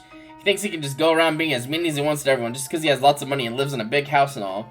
I should have used a much stronger curse. It would have been worth the trouble. Uh-oh. Very well. Okay, boarded up windows. Anything? Hello there, hat person. Security guard is keeping a close eye on things in here, which honestly isn't very difficult since there's only two. Hi there. Hi, welcome to Putnam House. Please don't touch the exhibits. Excuse me, sorry, I just get paid to stand here and keep an eye on things. I don't actually know anything about the exhibits. Oh, guess that it won't work. Okay, that's the gift shop that sells sandwich cream. Let's go in here.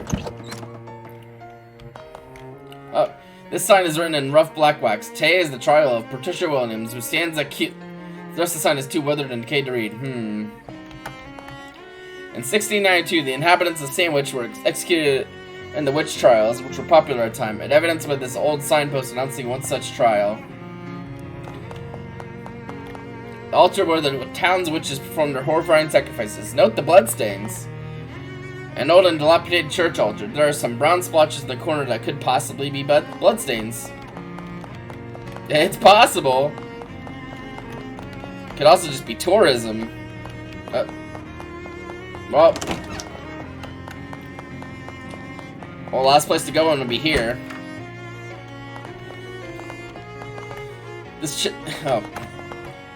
Come on. This chessboard has clearly been left out on display as an allegory for the battle between good and evil. Black is winning, representing a warning for all good-hearted people to be vigilant against the encroaching forces of darkness. Right. These dried fronds are of no historical significance. This arras appears to depict several important ancestors of the Proctor family line, though due to the low resolution of embroidery used at the time, it's possible to discern exactly who. It has been pointed out to us that this arras is unlikely to have been manufactured in the capital of the Pas-de Calais department of northern France, so therefore it is merely a sparkling tapestry. Jesus Christ. You're not fond of this plant.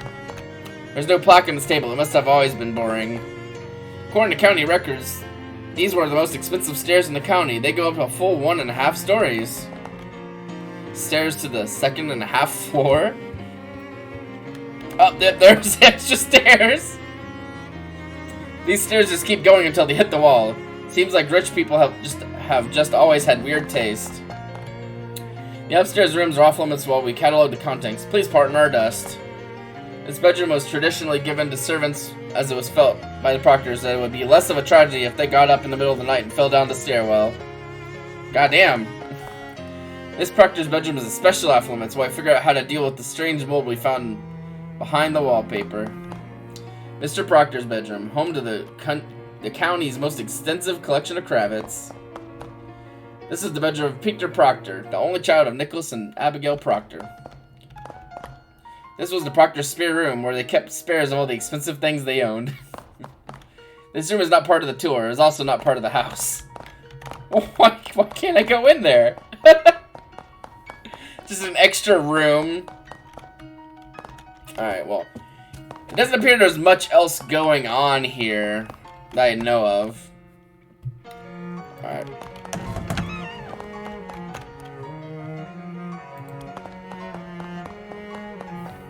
You don't have any interest in investigating the area down one of that house. That's fair.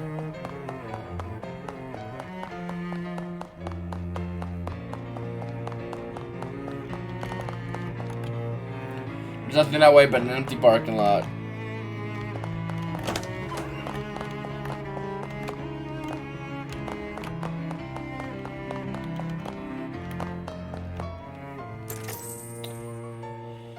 Well, we can buy rubbing paper or sandwich cream, and we don't need more sandwich cream, I don't think.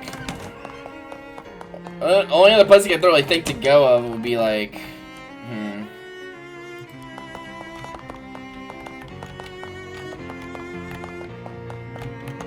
Be back to the graveyard, maybe.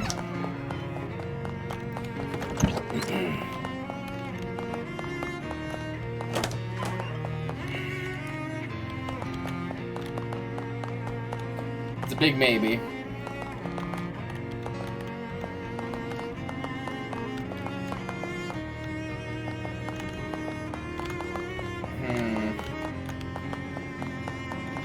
Was it?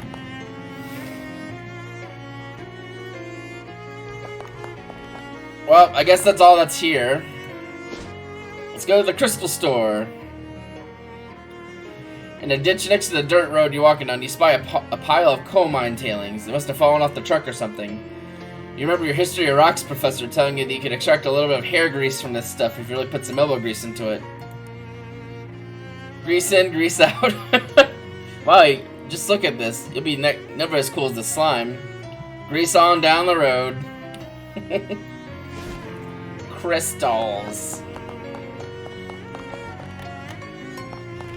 You want to make like a crystal and clear out?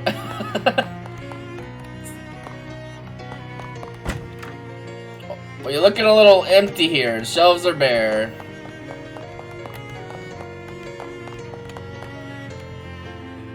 Whew, excuse me. The proprietress of this empty store has nothing to proprietor. What do you sell here? What do you think? Nothing. You're dead right, aren't you? And that's funny, don't you think? Because you really think there's a crystal store next to a crystal mine would sell crystals, wouldn't you?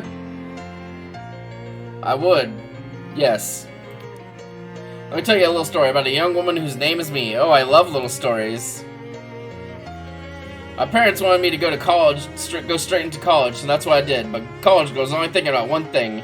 Getting a degree so they can work in a mine. I'm not like regular girls, pal. I want to sell things that come out of a mine. Sure, gases and such. So I dropped out and moved across 13 states to go to the best crystal mine in the country. When I arrived, the mine was out of business, and now so am I, before I even got started. Want me to check out that mine? Yeah, and break me off a couple of crystals, you were thinking? Not asking for you to clear out the whole mine, pal, but with just a few crystals, I can afford to send my whole sorority down there. So Crystal wants me to get some crystals from the crystal mine. I don't have a reason not to.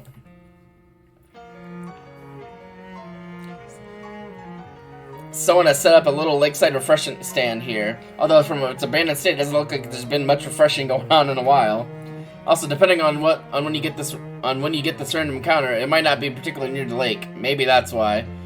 There's a meat-operated red cola cooler here, though, which still looks to be in working order. Drink it for your country! Check the meat return slot. It's empty, dang. You drop your meat into the slot and turn the crank. The door pops open, granting you access price, such as this. It's a shame the war prompted the big soda companies to start putting their drinks in cheap tin cans instead of the nice glass bottles they used to. Tastes so much better that way. Gun Book of Mine, Foreman's office. We have a crowbar so we can pry it open.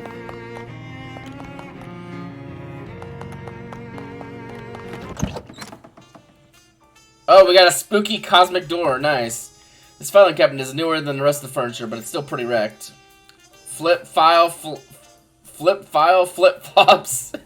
I had to stop to read that properly.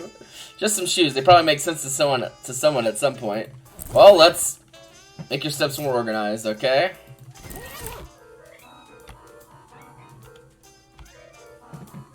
Hi, Spooky.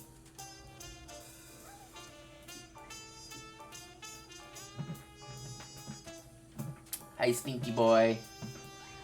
Meow. I had to take some mandatory cat petting time. So the radio is playing some big band music.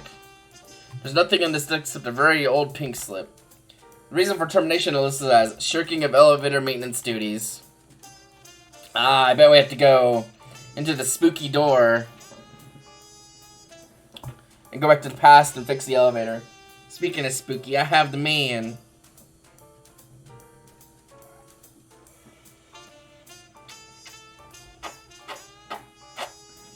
I have to smooch my little guy.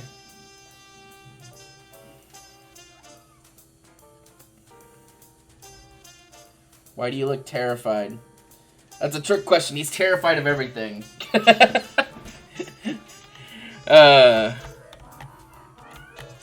Another one of those weird doors. It's a 1906 calendar. A desk with nothing in it, or on, or in, or under, or behind it. A huge disappointment, really. An empty birdcage. You must have run out of canaries. This version of the cabinet is unlocked. Unfortunately, this version of the cabinet is empty. There's a jacket hanging on the coat rack, which I guess makes it really a jacket rack. There's a key in the pocket. Gumbuckle mine cabinet key.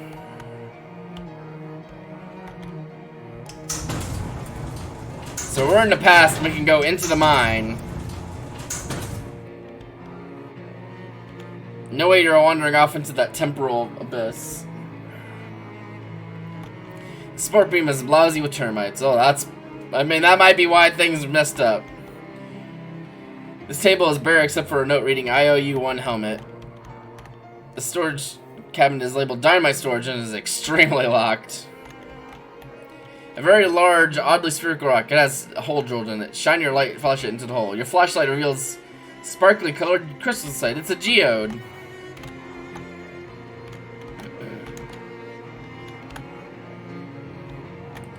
There's nothing past this point in the past.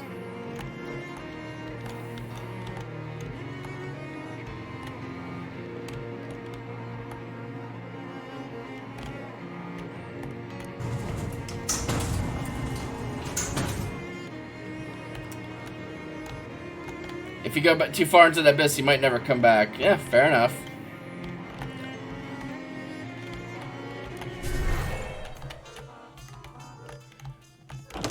Can we go in it now?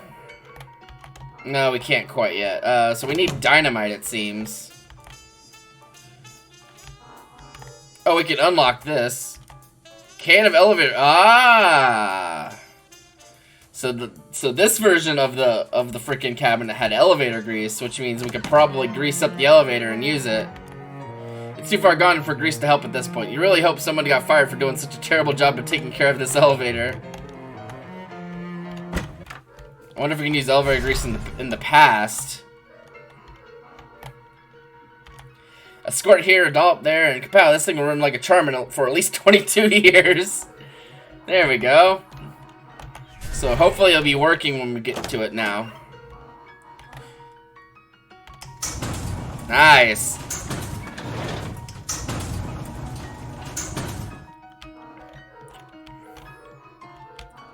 Oh yeah, part of this caved in. There's a big crack in the wall here.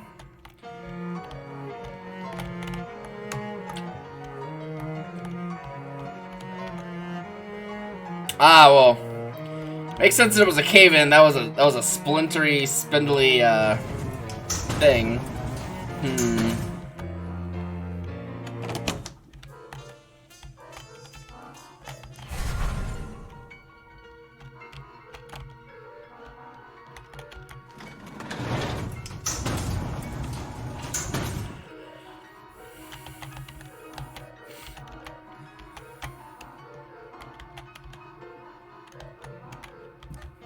Alright, so that's a geo. So we need dynamite to probably blow this up. And this is locked.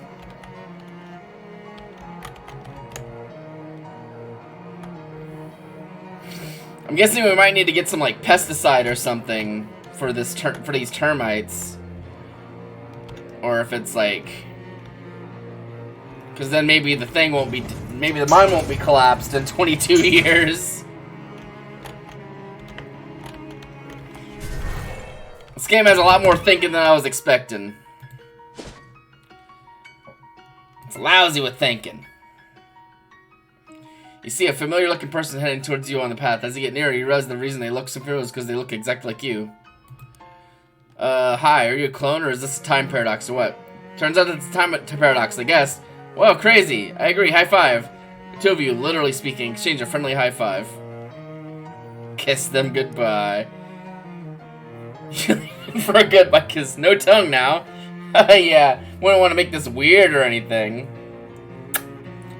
Now you get to look forward to a second one. I just kissed the time paradox version of myself.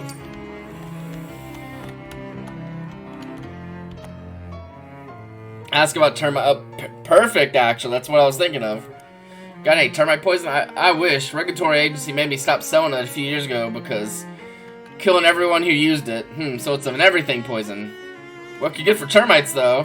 So now we can go into his back room and go back in the past to when there were no regulations on termite poison, and we can get some from him. Well, I was hoping that's how it would work. I'm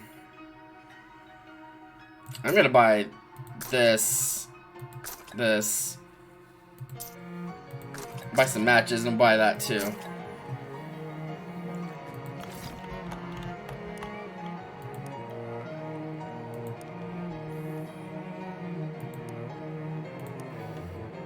The Sandwich Museum. They already have got a pretty state-of-the-art toilet facility there, but, well, it never hurts to have backup, I suppose. I'll get the pit dug, not the pig tug. I'll get the pit dug tomorrow and have the outhouse finished the day after. What else can I do you for?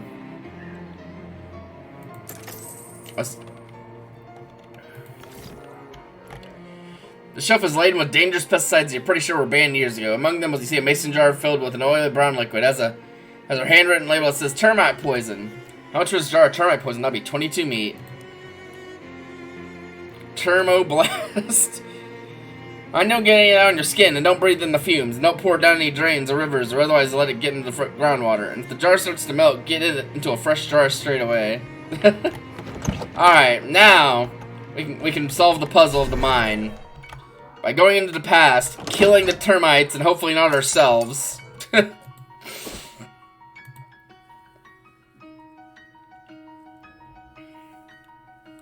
You hear raised voices and sounds of a commotion nearby, and here in that direction to check it out. As you get nearer, the voices become clearer. Someone's yelling for help. You pick up the pace and soon find a small glade in the middle of the woods, filled with odd little structures and large, beautifully colored butterflies. Something feels a bit off about the whole scene, though, so instead of rushing in, you crouch in the bushes and creep around the perimeter, looking for the source of the yelling. One group of the butterflies is nearer to the bushes than the other, and you get closer to them and you can see that they have little human bodies. Ah, geez, it's more of these horrible little fairies. They seem to be giggling maniacally about something. I ain't think we ought to mess with them, Mike. They're creepy. Ah, shut up, Jim. I ain't afraid of some weird butterflies. That sounded uncannily like regular sized human voices. Weird. Are they mimics? Like parrots? Hey, get off my ear, you little varmint! What the? Ah, my eye! My eye! Ah! Get it off me! Ah. Well, seems like a par for the course with these guys. I'm probably not gonna do that fairy voice again. It just seemed appropriate. Alright, so we gotta go to the past. Through the door. We're gonna go down to the mine. We'll murder the termites on this.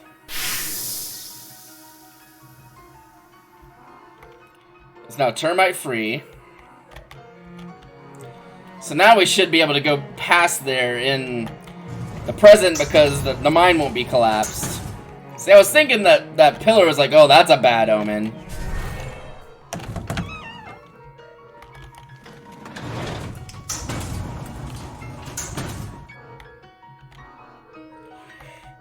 The support beam may be old, but at least it's not full of termites. 22-year-old stick of dynamite.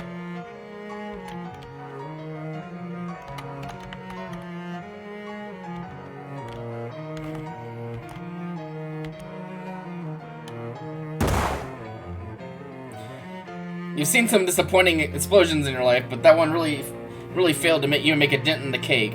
This arc must be made of tougher stuff than tougher stuff than a relatively fresh stick of dynamite can handle. Alright, so I have a feeling we gotta go back to the past and use the dynamite there when it's not 22 years old. Did I get a helmet? I did. Helmet is heavy, but it has a light. Oh god. Oh, well, it does have a light!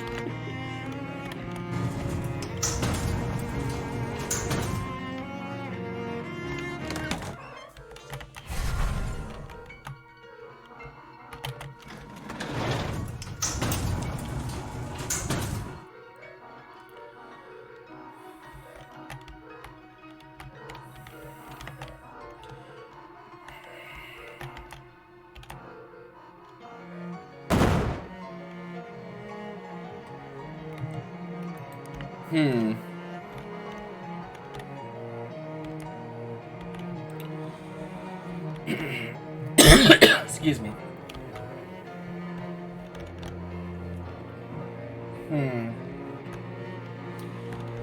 Trying to puzzle out what I gotta do, because I'm assuming I need the dynamite for something.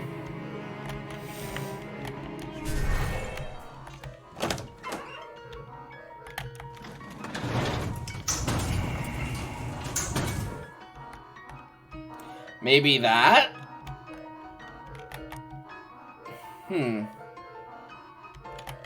Maybe not.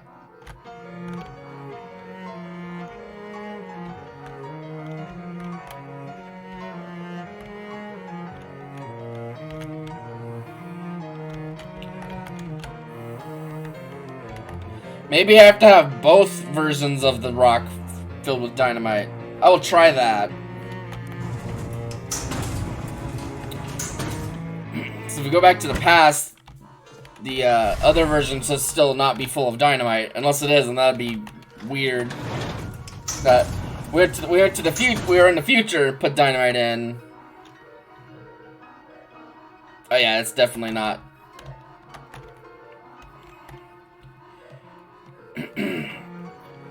I'm suspecting we gotta go back to the present, where there's two things of dynamite technically present. In the present. In the current time, rather. Words are weird. Because present means something is in the vicinity at that time, but also means that time. There's an extremely old stick of dynamite in a hole. It's practically squirting nitroglycerin. Alright, there we go. That should do it. Ooh. Pretty. You blown the geode open, exposing a huge variety of crystals. You should let Crystal know. I'll let Crystal know that the crystal mine has lots of crystals. Well, that was a fun, like, little puzzle sequence to deal with.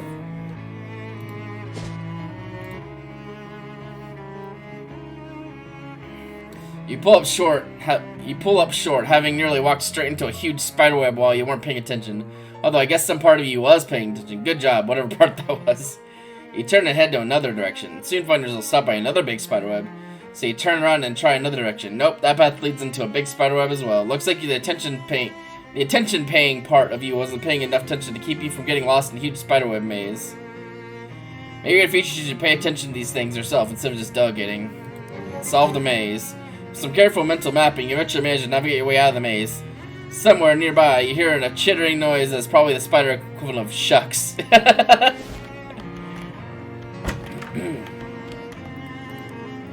How's that mine of mine? Break off anything expensive? Yes, in fact. You did? Well, that's just great. Hang on a minute.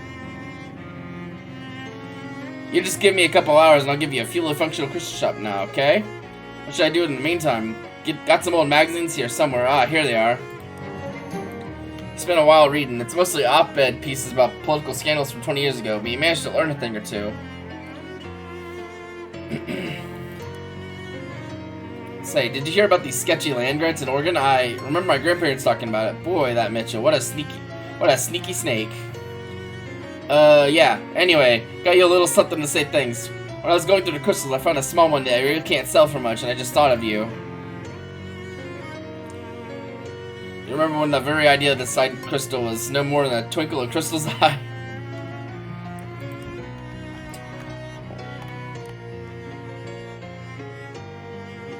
Hey there, I'm happy to tell you that business is comparatively booming. I missed why you wanted to sell crystals specifically. My name is Crystal. That doesn't mean you have to sell crystals. Yeah, but that means I got fewer nouns to keep in my head. Oh, okay.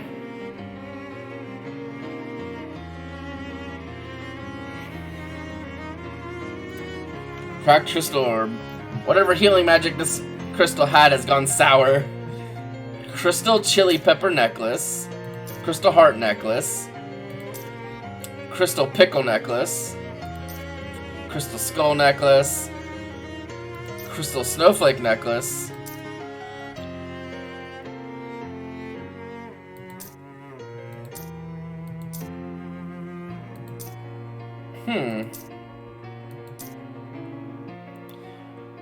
Interesting. Not sure why she has 100 of them, but alright. Now, if I was going mysticality, that'd be good, but I'm not really not, so it's a little less good. Things tend to do a decent amount of damage now, so. Cool, though. We did some questing, got some cool stuff done. Some questering. Let's take a look at our map here. Well, we can wander around, see if we find any new stuff. Probably try to do that. A squirrel chatters angrily at you from a nearby hollow tree, presumably trying to scare you away from its stash. A real technical mistake on its part, since now you know where its stash is. It scampers away as you peer into a hole. You find not just the expected nuts, but also several wallets. Huh, has this squirrel been mugging hikers? Maybe you should get out of here before it comes back with a knife. Good idea. Just side, you figure. Whole flock of those horrible murder fairies. All the fairies stop what they're doing and turn to look at you. One of them pulls out a revolver and giggles. Another flips open a straight razor and makes a sound that sounds a lot like a confused and dying bear. Well, alright. Oh, she gets to move first now. Can she clobber one of these fairies, like, to death?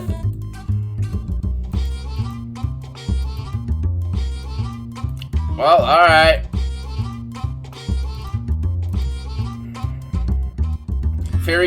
Goodbye, fairy gunmother.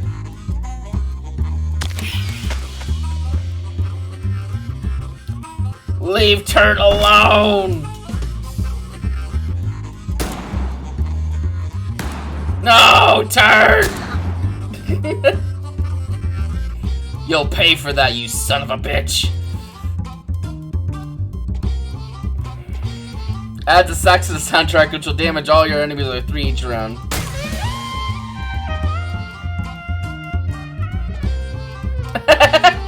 It legitimately just adds a sax to the. It legitimately adds a sax to the battle music.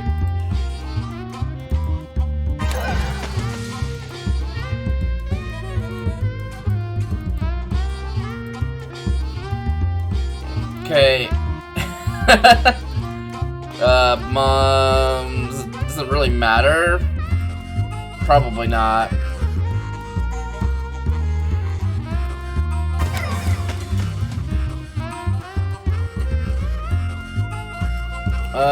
We can just kill off one of these though. We'll kill this one.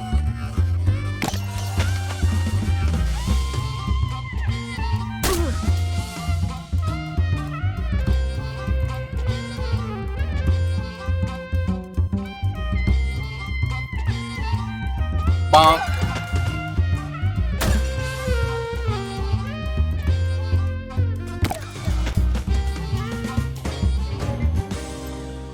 You won. They would call you the Fairy Slayer if that wouldn't be a weird thing to call someone.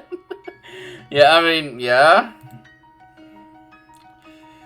You notice a particularly cobweb-strewn copse of trees, and as you get near it, you catch a glimpse of a big hole full of spiders in the middle of it. You can just barely read the old wooden sign next to it, declaring to the world that the hole belonged to Beppo. Go check out the terrible spider hole. Well, let's go check out the terrible spider hole. Beppo's hole. There aren't as many spider eggs in here as there could be, but there are still too many. A wriggling mass of spider eggs. This wriggling cocoon is roughly person-sized, so it's either a person who's been cocooned by a spider and is slowly suffocating to death, or a person-sized mass of baby spiders. Talk to him, her/them. Hello in there. Are you a person or a mind-breaking quantity of baby spiders? Is this kind of noise that a whole lot of baby spiders would make? You cut apart the cocoon, basically yourself a true horror. Fortunately, it turned out to just be a guy in there. Whew. Thank you, friend. You had me worried there for a sec. They call me Doc. I came here for some free gauze, got a bit more than I bargained for. Hi, Doc, I'm Mar.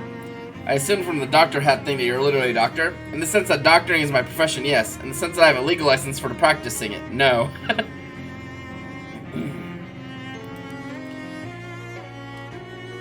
Oh, sure, I can teach you the hobo code for all kinds of medical terms. You were looking for gauze? Yep, the webs and big spiders like this will make really great surgical gauze. It's strong, self-adhesive, and even sterile if it's really fresh. Fortunately, I bit off more than I could chew. You can chew it too? No, I meant metaphorically. One of the great big spiders that live in Beppo's hole caught sight of me. I don't recommend messing around in that hole, especially if you're flushed to the gills in medical alcohol. I see. You know, there's a hobo camp just outside of Ocean City. They could probably use a doctor. Great, I could use some patience because I'm much too eager to get doctoring. That's a joke that works better out loud than in print. But anyways, bye!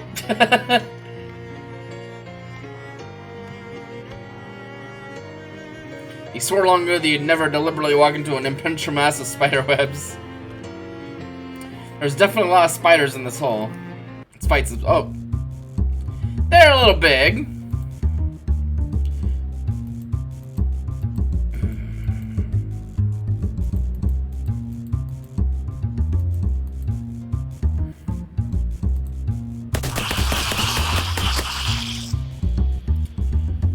Vicious chomp.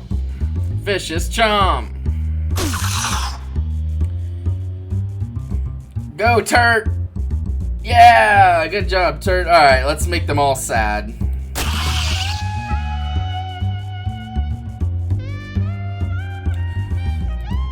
In part because that one's dead. That one's about to be dead. Oh, wait. It's not quite dead, but we'll finish this one. I mean, I could throw one of these Glocklin mallet balls. Enjoy.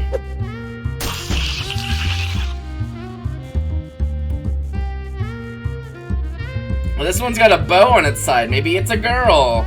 It's like the whole like Minnie Mouse kind of deal.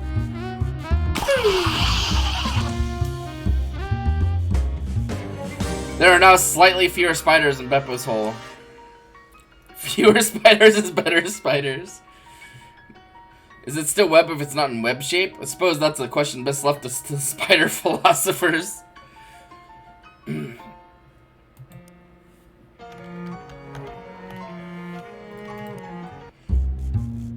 There's a little one.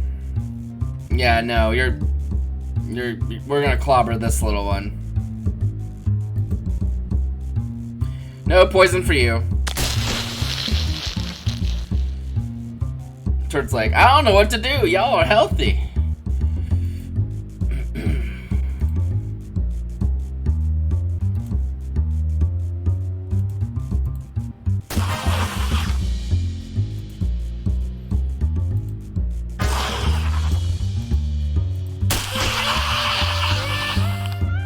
Got him. Turt has grown stronger. I wonder if there's like a limit to the amount of spiders. Well, this one's about to perish.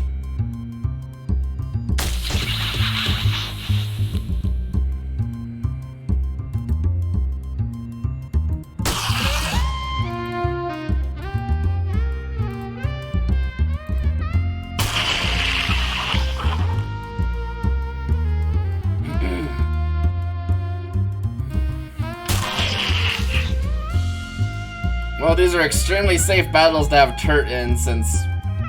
Yeah. He just doesn't get hit. Because they all die. They're all dead. Spider Fang. Ooh. If you think about it, a bite with a big enough tooth counts as a bunch of stabbings. Your Moxie plus 2 physical damage and 2 poison. Creepy forest fetish. A creepy little sculpture made of twigs, held together with spiderwebs and throbbing with evil magic. Let's see. We have 143. There might have been something I was trying to save XP for from one of our books. Let's see.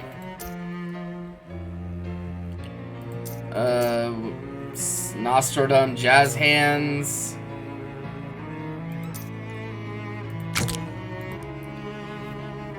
Hold on tightly to the book, letting it shake your hands until you become worried that you'll also just develop a case of Jazz Eyes. You gotta put the book back in your sack, but your shaky hands cause you to drop into a bonfire instead. Oh well.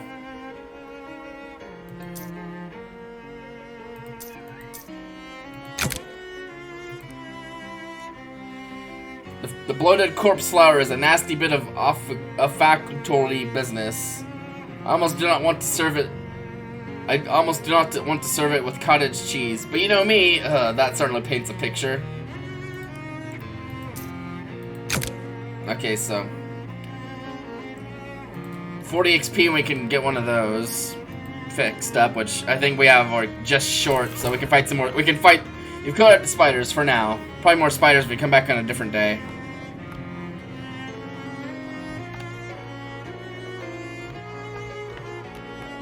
Blacksret says Beepo's Hole at the top, and then there's some fine print.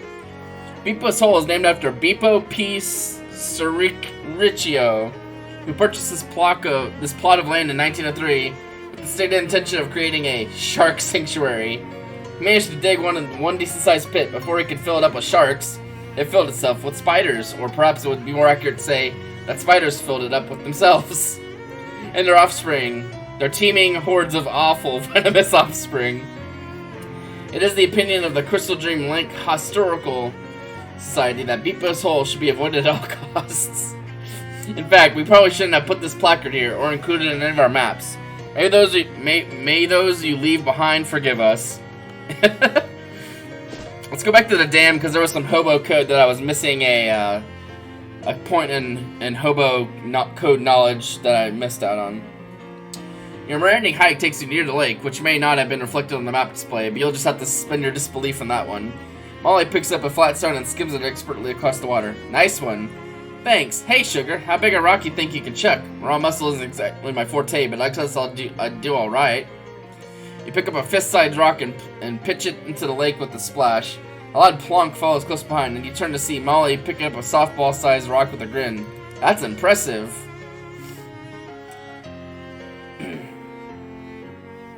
I may look like a girly girl, but my Tommy's got a kick like a mule. Gotta keep the rest off the spoons, you know? Pistons, you know? Is Tommy your boyfriend? That sounds kinda... My girlfriend's name is Nancy. Tommy is short for M1921 Thompson Submachine Gun. Oh, right. I knew that. Oh, yeah, she's a lesbian. By the way.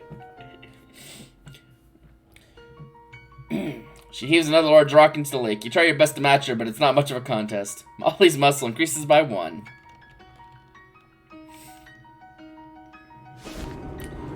This whatchamacallit is huge, damn!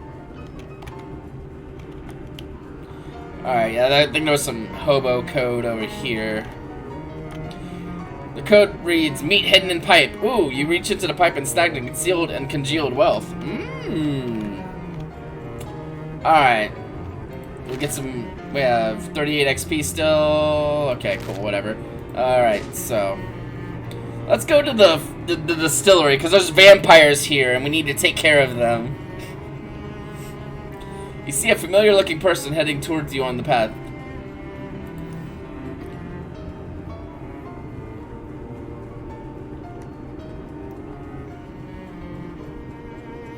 Okay.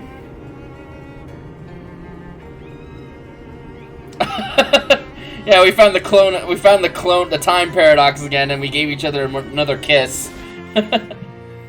Oh, they look sufficiently vampire-y. A spooky-looking lady is guarding the front of the old distillery. Presumably she's a vampire. She looks spooky enough to be a vampire. Is that racist? I mean, that's a fair assessment. She glares at you as you approach, her eyes flashing blood red. Be gone from this place. You have no. That's more racist than me assuming she's a vampire because of the big ass spooky teeth. I do actually. I'd like for you to invite me inside. What? No. Don't you have to? I thought that was one of the big vampire things. That if somebody asks you to invite them inside, you have to. That is nearly the most opposite of truths that is possible for her to be. Oh, darn. Leaves this place at once, or the consequences will be most dire. Ah, come on, don't be like that. What's eating you? If you not leave, the question will be, what is eating you? And the answer will be, me. That was pretty good. Yeah, you really set me up for that one. Just fight her. Heck, she is just one vampire, you think to yourself as you crack your knuckles and a your weapon. How hard could this be? As if she heard your thoughts, she snaps her fingers and a couple of slavering, not quite human creatures emerge from the shadows behind her. Oh, great. Oh, God. What is that? A thrall. Okay, a thrall. That one's getting down. Look at it. Alright, well,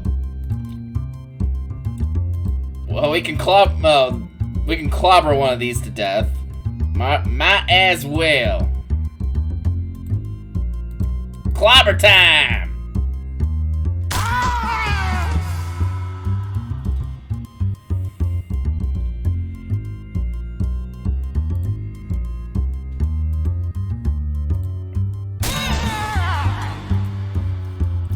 Well,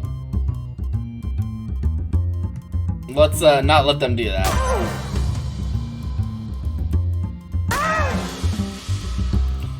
Kapow! Sound effects are great. You won. Unfortunately, there's almost certainly more of them inside. I think we can get one of those books upgraded. Stench and Sleaze. Let's do Stench in case. This white flowering plant is not just deadly when consumed, it is also murder on the nose. It's called Lily of the Smelly. Oh, we can get another upgrade in this too. There's still plenty left to sniff in this book if you get the nose for it. Aw, Lily of the Smelly. Grandpa Joe's Quality Spirits.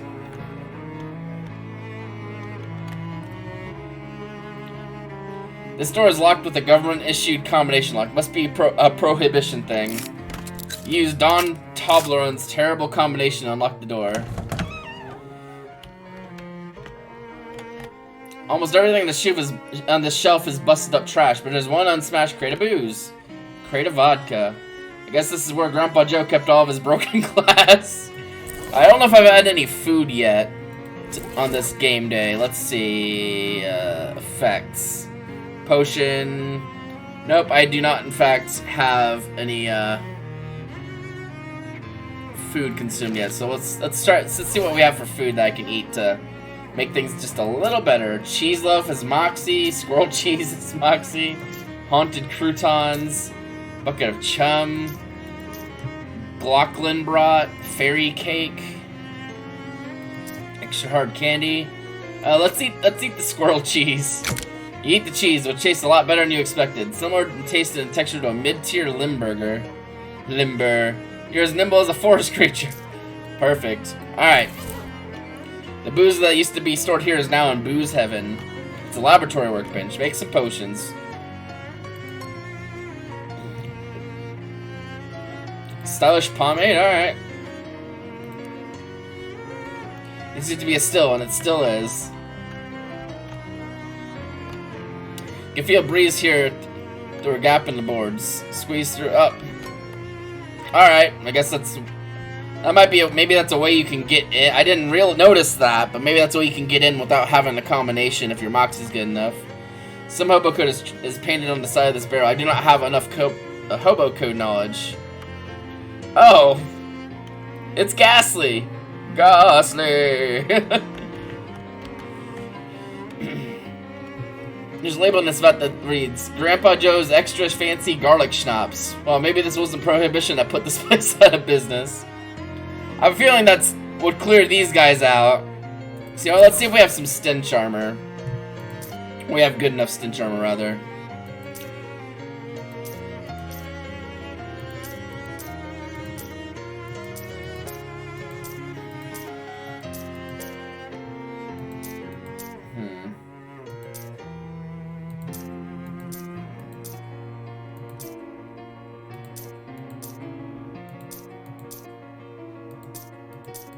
Okay, that's 2 stench armor. Got a feeling we're not gonna have enough stench armor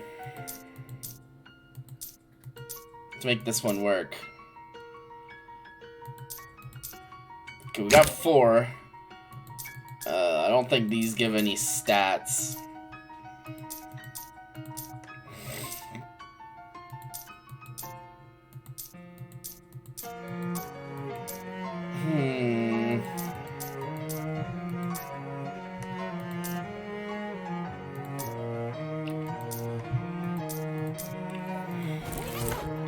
Oh wait, I have passive stench armor, so I do have enough. You crank open the valve and dump about 12 gallons of pure distilled garlic juice on the floor. Wow, even with the stench protection, it's a nasal experience you won't soon forget. The vampires completely flipped their collective shinola.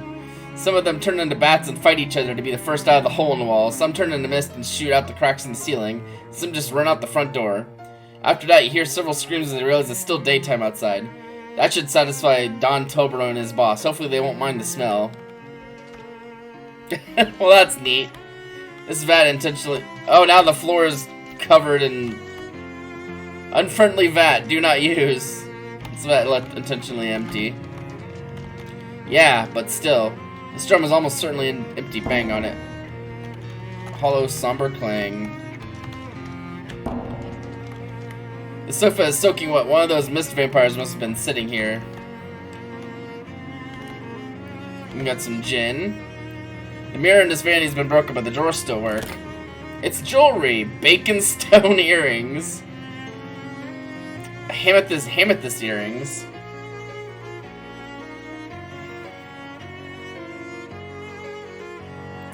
Friendship ring. On the outside of a dog, this ring would look really good. It's strewn with miscellaneous vampire stuff. Vampire boots. Makes you float like a spooky vampire. Bloodle. It's a piping hot strudel filled with blood instead of, I don't know, raspberries or whatever strudels normally have. Increase your max HP of 5 until you eat something else. Makes you immune to bleeding. Ooh. Cosmetic wine. Vampires metabolism won't process real wine, but vampires still want to look like cool wine people. Yeah, sometimes it's all about looking cool. Speaking of that, let's get the vampire boots. Ooh, spoopy. Alright, let's get our normal stuff back on.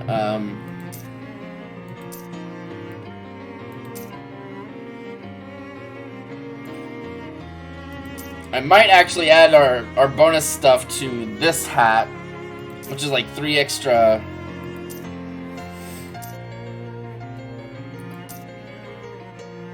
Although if we're grinding meat, we're probably just running around killing stuff in Ocean City, so they're not very dangerous anyway. So can I add this, let's equip this, and...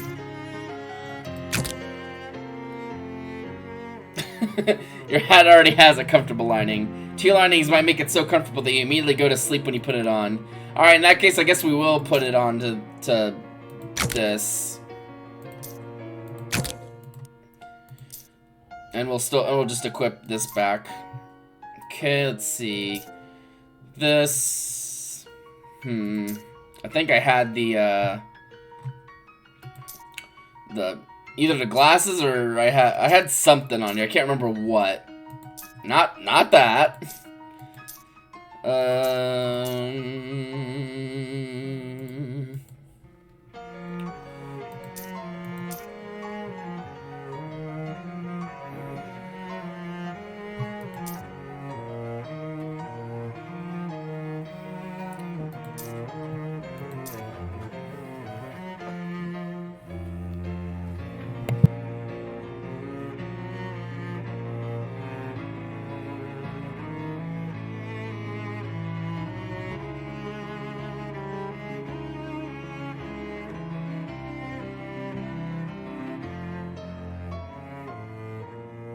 Alright, well that's gonna be where we end for now.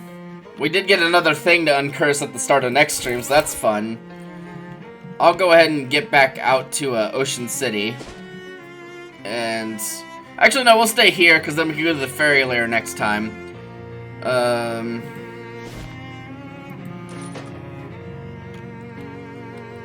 Alright, cool. So we'll go to main menu, we'll go to continue, make sure... okay, it keeps us here. Sweet. Alright. Main menu and exit game. Love this game so far. It's a good time. But I'm going to end this stream here. And after me and my roommate make dinner, which we're going to be starting like now. So like around 5 or so, I'll probably be back. Give or take. Maybe a little after. Like maybe 5:30, but yeah. So I'm going to end this stream here.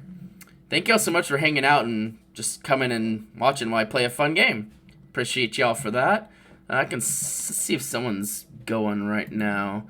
Last stream, no one was really on that I wanted to raid into. But it looks like there's more people right now that are alive. Let's see.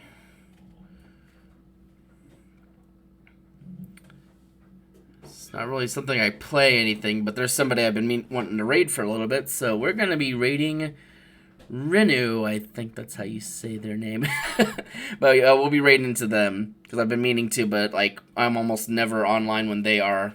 So that's just how it goes sometimes. But I'm going to end my stream and we'll be starting that raid. And I'll be streaming again later tonight, playing more of the new Minecraft mod pack I started last week.